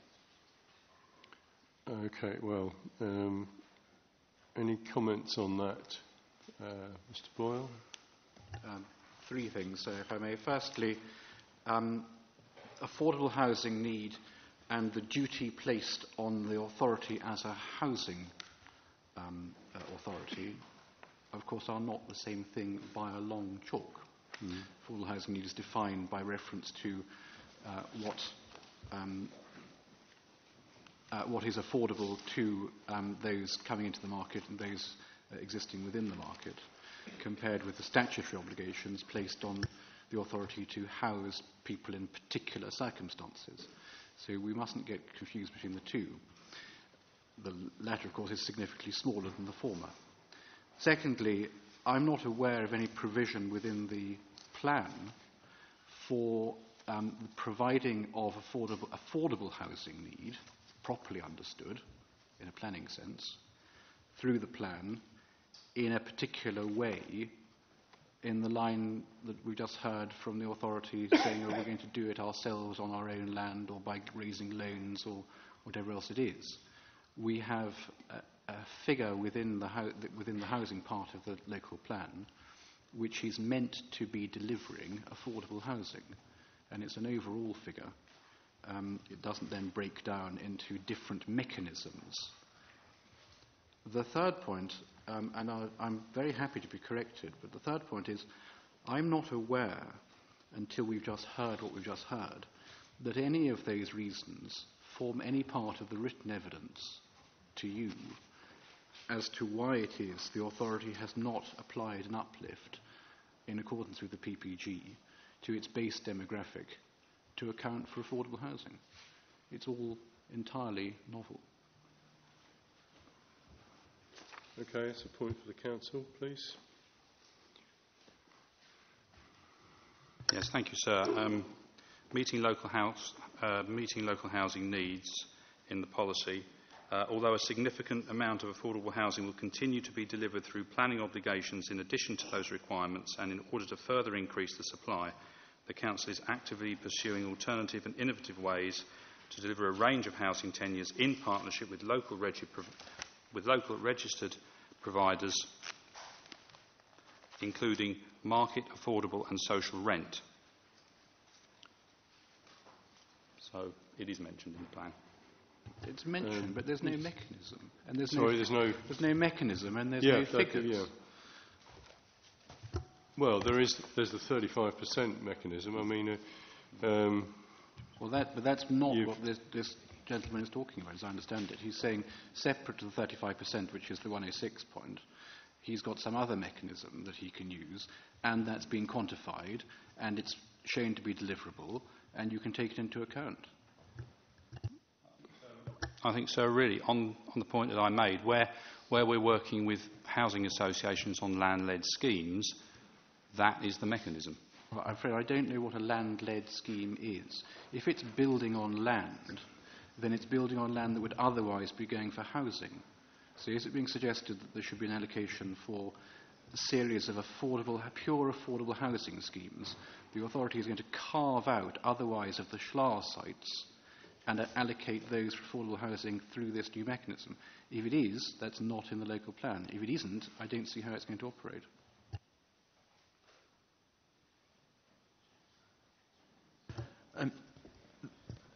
Let's be clear on this. This is No.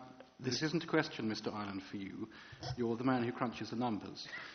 This is a question for the man who's just given us the reason why it is apparently, the authority feels it's not necessary to have an uplift in line with the PPG. I still need an answer.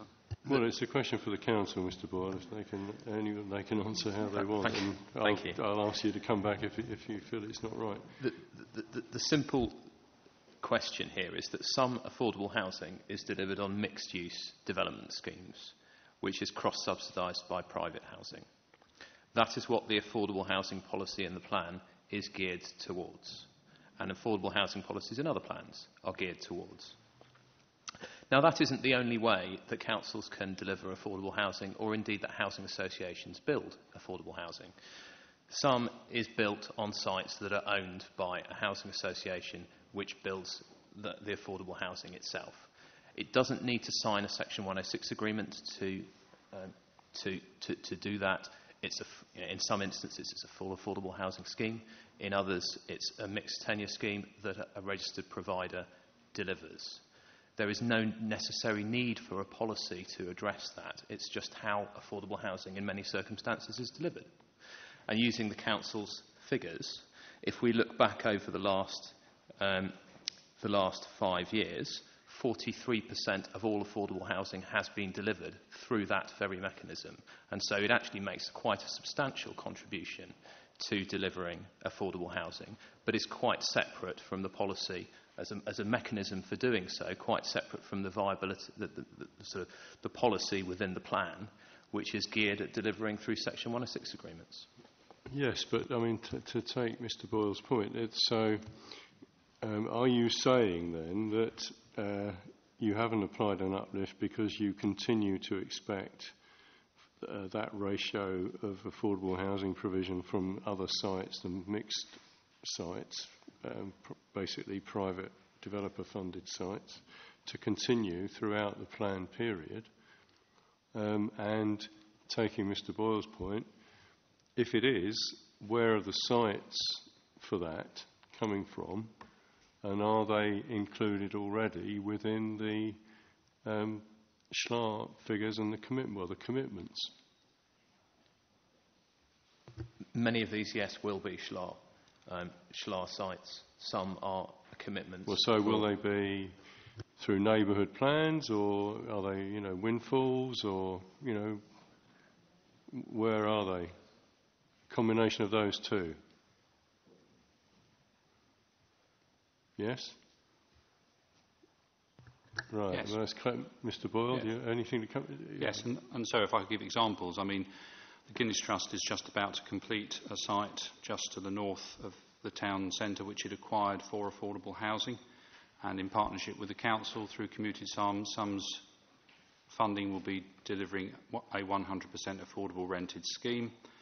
Our largest provider, Saxon Weald, acquired from the county council and the district council a site just behind the station to deliver an award-winning 36-unit scheme for all for affordable rent. And I can give you more examples if you'd like them. Okay, I'm just trying to do some sort of more mental arithmetic here.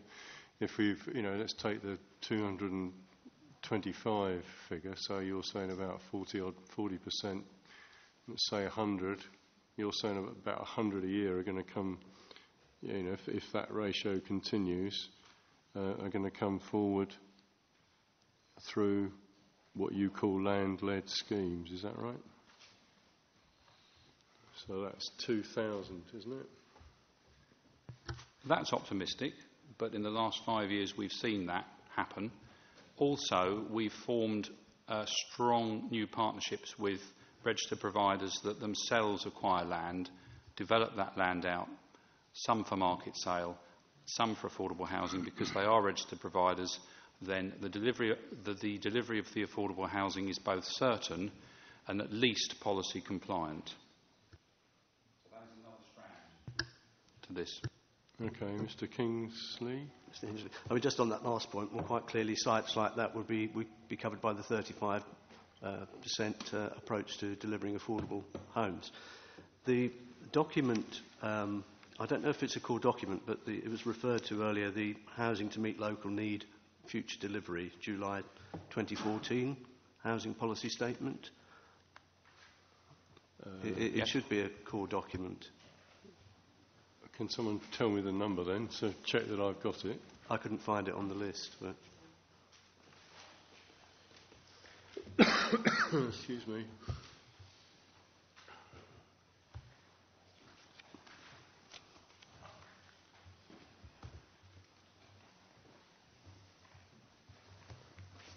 Who produced it? The Housing Department. I think you referred to it earlier, didn't you? Yes, it was a document that was commissioned by Horsham District Council Cabinet. So what is it? Which number? What's the number?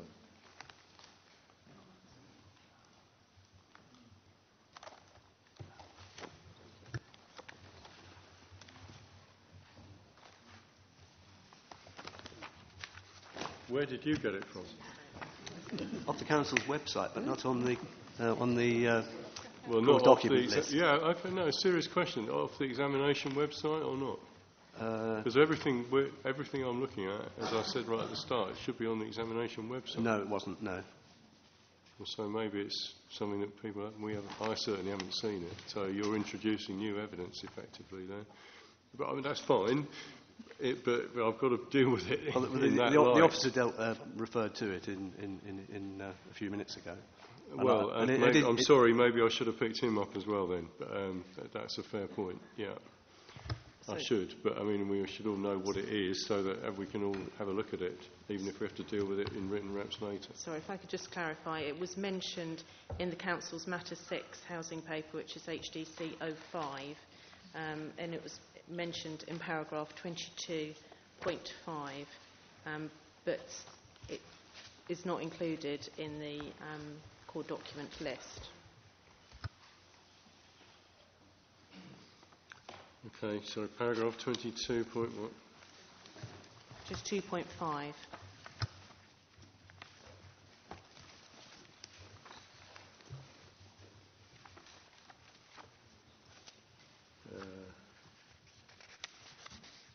Oh, the housing policy statement, okay. So there's been a link to that there in a way, okay. What's your point, Mr. Kingsley? We'll get that listed. The point is that it sets out how they're going to achieve their target, and it starts off with Section 106 sites, and then it goes on to what they say in addition to 106, the points that were raised about these other sources of affordable housing. Yeah. But there's a very short paragraph which covers housing associations take the lead, the point that's just been made, but there's no figures in there at all about how much or where that's going to come from. What I would say is the reference to 43% in the past 4 years, I think there's a very good reason for that. That being a time of recession when there's been a relatively good supply of cash for housing associations, and house builders have been more than happy to do deals with housing associations to provide 100% affordable schemes. That cannot be relied upon, and it is not relied upon in the local plan going forward. It would be wrong to assume that that is going to continue. Well, I'm not sure. Is that right, that it's not relied upon in the local plan? That's a planning question, really. I mean, the point, sort of just to refocus this, the point is, as Mr. Boyle said, do we need, does the need to provide affordable housing through, in the percentages set out through private market housing, mean that one needs to make some other adjustment to the objectively assessed need figure? So that's where we are with this. You're saying no, as I understand it, because a high percentage of affordable housing doesn't come through that mechanism, therefore there's no need for an uplift. That seems to be your point. That is, sir. Okay. Any counterpoints to that? Can we're struggling, obviously, with the figures because this has not formally been put in. No. But trying to work with the best we've got. The Chilmark update gives a table 10, page 59, of affordable housing supply for Horsham and future committed supply. and it's running at, just to run through the figures, 60, 70, 70 and 100 for each of the years 09-10 to 2012-13. Committed supply 624.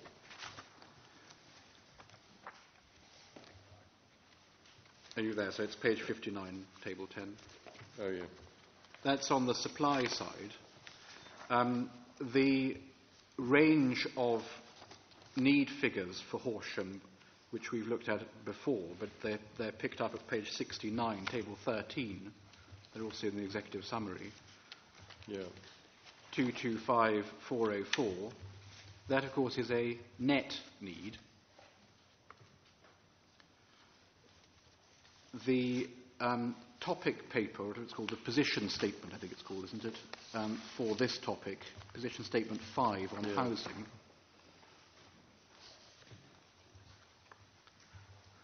gives at Appendix 2 subtotal affordable housing completions 147 for the year 2012-13, building up from, that's gross, building up from 47 or 36 gross and net 2008-2009. All of those figures, as you look across the years, are palpably less than the 225. They chime, however, in terms of the totals, with the total delivery in the trajectory previously referred to. So they are being captured in terms of the Council's numbers, but they're woefully inadequate, and that's both the 106 and whatever source is coming out of this further land-led, as it's put, description of source. We don't have figures that we can sensibly rely upon to indicate that the 35% in the policy, plus whatever this extra source is meant to be, mean that there's no need for an uplift, as the PPG requires, against the affordable housing need, which ranges between 225 and 404. So it would have been helpful, one might even say it is actually necessary for this exercise to work properly, for the Council to have explained these points before today in a written form with quantifiable numbers, that those who wish to look at them can actually explore them. Well, I think that's a fair point, but we are where we are. I mean, I don't know. Do the Council want to come back on that? I think during the years from 2008 to really last year and this year, affordable housing delivery was very slow and very low because of the recession, because of builders not building, schemes that have got planning permission took ages to deliver, and so the need at that time was building up. This last year we managed to deliver through our partners 239 with a prediction for 285 for 2014-15. So this last year you mean April to April, end of March to April 2014? Yes, to March 31st, 2014. So this position statement's not up to date, effectively.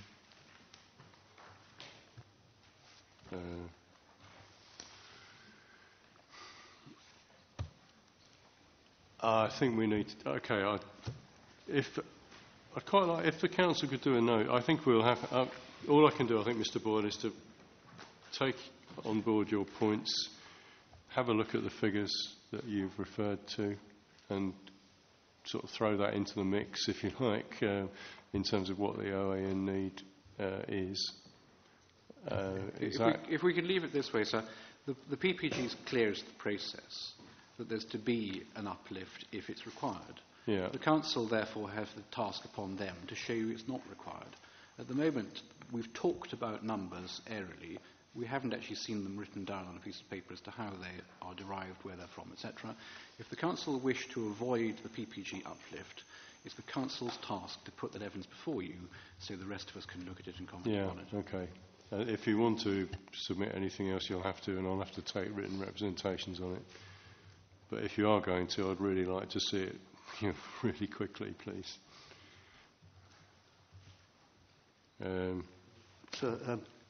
Brief supplementary. Kingsley, and then I think I'm going to break before we go on to the constraints. Oh, we haven't. Other needs. Well, we've still got other needs to look at from other authorities. Just a quick very quick one. If the council are going to provide you with some more figures, it would be useful to see where that 239 comes from and how many of the 239 were allocated to Crawley. Through the Kilmwood Vale? Yeah. Well, yes, obviously, thank you. Yeah, okay. Yes, it's Laurie Lane of Glovman. Just a very quick point of clarification. We heard that there'd be 2,000 units through land-led schemes and they're to be delivered through neighbourhood plans. The plan itself only makes allowance for 1,500 units and 750 windfalls. So is it the opinion of the council that they're all going to be affordable housing? Well, neighbourhood plans will deliver some, but certainly the 2,000, which is the possible projected number that will come through sites, excluding Section 106 sites, some will be delivered through neighbourhood plans, some through sites that are acquired by housing associations or by the council for housing associations. So it's not all through neighbourhood plans. Well, no, but that's why I tried to tease that out. It's they're either in these figures they're either windfalls or neighbourhood plans. The rest is accounted for, either through existing commitments or allocated sites. Okay.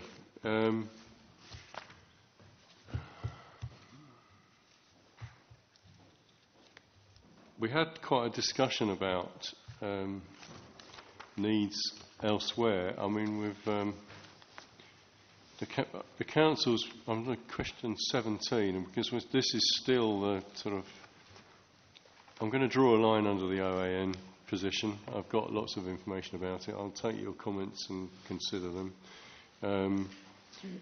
The other aspect or other figure that we need to add on to that, which I suppose is still part of OAN in a way, is the allowance for needs elsewhere. We talked on the first day about Crawley, which is clearly constrained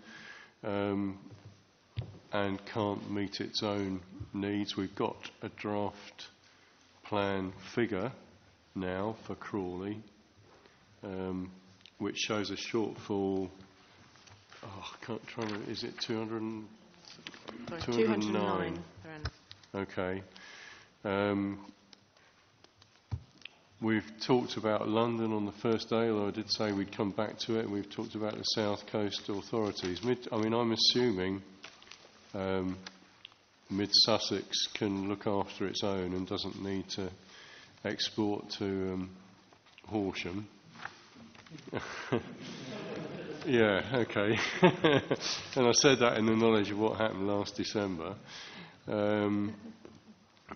But clearly they're not submitting a plan yet.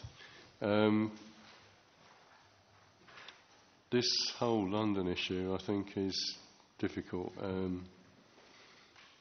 Do you want to add anything to what you said on Monday, Mr. Stevens, about that?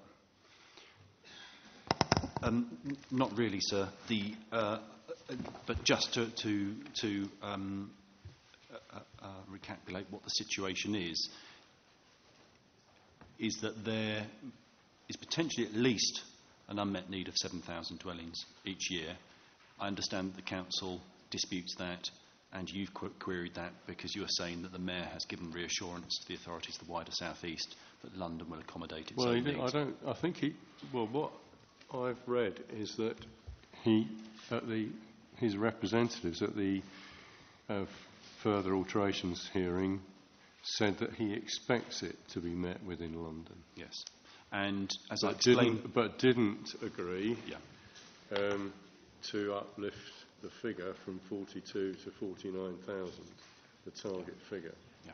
And then there is the question and there's about the other issue of 62,000. what you need to But do the 49, to meet it. but you're quite right, and the jury is still out on whether the Mayor can close the gap between the 42 and the 49,000. Yeah. And on Tuesday, I referred to you to the further suggested change number 3, in which the Mayor has made clear that the ability for the boroughs to close that gap is contingent upon them undertaking their own objective assessments of need and working with the authorities of the wider South East through the mechanism of the duty to cooperate. Putting that question aside, from the identified but unmet objectively assessed need, there is also the question about the underlying migration assumptions that got the Mayor to the figure of 49,000. And that is spelt out in paragraph 110C. I've got the reference from before, yeah. And the Mayor is assuming, under his central variant,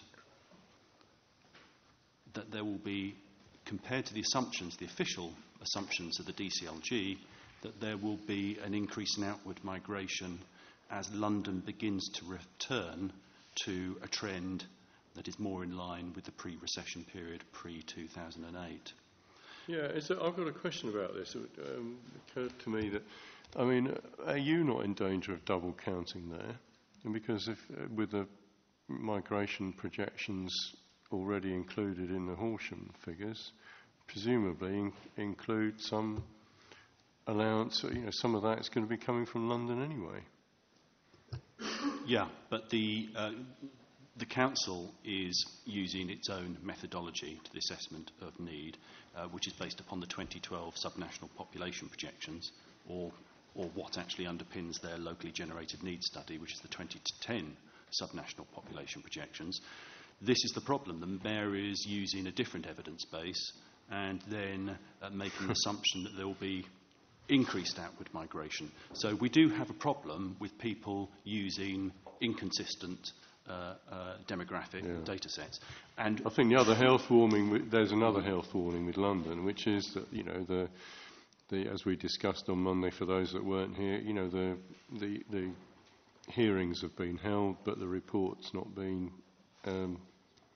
submitted yet, so we don't quite know. And then,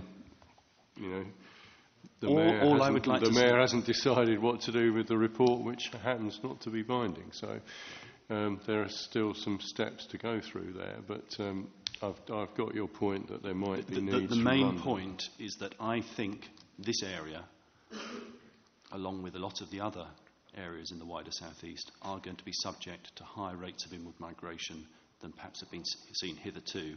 And it is interesting that the Council, in its locally generated needs study, under its 5-year migration trend, has actually said that despite the recession, the 5-year migration trend is actually higher than the 10-year migration trend, which does tend to suggest that despite the recession, Horsham has actually seen higher rates of inward migration, which means that it probably hasn't been, unlike, say, parts of the north of England, Stoke-on-Trent, it hasn't actually seen the recession having as great an effect in terms of people moving out of London.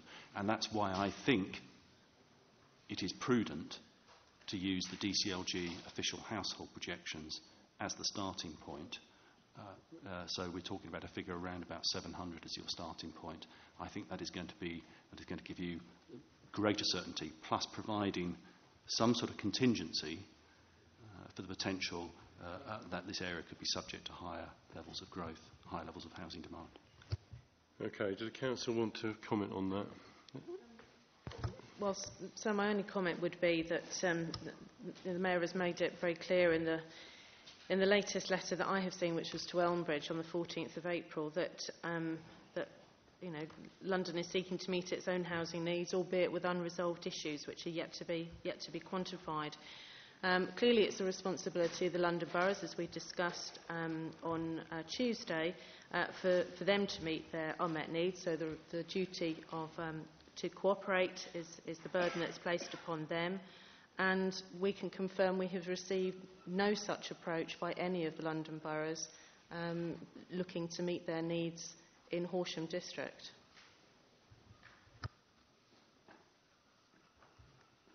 Okay. There's a few other boards up. Yeah. I'll start with. Yeah. So, yes. you. Sorry, you. So we're not double counting. The projections, both the ones used in Horsham and the ones used by the GLA, they might not be exactly the same, but all of them being projections roll forward the past in which there was a lot of migration, net migration, from London to Horsham. The deficit, the London gap, if there is a gap, is an additional gap on top of past migration. It says in the past London used to export a lot of people, and is now running out of space, if that is the case, and is going to export a lot more. Exactly the same applies to Crawley, and the same applies to something we haven't mentioned yet, which is the South Coast, the 4 South Coast authorities. Well, we mentioned that on the Tuesday, actually. Yes, but yeah, fine with that. Tuesday. So Yes. I'm happy to come on to that as well. But the same applies. You know, there's already a history of migration flows. But what the figures are now telling us is that on top of that, it is above trend in migration. So we're not double counting at all in these sums. Thank you. Yeah. Okay. Yeah, I'd concur with that point. I think the other point to note is just because Horsham haven't been asked to meet London's unmet need doesn't relate to the individuals in London who will be commuting down. They won't have got that memo, that they shouldn't be looking to buy a house in Horsham. We have to work on the basis of out-migration rates from London and assume that they will increase on the same proportions, using the levels of unmet need that aren't likely to be able to achieve in London. We can't work on the basis that just because Horsham haven't been asked to meet the need means that they won't, that they're not going to feel the effects of it on the market. I think that's the key thing here, because there is likely to be an increase in immigration because of that into Horsham, which will have an impact on local market conditions, placing pressure on local people here in being able to purchase a house, and the plan should accommodate that. Well, how? I mean, this goes back to Mr. Winman-Smith's point, doesn't it? The changing with flexibility. I mean, how do the council accommodate an unknown number?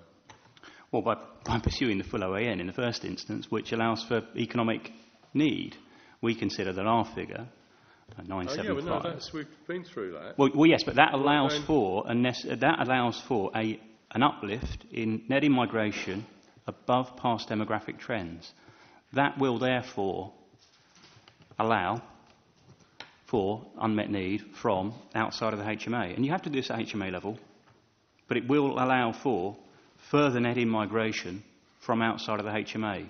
We can't, there's no certainty here, but if you're planning for a higher level of net migration than has been experienced in the past to meet your economic growth forecasts, then I think it's fair to say that you will be planning to meet for unmet need from London.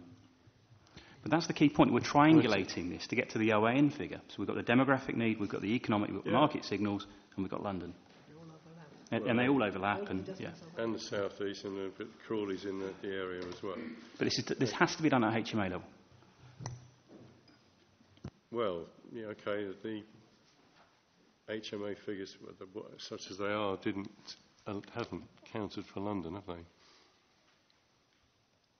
Sorry, to be fair, sir, but there is no HMA figure provided by the council. The evidence has been published on an ad hoc basis by the individual authorities, and it needs to be done in a consistent manner. We know that, Jill Hearn will, they produce SMART housing market assessments across the country at housing market area level. There is no reason why that couldn't have been done here. Can I make yes, Mr. Sellers. Can I make 2 points, I think? The first Put one... your mic on then, please. The first point is that during a period of recession, as has been pointed out, the net migration from London into this area increased. And that's to be expected because the house prices in London are significantly higher than around this district. So you would expect during a period of recession when everything's pressed, then people will accept a longer commute into London and therefore move out of London. Now, we're coming out of the recession now, so you'd expect that trend to reverse. So I would expect a reduction in that net migration from London. In fact, probably even a reversal the other way in terms of that particular London pressure. The second point, I think, is that, that everyone talks about double counting, but I think they're certainly ignoring the counting that's in the Horsham's OAN, because the OAN figures that were presented to us earlier stated there was a need for the core demographic requirement of 186 houses a year, and they're allowing for another 366 houses. So, in fact, more than that is 380. So they're allowing for twice what the demographic need is for migration. So I think that they're already accounting for any requirement that's likely to occur. And I would argue that that figure is already too high. So the suggestion that it needs to be increased, especially given that the economic trends, seems a bit non-logical. All right, well, I'll take the points, but that's a supporting comment of the council, for the council, really. Who's Mr. Boyle? Yeah. So I'm just seeing who else is Mr. Boyle and Mr. Collins, and then Mr. Shutt, and then we'll break. So thank you very much.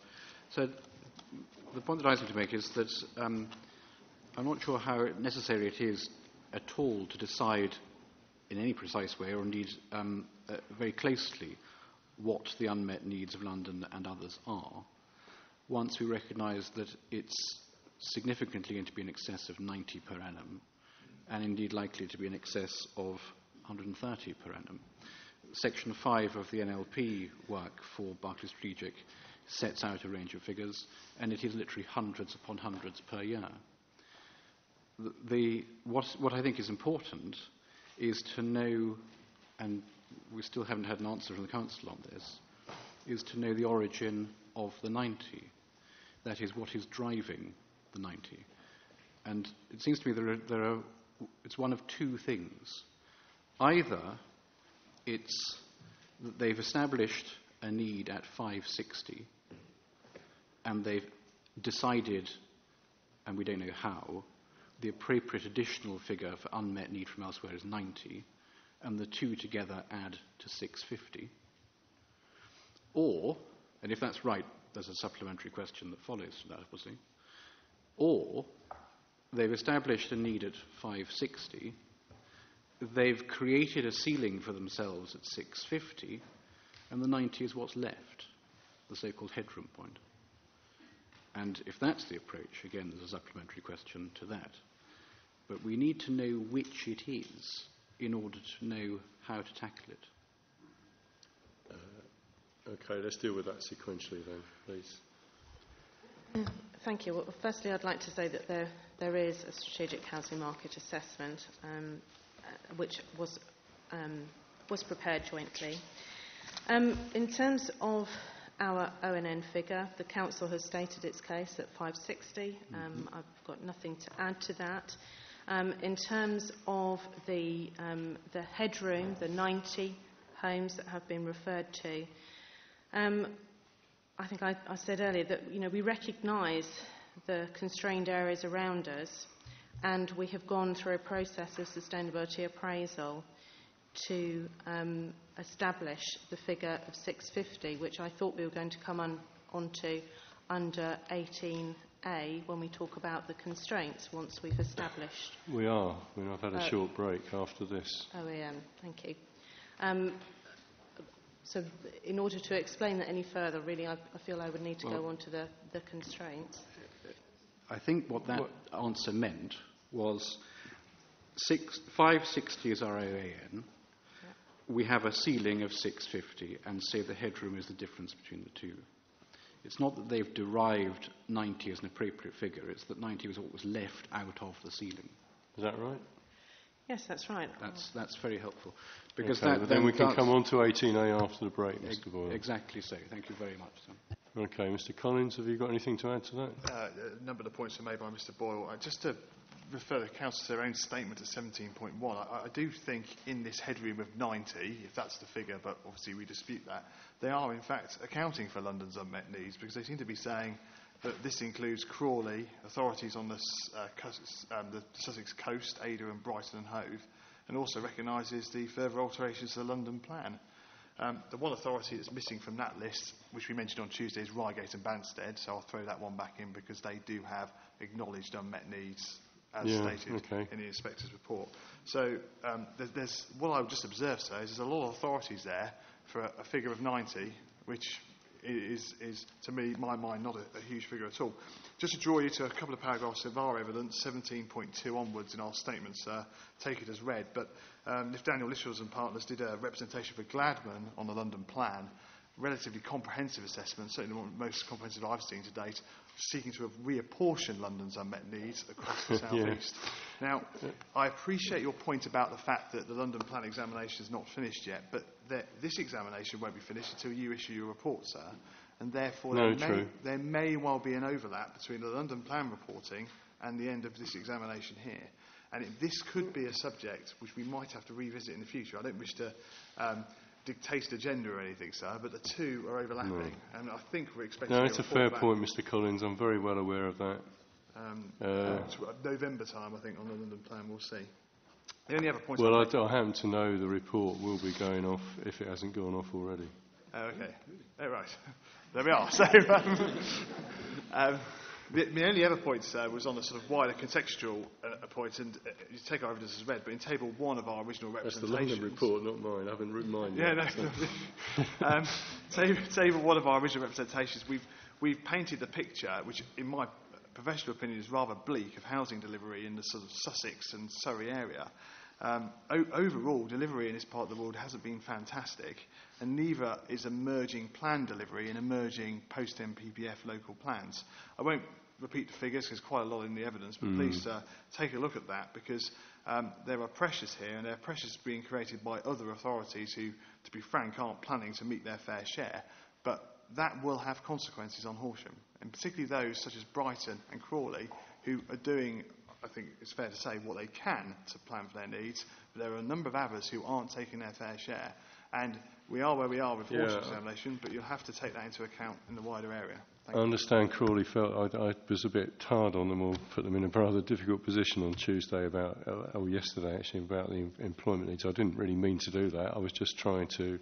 I appreciate that they've only just submitted. There's still a lot to go. I don't know if there's anyone from Crawley here, but I didn't. That wasn't what I meant to do. I was just trying to get some facts about that, and I appreciate there's a process there that's still got to go through, and people have got to object to it. And what did come out of that, it's quite clear, I think, to everyone, was not disputed, was that Crawley cannot meet its needs that they've put forward in their draft plan. I don't think there was any dispute about that whatsoever. Brighton's different because there is a plan now. The report's been done, and that's been a longish process. But they've not actually. Brighton haven't sort of formally. They've written to you, but they haven't objected to your plan, have they? And they haven't sort of specifically come up with a figure that they hope you might need. No, they haven't, despite the fact we have been talking to them for some time, repeatedly, and have offered to do so. Just, if I can, just coming back to the fair share, as it was referred to, I understand the frustration from the development industry, and I share it. We are trying to move forward with our plan. We are trying to be responsible, to be a plan-led authority. In terms of the plan being positively prepared, we are including the requirements from neighbouring authorities, but the MPPF clearly states that it's where it is reasonable to do so and consistent with achieving sustainable development. And when we get on to that part of the discussion, we'd like to be able to explain that further to you, sir. Well, we will do. Mr. Shutt, I promised you a chance to say something. Is it on this needs point? Yes, it is. Okay. I think I can claim to speak for a number of concerned citizens here, which is the capacity I'm here in mainly, who have particular concerns about the housing provisions in the plan. First is that it should be of the type of housing we need and want, which is predominantly affordable housing. And secondly, it should be in the place as far as affordable housing is concerned, it should be in the place where it is appropriate and needed, which is not mostly on new greenfield sites.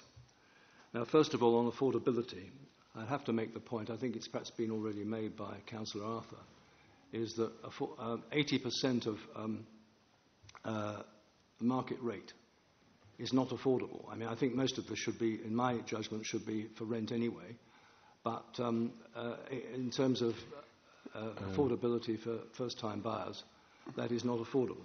You mean the new affordable, up to 80% of market rents for the affordable rent criterion? Well, I don't know how the rents are calculated, but I spent I'm 3 days discussing that in London 2 years ago, so I'm aware of that point. Okay, that's right. But that's beyond the remit of this examination. Okay. But also, as far as the location is concerned, obviously for people who need affordable housing, it should not be in locations where they need a car, because many of them won't have them. They need to, therefore, to be accessible to existing infrastructure. And of course, what I'm pointing in the direction of is brownfield sites. We haven't heard the word brownfield hasn't been much mentioned today, if I may say so.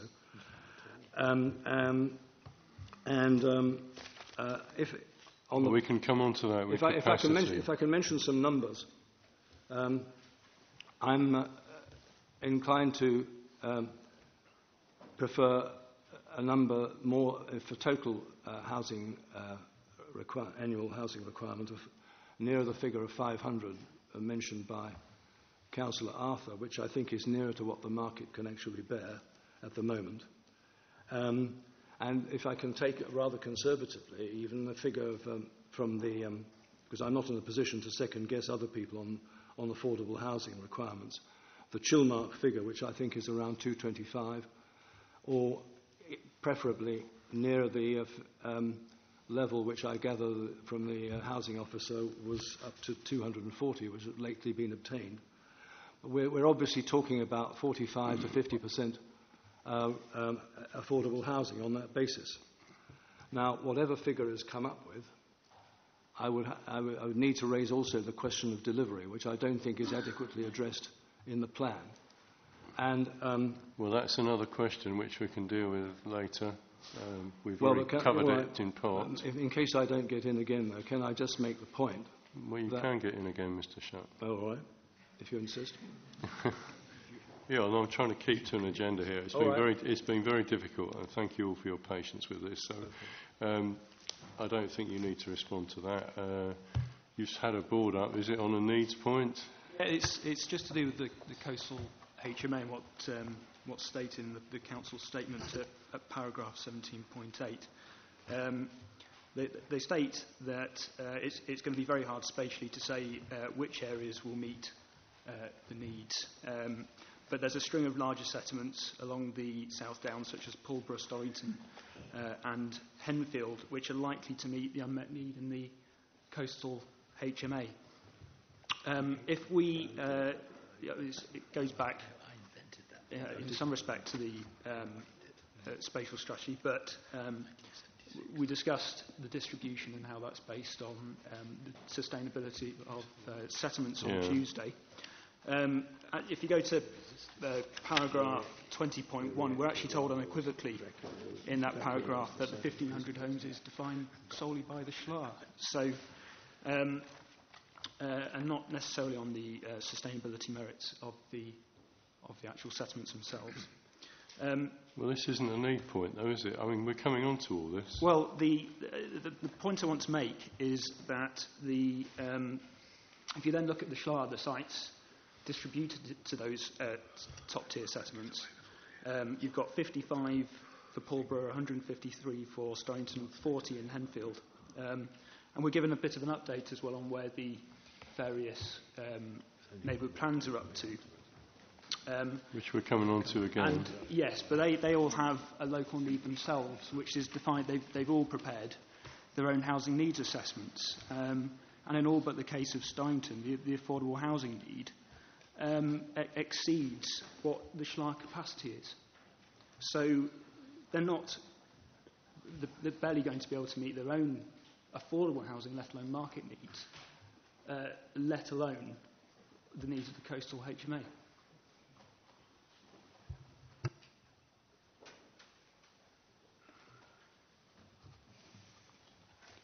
Do you want to address that later or now? I suppose very quickly, the council couldn't put a higher figure on some of those settlements because it wouldn't be regarded as deliverable. For a site to be regarded as deliverable, it's got to be promoted with a developer or landowner promoting the site, in which case it would be considered in the SHLA. Okay, we're going to come on to distribution. I'm going to take a break, ladies and gentlemen, until 4:25, and then we're going to come back on the question 18, and I think I'm going to do 18A first, and then we'll deal with some of the distribution points. Okay, thank you. 18. Oh, good man.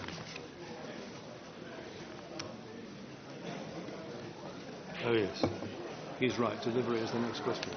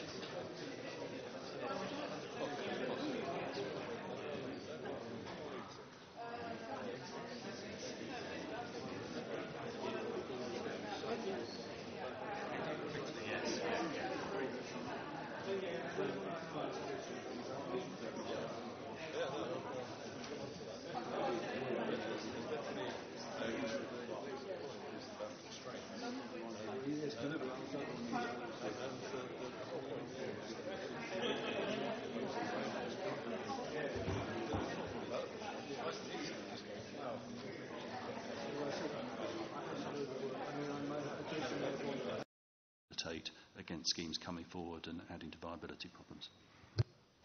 Okay, I'm not sure that needs a council response if you don't want to. Can we go on to the sort of, this can be dealt with the sort of distributional point, which is sort of right numbers and mix to meet local needs together, sort of 18 and 19 together, if people have got any points about that. I mean, it goes without saying, Mr. Rhodes, you do think another market town should be preferred, and you're going to have your chance to talk about that. And we did cover this in terms of the strategic discussion in some detail on Tuesday. Does anyone want to make any high-level points about that now? Yeah, let's start with Mr. Cogan. Yeah, just one. Really kind of our fear and something we've put through in our representations throughout the plan-making process, and also to yourself before the examination in public, is how the Horsham's plan can possibly rely upon the unknowns of neighbourhood plans and windfall sites to deliver such a significant amount of a need that even they've identified, let alone what I think we've acknowledged in the room today, that there is potentially a much greater need than even that. So their over-reliance, I do apologise if you're touching on something which was spoken earlier in the week, but an over-reliance on neighbourhood plans which are not compulsory, and as the Council's position statement on neighbourhood plans states, not every parish or community in a district have put forward their desire to progress a neighbourhood plan yet. So it's kind of, to us, it suggests that it's kind of passing the buck on the nitty-gritty decisions as to location of development, quantity of development affecting each settlement, passing that from the council's role as a planning authority to neighbourhood plans.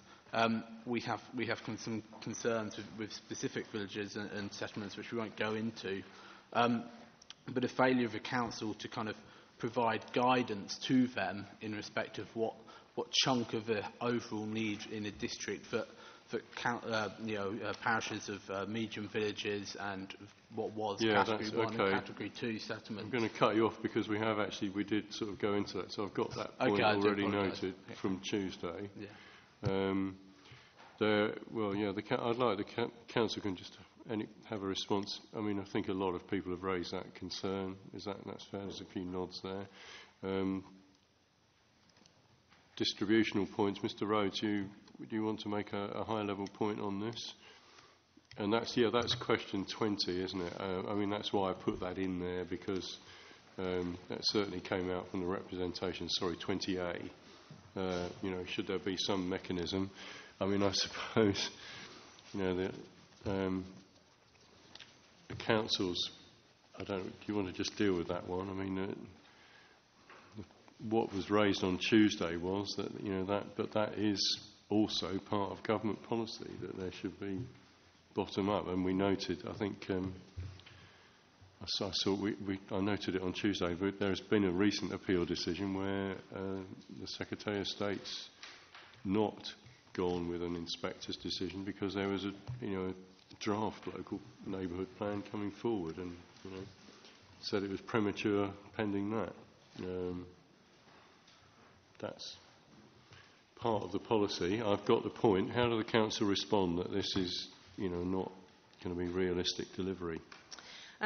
So we've got our neighbourhood planning officer here and indeed representatives of the community who were wanting to speak to question 20 and 20A. But in general terms, I'm very happy to answer the point.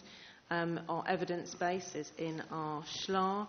We're working closely with our communities. We have over 60% coverage of communities that are working with us. We have a number of communities that are producing plans. We've referred to them as front runners, but they are producing plans to a sort of shorter time scale than some others, and they are happy to speak with you directly. But the point that we discussed on the first day is what were to happen if neighbourhood plans did not come forward and localism did not work as the government has intended.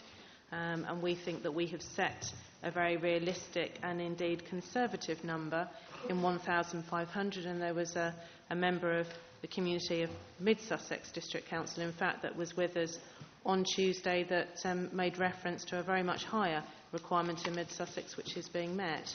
But the discussion that we had then was that we have already programmed a site allocation document which will come forward in 2016 and will include a variety of sites for different uses, but there is the opportunity through that site allocation document to provide additional housing sites if they are not delivered through the neighbourhood planning process. So that is something which we will be monitoring carefully. Okay. Any other comments on that? Are the boards up about neighbourhood plans or strategic level? Can I make a point from a parish council, because we are producing a local plan. I'm not sure if it's relevant, but we're working on our local plan. It's been going on for the last 2 years. There's been a great deal of work. You mean a neighbourhood plan? Neighbourhood plan. Yeah. So that's. I thought that was a requirement on parish councils. I didn't think it was a voluntary thing, but we're certainly working on ours. No, it's not a requirement. Okay. But part of that, there's this chicken and egg situation that we feel we're in, and I will make a brief point about the lack of cooperation from the district council. But we're dependent on the policies of the district to set some guidelines, and then we'll be working on how we would apply those locally and looking at the local need at the same time. So I think that's part of the process, and I think that the district council at the moment probably has got the same problem as we have as to which way round those things happen. So they want our plan before they can do theirs, and we're looking for aspects of theirs before we can do ours. I think my understanding is theirs is a fallback position. Is that right? If delivery doesn't come forward through the site allocation, through neighbourhood planning, we'd be using a site allocation document. So would now be a good time to introduce our neighbourhood planning officer, who obviously specialises in this area. Okay, what do you want to say? Can you make what's? Are you going to say why you feel 1,500 is justified? In summary, yes, I can expand on that point if you'd like me to. Very briefly. Yeah, as Barbara. Bearing in mind the time and other people want things to say, they might be interested though to hear. Okay. Because you might still have to answer questions about it. Okay. No, that's no problem. As Barbara has said, we have got over 60% coverage of parishes in the district that are progressing neighbourhood plans. We have had indicative numbers from 3 out of our front runners, and at this time they are progressing well and helping us to deliver the 1,500. We have over 400 homes being identified from our front runners. 200 to 300 have come forward from Starrington. Henfield have given us a number of 150, and Nutters has provided us with 60 homes so far. So that's just get the headline figure again. 400. Over 400. Over 400 from the front runners so far. To date, yeah. This information has just recently become available, as you'll see from the response to our matter statements. The four out of the 5 frontrunners are looking to produce their draft plan this month and next. Okay. Does anyone have any questions about they want to raise with the council about neighbourhood plans? Yeah. Thank you, sir. And just for information, in relation to that Mid-Sussex appeal, sir, I was call-in inquiry. In fact, I was appearing on behalf of the applicant, so it's an area that I know well. In relation to what Mid-Sussex, the representative said, the success of neighbourhood planning in Mid-Sussex, I don't know how successful it really is, as there's only been one neighbourhood plan made up to now, so only Cutfield has been made as a neighbourhood plan. There aren't any others. And in relation to the site mentioned, in terms of Hurstpere Point, which was allocating sites, that neighbourhood plan has not been made yet, sir. And, in fact, all the sites allocated in that neighbourhood plan already have planning permission. And what I'd be interested to know from the officer of those 400 sites identified, how many of those already have planning permission, how many of those already allocated, and already do they appear in the plan in terms of the figures, or these new numbers, is it 400 over and above the figures that already exist? I think that's one question that the officer needs to talk about. Your question talks about 1,500 homes, and obviously we've got 750 homes in terms of windfalls. I think there's a question as to whether there's any double counting there, because clearly the basis for the 750 is based on previous evidence, but clearly a lot of that will now fall into the 1,500 homes identified in the neighbourhood plans, because most of those will be windfalls. So is there an element of double counting there, and whether more might need to be allocated to neighbourhood plans? Well, hang on, that's not right, is it? They are. They're not. They're in two separate figures that have to be added together. That you're expecting those numbers from both sources. Yeah. Well, but the question about whether there's double counting already, and can you just a minute? Let's go back to the council on the 400. The 400 are they all new sites without planning? Yeah, we have a representative from Henfield Parish Council here today, who's one of the front runners, and that Henfield have identified 150 homes in their draft plan, which is yet to be published. But Ray is here today, and he can give you some further information. Well, yeah, but hang on, before we go, yeah, that's fine. But what about these 400? 150, which Ray will speak about, it makes up part of that 400. Yeah, but what about, okay, right, let's answer that point then. Have they got permission yet or not? Are they all new sites? None of the homes yet have permission, sir. All of the homes, all of the sites that we've identified in Henfield Parish are new sites. A number of them are brownfield sites, rather small in area, and there are some greenfield sites, but none of the sites are allocated yet. There are no planning permissions in place in the numbers that I've brought forward. And that's not a number that has just been plucked from the air, albeit a round number of 150. It is the total homes that we think we can bring forward when I add up the homes that could come forward on the area of the sites that we've identified. Okay, thanks very much. What about the other 250 and just then? To confirm, the other 250, none of them have permissions on them either. They're all new sites. Okay, well that's the evidence. Anyone want to... are your boards up on neighbourhood plans? Yes, Mr. Boyle? So, well, it does sound then as if those small brownfield sites would otherwise be windfalls. So it's of the 150, it sounds as if some of those are part of the 750 rather than the 1,500. It may be, but then there's still other areas where there aren't going to be any plans. So, I mean, my point though is not on the realism of the delivery of the 1,500, with or without the 750. It's the sustainability of so doing.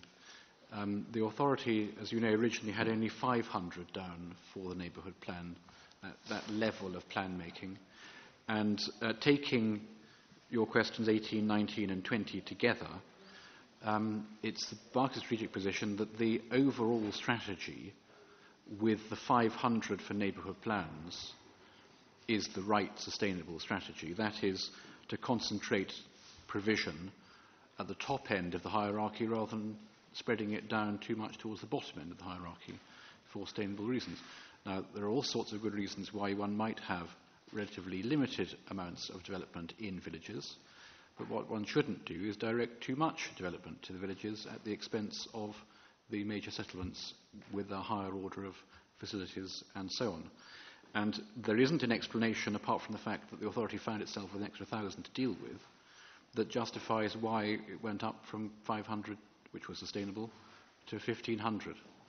And we haven't seen that in the SA, and indeed we suspect that if it were to be properly SA'd, the 1,500 figure would not score well in environmental terms compared with a 500 figure. Okay, what's the response to that sustainability issue?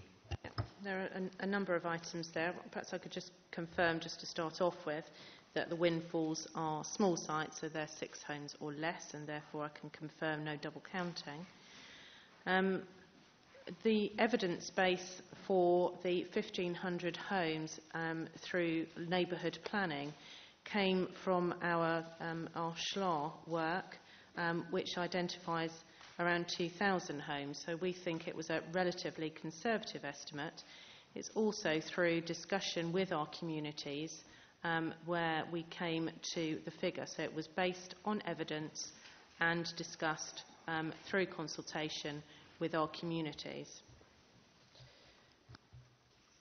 Forgive me, I'm so sorry, sir, but that just simply doesn't deal with the point. It may very well have come from the communities.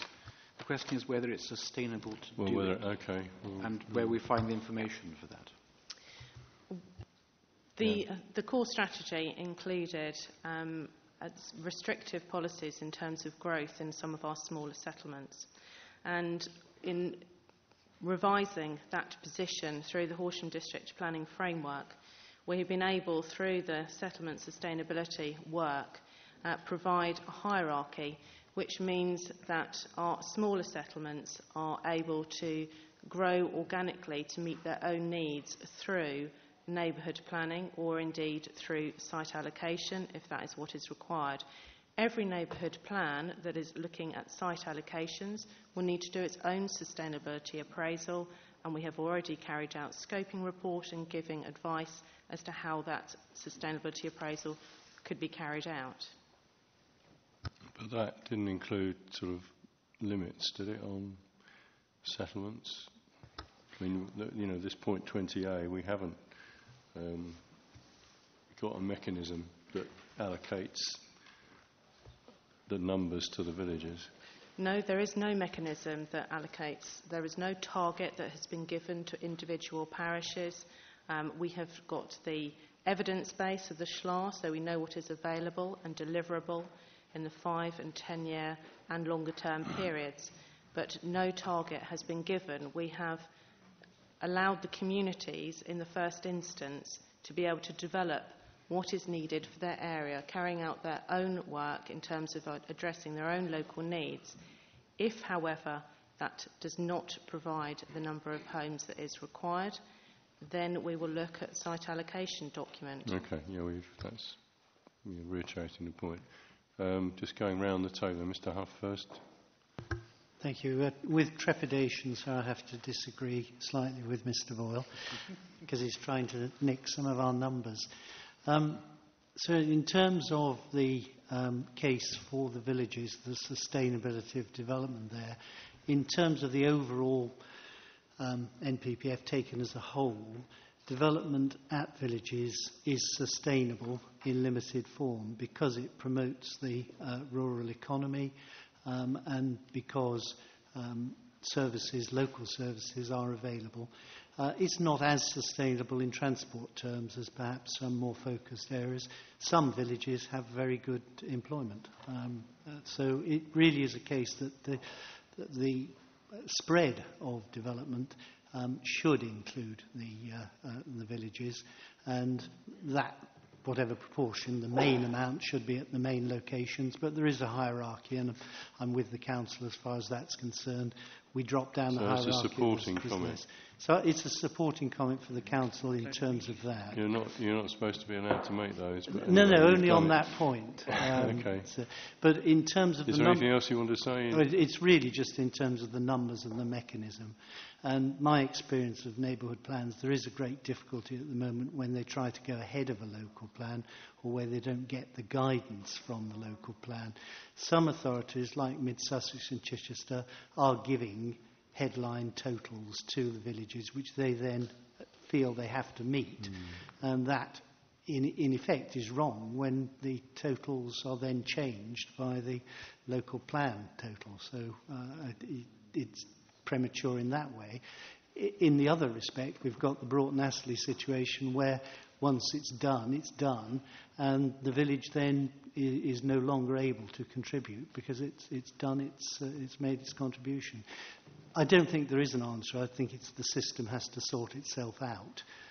But certainly, I think any increase in numbers, the proportions should be fed back to the villages. Well, certainly, I don't think there should be any decrease in numbers because my experience is the SHLA has been very meagre in terms of its assessment of villages. So there is more capacity in the villages than the SHLA actually involves. So that's my main point, apart from just wanting so to you're not worried about egg this, Mr Boyle. So you're not worried about this 1,500 being delivered then?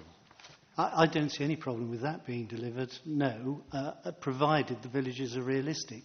I'm a little concerned that some of the key larger villages we've only got to 400. That seems to me to be not enough from the main villages. Okay. But I don't know quite how many of the Category 1 villages... Henfield's 10% on its own, isn't it? Yeah, already, well, that would be good. But I don't have any overall difficulty, provided they meet the SHLA figures for the villages. I wouldn't have any concerns about that at all, no. Okay, any other quick comments on the 18, 19, 20? Mr Kingsley, yeah. Yes, thank you. The first point is has been made already. The one that is that there's not been a sustainability appraisal of the approach of neighbourhood planning delivering that amount of housing. We have taken a look at the Appendix 1 list in the Council's Matter 6 statement, and it's not a very clear list, but it is clear that a number of those sites have got planning permission and cannot count towards the 1,500 because of that.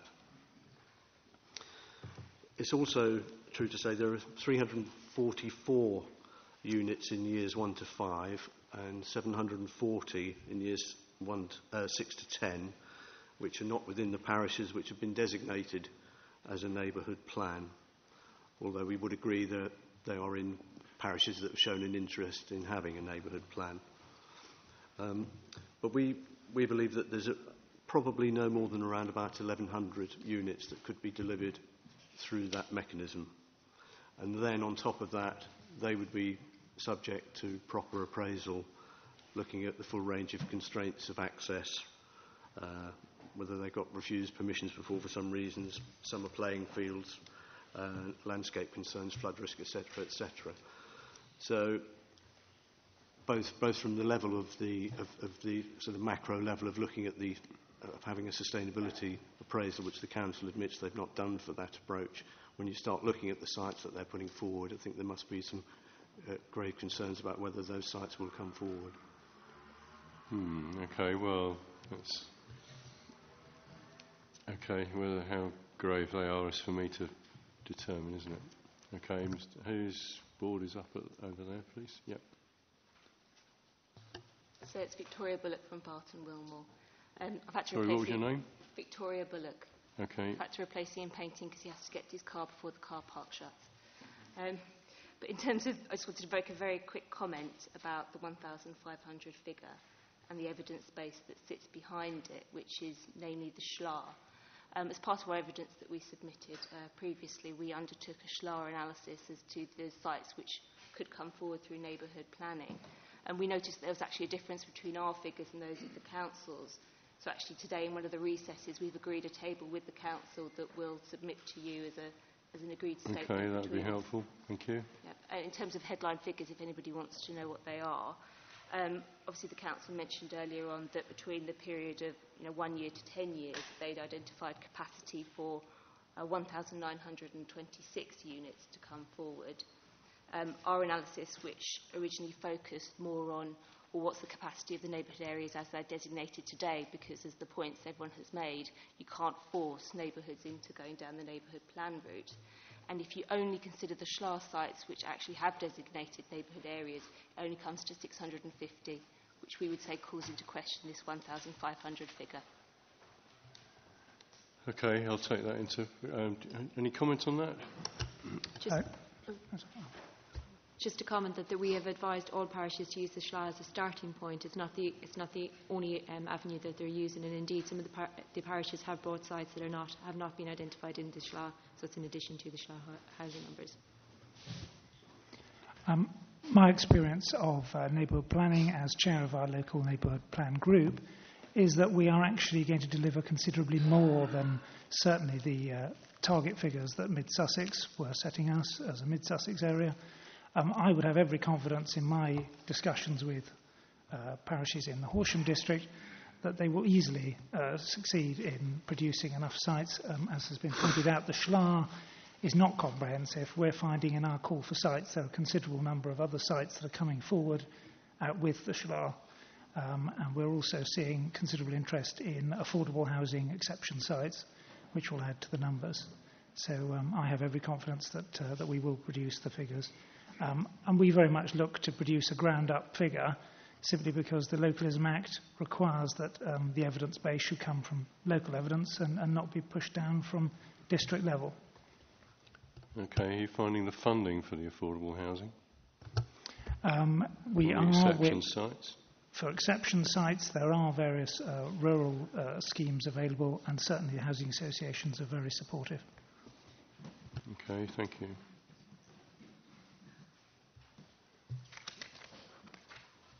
Did I hear you say something about a car park? Is that a problem for some? I mean, I'm conscious of the time. I mean, we're getting there, I think, but I'm personally happy to plod on, or race on even. That still got comments. Are these neighbourhood plan comments? Okay, let's try and deal with them then, please. Mr. Collins and Ms. Munro. Thank you, sir. Won't repeat anything else. As you know from our representations, we've got significant concerns about this aspect of the plan, which in our view flies in the face of positive planning. There's clearly no spatial strategy in the plan on this particular aspect. We've heard some figures from the council here as to what level of growth is anticipated to come from a couple of neighbourhood plans, but I've not seen a table anywhere which lists all of the neighbourhood areas and what is envisaged to be coming forward. We've got 150 so far apparently coming forward in Henfield, which is, to remind you so, a large village, small town. So you'd expect Henfield to be punching above its weight, as it were. There are 8 large villages and small towns in the settlement hierarchy as given by the evidence, the council's own evidence on this, which is the Settlement Sustainability Review. So 150 times by 8 is about 1,200, but then there's no contingency built in that figure. So that's assuming the other 7 large villages, small towns deliver 150 in that sort of order, but we don't know that yet. We've produced a table and a map as part of our Matter 6 evidence, sir. This indicates that circa 37% of the parishes are not producing a neighbourhood plan at this time, including some significant areas like Billingshurst, which is obviously of particular interest to ourselves. We'll probably return to that in detail next week. Yeah. First question is, what happens in those cases? Because there is no mechanism to plan. The council said, well, the contingency is we'll do another plan. Well, everyone on this side of the table knows that it takes 4 or 5 years to produce a plan. There's nothing inbuilt in the policy within this planning framework to allow a site to come forward sustainably on an edge of settlement where a local community is not getting on and producing a plan. And as we know, the local authority cannot force the parish to produce a plan, and there's no statutory requirement for them to do so. There's points about the sustainability appraisal that have been made already, so I won't repeat those. It's really down to contingency, sir, because if you look, I touched on this on the Tuesday, we've got a total plan which is allocating 13,284 dwellings, which is a 2% contingency over the 650, which is pretty tight anyway, to be fair. 1,500 dwellings of those, which is circa 12%, is neighbourhood plans. And I think that is a significant threat to the overall ability of the council to demonstrate 650 dwellings throughout the plan period, particularly in the absence of any reserve allocations, no broad allocations at all, which, as we've heard from others, other local authorities are doing. Thank you. Okay, Ms Monroe, and then I'll go back to the council. I just wanted to make a point and kind of in agreement with the gentleman over there in that Bovis Homes land isn't within the SHLA, and that's for 150 units, but that is deliverable within 5 years. So that's another It's not deliverable within 5 years. It is deliverable within 5 years. Yeah, okay. Do the council want to comment on any of those points? Mr Commons? Contingency. I'm quite interested to hear what you say about this. You know, you haven't got much leeway. That's on your numbers. Yes, I would like to come back to contingency, if we may, in a moment, but just to simply say that 58% of the 13,000 homes have already been given permission, and therefore we're fairly certain in terms of their delivery. Interested also to hear that it takes years and years to produce a plan when clearly we've been progressing this plan from preferred strategy to proposed submission reasonably quickly, and Mr Collins said himself that the Joint Air Action Plan was produced within 18 months. So I don't have that pessimistic view. I do believe that we can bring plans forward if necessary, but the evidence that we have before us, and certainly in terms not only of the SHLA, and it's helpful to know that other sites are available and the communities are identifying additional sites that haven't been identified in the SHLA, we feel confident that that 1,500 number can be attained. But perhaps we could come back, sir, when you get to the point of contingency, because there's another colleague. Question 24. Well, that's right at the end. Maybe that was a sort of wrap-up. Does anyone around the table want to make comments about gypsies and travellers, by the way? No, I didn't think you did. So that's... Can I make a very brief statement? That, well, you think the plan's only if you think there's something wrong with the plan about gypsies and travellers. Right then. That was a written representation, so I'm going to deal with that as in written form. We'll come back to contingency. So we're still on... We've dealt with affordable homes to some extent already, but there's still a couple of issues about. Does anyone want to make... any of the house builders making comments about question 23, the percentage requirement being realistically undeliverable? Just put your hand... There's some boards up. Put them down for the moment. Okay.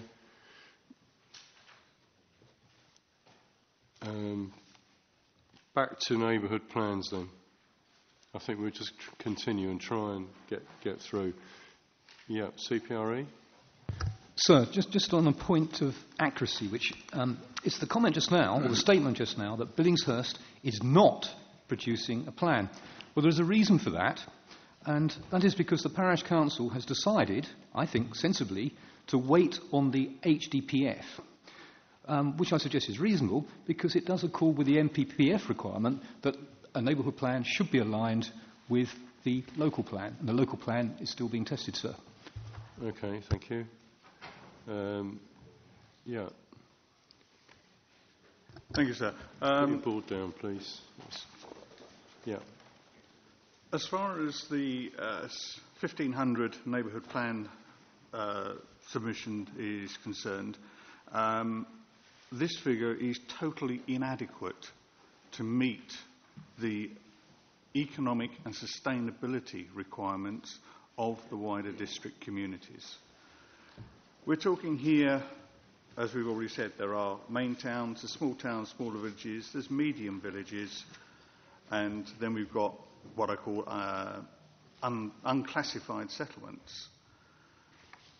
In the alternative strategy that we put forward under 3.3, Alternative Policy 5, which was a development hierarchy, we gave a suggested number of homes over the plan period for each of those hierarchical settlements, so that effectively they were all given the opportunity to allow their villages to grow or their settlements to grow organically. I think we have to remember that a lot of these settlements, how did they arrive in the first place? It was because there was employment there.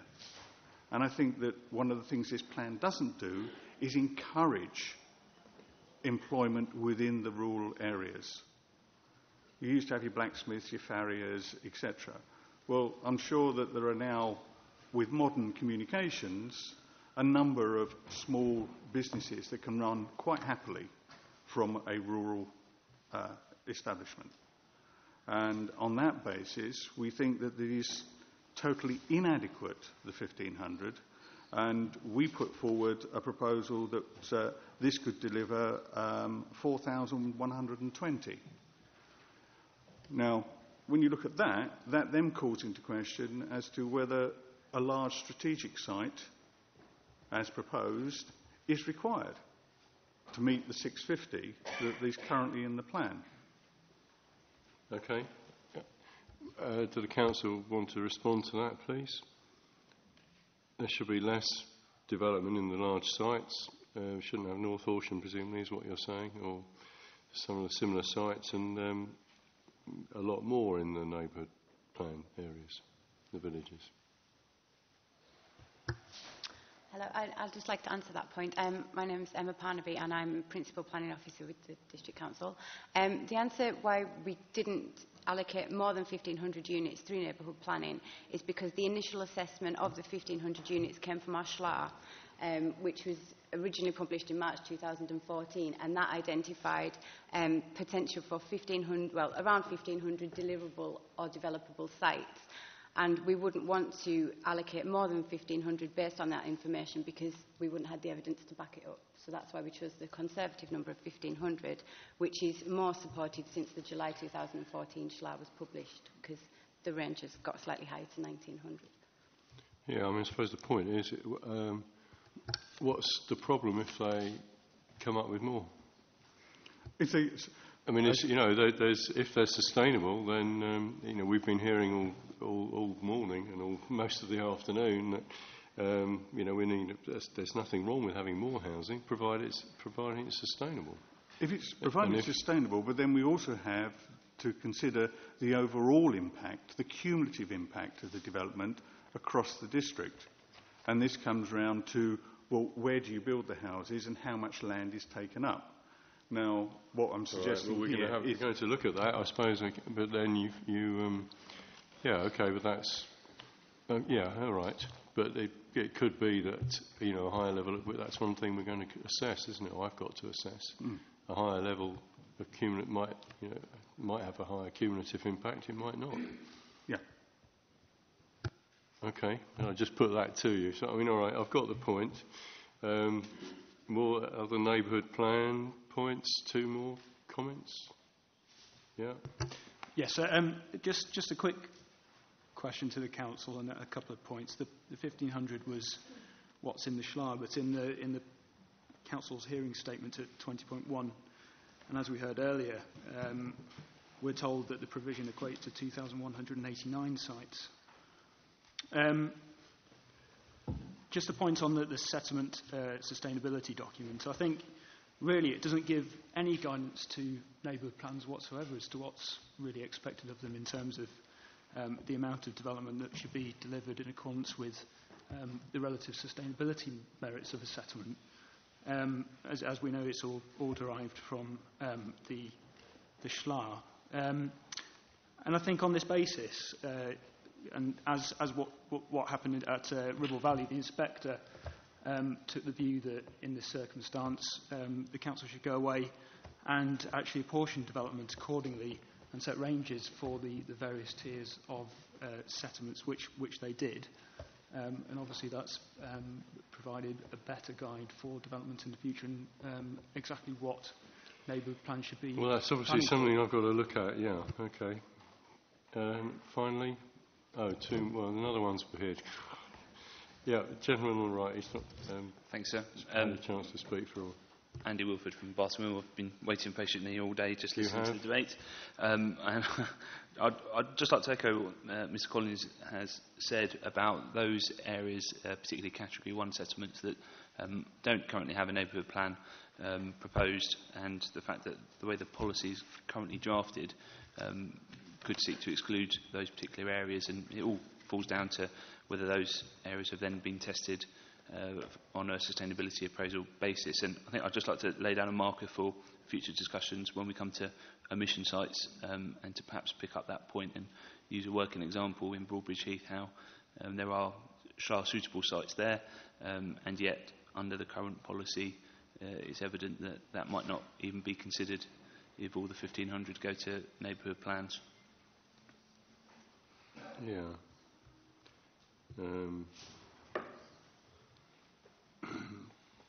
Well, I suppose that the council's answer to that is that you would have to try and get your site in the site's DPD.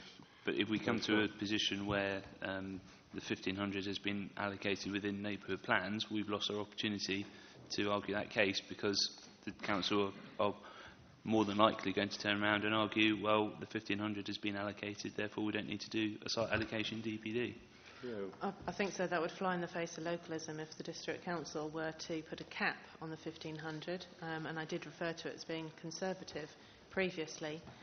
If local communities have gone through a thorough and proper process of plan preparation, including a sustainability appraisal process, it meets the policies of the overarching Horsham District Planning Framework, the district council would not be in the position of refusing development that was acceptable to the communities and had been through the proper processes in that way. But with all due respect, whilst I'm not arguing against neighbourhood plans having a place within the plan making process, if that is at the cost of more sustainable locations, then surely this is the place at which to assess the suitability of that approach. And indeed, that's why we have set a framework in terms of the settlement hierarchy, so that we can establish if there were a step change, for instance, which would take a community from one category to another. That is something that would be more substantive, and I would suggest is something that could more properly be considered by an overarching document. Well, I think that what's quite clear is that where you don't have a neighbourhood plan, you're put it's essentially at the back of the queue, even though you could be in a more sustainable location. And I think that's a fundamental flaw that has arisen because the council decided to tag on 1,000 units at the last minute because they had to. If they can tag on 1,000 before, they can tag on surely more to get up to the 730 figure that's been tested in the SA as a minimum. Just to come back on that point, we have now confirmation from many of the other parishes that they do not wish to produce a neighbourhood plan.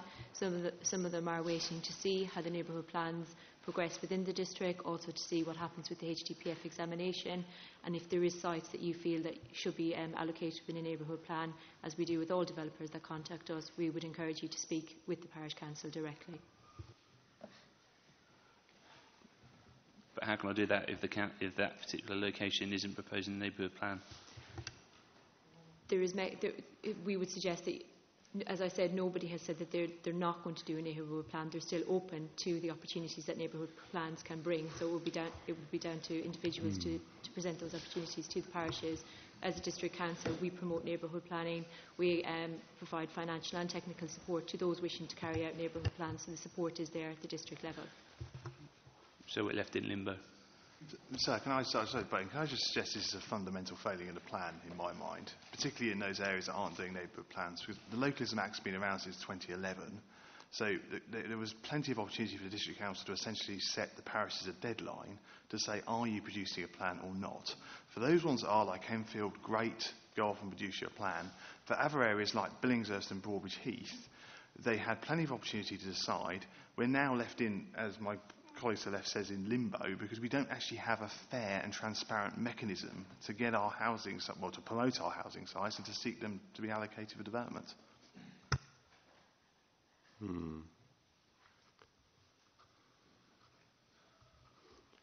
Any further comment? Back on your sites plan? Well, I think people are being unfairly dismissive of efforts being made at the very grassroots level, according to localism, to build up the neighbourhood plans. And I think certainly in mid-Sussex, people have embraced it. Places like Hurstpere Point and Sayers Common and Cookfield have got their plans through. It takes time because we've got to do the sustainability development and so on. But I think a lot of work is being done at neighbourhood plan level. And yes, it does take time to come through, but I think a lot of it will be delivered. Yeah, okay. Well, if I could just add, yes, we've found that developers have been extremely slow to come to terms with the fact that they have to engage with parish council level rather than district level, and we'd be very welcome to see any developers make presentations direct to parish councils and submit evidence to our neighbourhood plans. But you're in mid-Sussex, not in... That doesn't help us, does it? Some developers here are definitely across the boundary. Well, okay, but I'm not... Sorry, I certainly haven't got time to deal with that. I'll take your point. I'll have a think about that. I mean, so my understanding is, well, Billingshurst, the council's position is depends. Have you got a sort of strategic site threshold for this? Yes, the HDPF looks at strategic sites which are in the region of 500 plus. So is that? Let's take Billingshurst, for example. We've got a site of 400 and something that's just got permission, hasn't it? But right contiguous to it, there's 2 or 3 other sites which are being promoted. Yeah. So would you say they should be, they are suitable for HDPF allocation rather than sites DPD allocation? If they were looked well, at... supposing I was going to ask this anyway at some stage. We might move it. If I think you do need to provide more housing, then we're into, what's the mechanism for that? Clearly, I think you would have to, I'd be looking to go back to you. I think I'd give you some indication that I felt the number was short and some indication of by how much, and then ask you to sort of, I don't think it would be for me to say, well, okay, you're 150 a year short, but I think, there's Billingshurst, west of Ifield, maybe the market town, who knows? That's the way of dealing with it. I think that wouldn't be right for me to, at that sort of level, depending on how high level it was, I'd be throwing it back at you, I think, and saying, come forward with something else. So would that sort of scenario be done through the HPDF, or would you defer it to your site allocations? I think that could be easily dealt with through a site allocation document. We already have a timescale for it. And as I say, we already have 58% of our requirements already permitted. So in terms of our five-year supply in the new plan period, we have sufficient sites. That would give us time. Your trajectory shows you're well above it. That's right, and that would that are coming through. Give us time to be able to prepare the site allocation document and bring those further sites forward when there is need through the plan period. Yeah, okay. That's hypothetical. Before you start getting excited. It's just a testing, Mr. Boyle. Yeah. So thank you very much. So just listening to the debate, and particularly the exchanges across with Barton Wilmore a moment ago, all in my submission underlines the importance of having done the essay at this stage. Because the problem that we've identified is the ring fencing of the 1500 to neighbourhood plans. And so the situation might arise, as described, that a more sustainable settlement finds itself falling between the two stools of allocations at this end and the ring fencing at that end. And it's either you strip out that ring fencing or you justify it through an essay process at this stage, because it can't be picked up at essay process by the neighbourhood plan people. They're looking at too narrow a focus. It needs to be done at the core strategy stage to see whether it is actually sustainable, more sustainable, to have a ring fence with someone dropping potentially through the gaps, or to remove the ring fence and allow this extra 1,000 to be identified through whatever the process is, as opposed to only one of the various processes. Okay, how do you respond to that? What's your response to the point about has the 1,500 in neighbourhood plans been adequately essayed?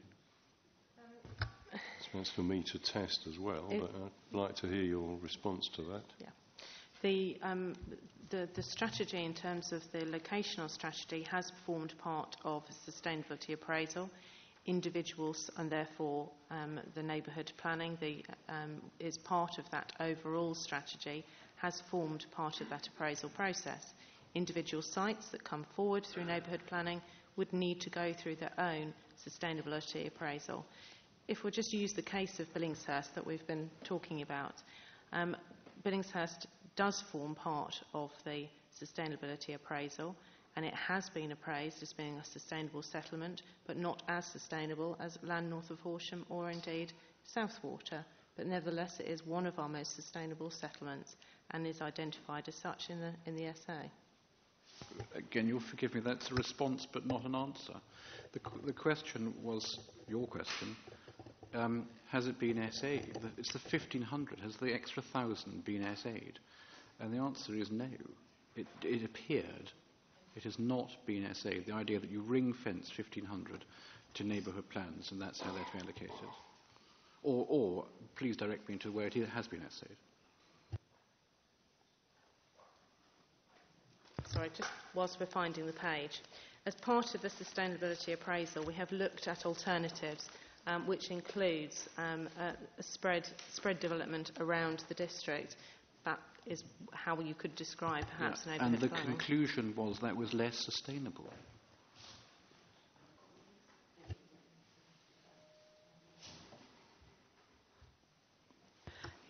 Just to clarify, the conclusion of that chapter in the sustainability appraisal, if you do need a reference, it's pages 66 to 69 of the sustainability appraisal. Sorry, what? Pages 66 to 69. Pages 66, yeah.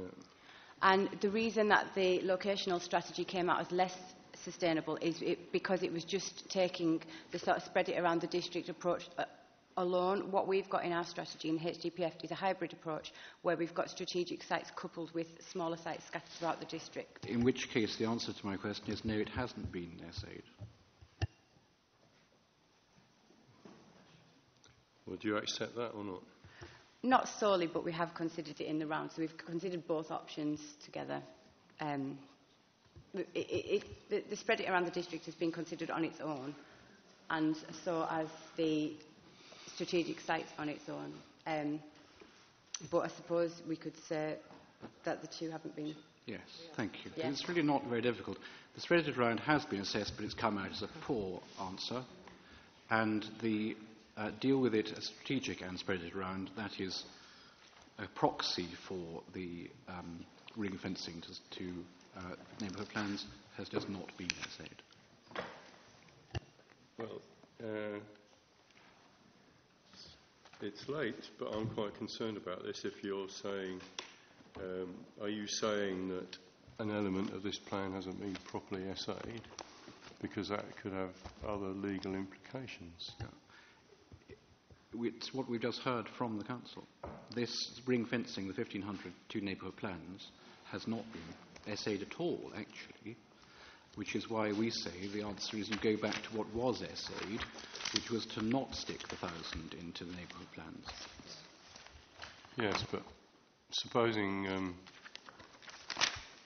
I think it might be the right answer. If you think it's the right answer, then you need to have it essayed. Then before the plan could be adopted, there'd have to be an essay on it. That's right. But I mean, does the council agree with that? Well, it doesn't. You don't need to, Ms. Howe. I mean, that's not the point.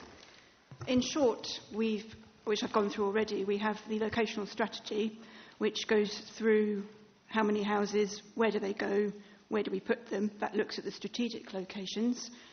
We also have then assessed policy 14, which includes the 1,500 houses for neighbourhood homes. The outcome of that assessment does identify that because we didn't at that stage know where the sites would come from, each individual neighbourhood which came forward with a neighbourhood plan would need to do a separate sustainability appraisal. But that is the mitigation that was put forward to address that particular issue. But it is that policy, which is policy 14, has had that assessment, and that includes that 1,500 homes. So yes, it has.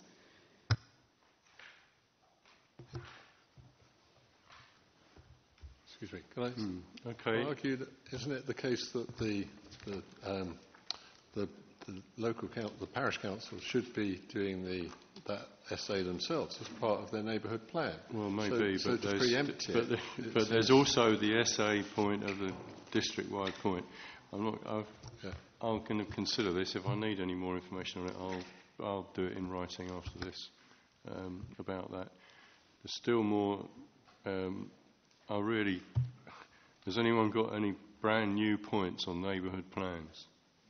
Brand new points that haven't been made by anyone else? It's a new point in relation to Barbara Child's answer to you, which is she felt able to allocate a new market town for site allocations DPD. I think you ran a scenario, sir, which was, if I think you need 150 more dwellings per annum, I think your phrase was, sir, could be a Billingshurst, could be a new market town, could be Highfield. Barbara Child said that could come through a site allocations, DPD. No, I don't. Well, she didn't say that. I don't. That's not how I took her answer. Okay, but let's cross that bridge maybe when we come to it. Because the fundamental point we were there 4 hours ago was 730 is the maximum number assessed in the SEASA. Well, yes. So if that's what they say. That's what they say. So if you come to not necessarily what I say. So if you agree with them, sir, that 730 is the maximum that the council have assessed, and you come to a view that the number should be more than that, they can't go beyond the current stage, in my view. That's the point from Mr. Boyle. Well, with them we're into a different situation, aren't we? Really, whether that could be dealt with through a suspension or in a revised main modifications and SA process. I mean, I've done that, and they've made modifications with further SA with them. That's what you have to do. And the reason why I raised it, sir, I was caught on the other side, where I was a council's preferred site. It's a cogent land case, where the SEA was challenged in the High Court, sir, and the timing of the SEASA vis-à-vis the inspector's report was a matter taken through then. Oh, yeah. Well, I think I know about that. Yes, okay. Well, that's why I'm being a bit careful. That's... you might not have heard the last from me on this. I'll go and... well, no, because as Mr. Boyle has pointed out, there are, as you know, one has to be careful about the timing and, making sure that the procedures have been complied with properly. Right. Nothing else on neighbourhood plans. Windfall. Trajectory we've touched on already. Some of the residents have raised queries about delivery. The council's saying that certainly what they've provided, and this revised Appendix 2, can be delivered on time. Do any of the developers have concerns about the trajectory and saying that we're going to have a problem here? Yep.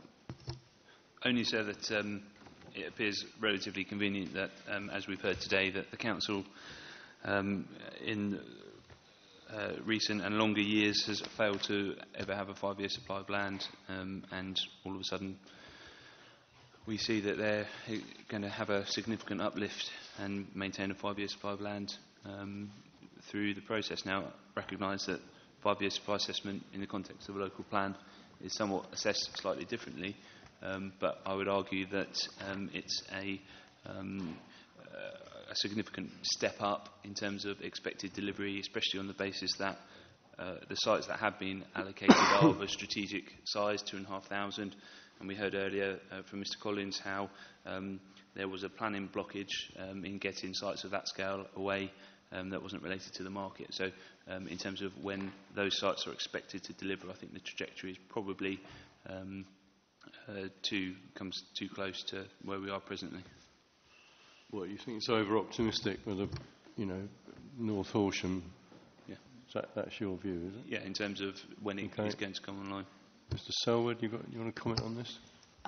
Really to flag up that we'll be here for the North Horsham Day, and although we don't have any problem with the principle of North Horsham, we are making the point that we think trajectory is over-optimistic in terms of its initial start date, but that can probably be best dealt with on Tuesday, given the hour. If we can deal with things on another day, I think we're reaching the stage where I would welcome that. What about this other general point, though, about...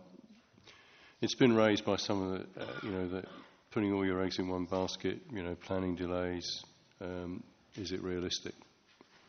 Or should we just put that off till North Horsham? I think we can raise a few points just today, just quite quickly to summarise. I think in the past, obviously, we did go through a period of economic slowdown, which is why we know that there was a slowdown with our strategic sites coming forward. However, I think coupled with that, you have to take into account the fact that we had an ever-changing target for our 5-year supply, in that we changed from the Liverpool to Sedgefield approach of calculating it. We got a 5% buffer added on to the target midway through the plan period, the previous plan period. And from the start, when our core strategy was initially adopted, quite soon after, the target was heightened to the South East Plan target of 650. So, by the way, that doesn't make any allowances. We do at the present time not have a 5-year housing land supply, but I think it's important to note that the economy has picked up. We are now delivering our strategic sites. We've consistently delivered on non-allocated sites, and that can be seen from our previous trajectory.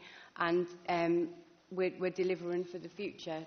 We've got build-out rates confirmed by each of our strategic site developers for development west of Horsham and west of Viewbush, and that they're confirmed.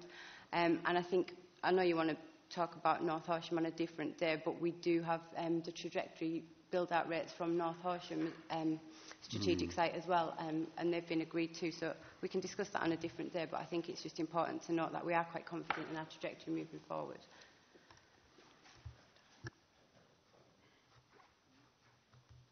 So one of the things I'll look at, with the allocated sites in particular, on those days. Mr Collins?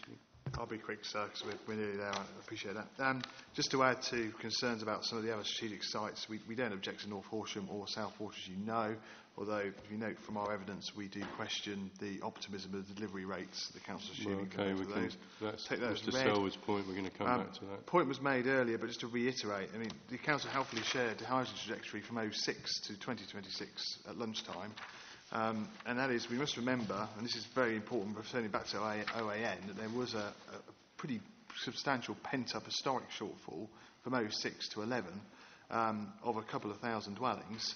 And just making sure you've got this point, it's emphasised that the planned start date is obviously 2011. Somewhere that has to be accounted for.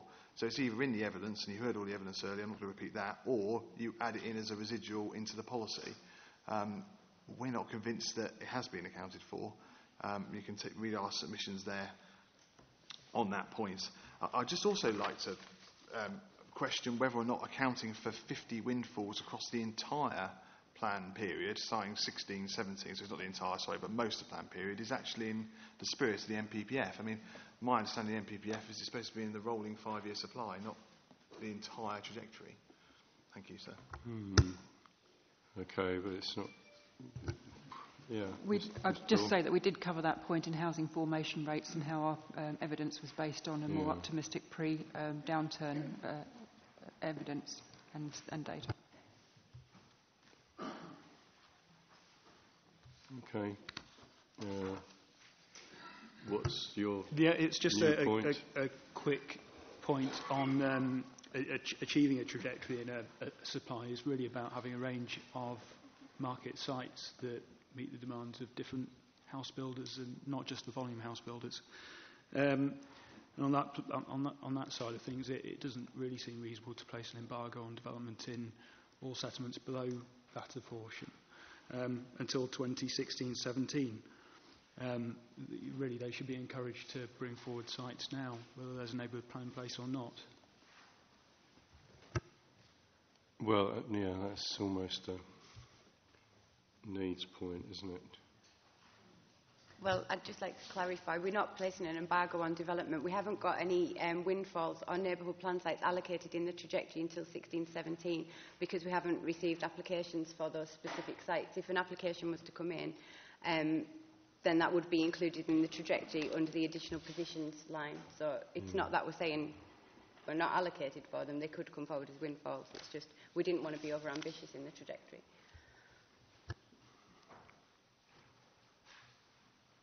Okay. Affordable homes, we covered. Has anyone got any new points they want to make about affordable home delivery?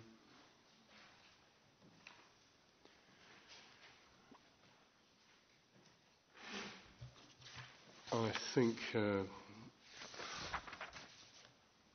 I've got enough on that.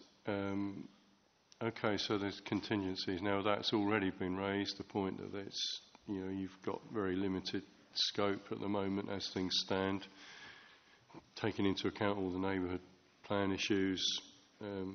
Anyone got any other? That's the point. Does anyone want to add to it? Has the council responded to that? Do you want to? Mr. Collins' point, you've only got a 2% contingency effectively in this. What if something goes wrong with North Horsham, say? Okay, well, I think we touched on it earlier, as Barbara mentioned, the delivery rates for the first 15 years of the plan period. We've got a number of contingencies built into the trajectory, mainly in the fact that we are significantly oversupplying in the first years of the plan. We've modelled different scenarios whereby if the strategic sites were to be pushed backwards a few years, or in the case of North Horsham, sort of started later, but the delivery was still within the plan period. We've also looked at if neighbourhood plan weren't to come forward in the 2016-17 start date, or if windfalls weren't even to come forward in the 16-17 start date. And each of the time, because we're so high above our 650 target in the first 15 years, we have contingency within the trajectory to withstand those changes. And I'm happy to take contingency. So there would be time for a review. I mean, okay. So you're saying it's front loaded. Yeah, it's front loaded. If something went wrong, you could review. Yeah, if any one of the elements weren't to come forward, then we could quite easily control that within the latter half of the plan period.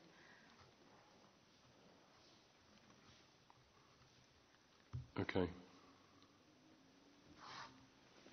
Anything else? Good. I'm not going to leave a long time for you to say yes. No. Yeah, you weren't quick enough. Well, I was actually. I'm just about to stop. Okay, it's only a very quick one. We took on the issue of contingencies. Clearly, if there is a common factor between two different sites and one's a contingency for the other, if there's a common mode of failure, effectively, and it will affect both sites. I mean, it's a statement of the obvious, but that common mode could well be the market. Well, okay, but that would have to be reviewed, wouldn't it? Okay, everyone, thank you very much. We're back. Thank you, I do mean that. Mr. Collins mentioned to me, well, this is about the largest housing session he's been to for some time. It's certainly one of the larger ones I've done. And it's been hard to manage, I admit, but I thank you very much for your contributions and the spirit in which you've made those. Quite a bit for me to think about. The examination runs on. I'm not planning to say suspend at the moment, so I'd like to hear what about the strategic sites. So we're back here for a big day with North Horsham on Tuesday at 10 o'clock. Safe journeys home, everybody, and thank you very much.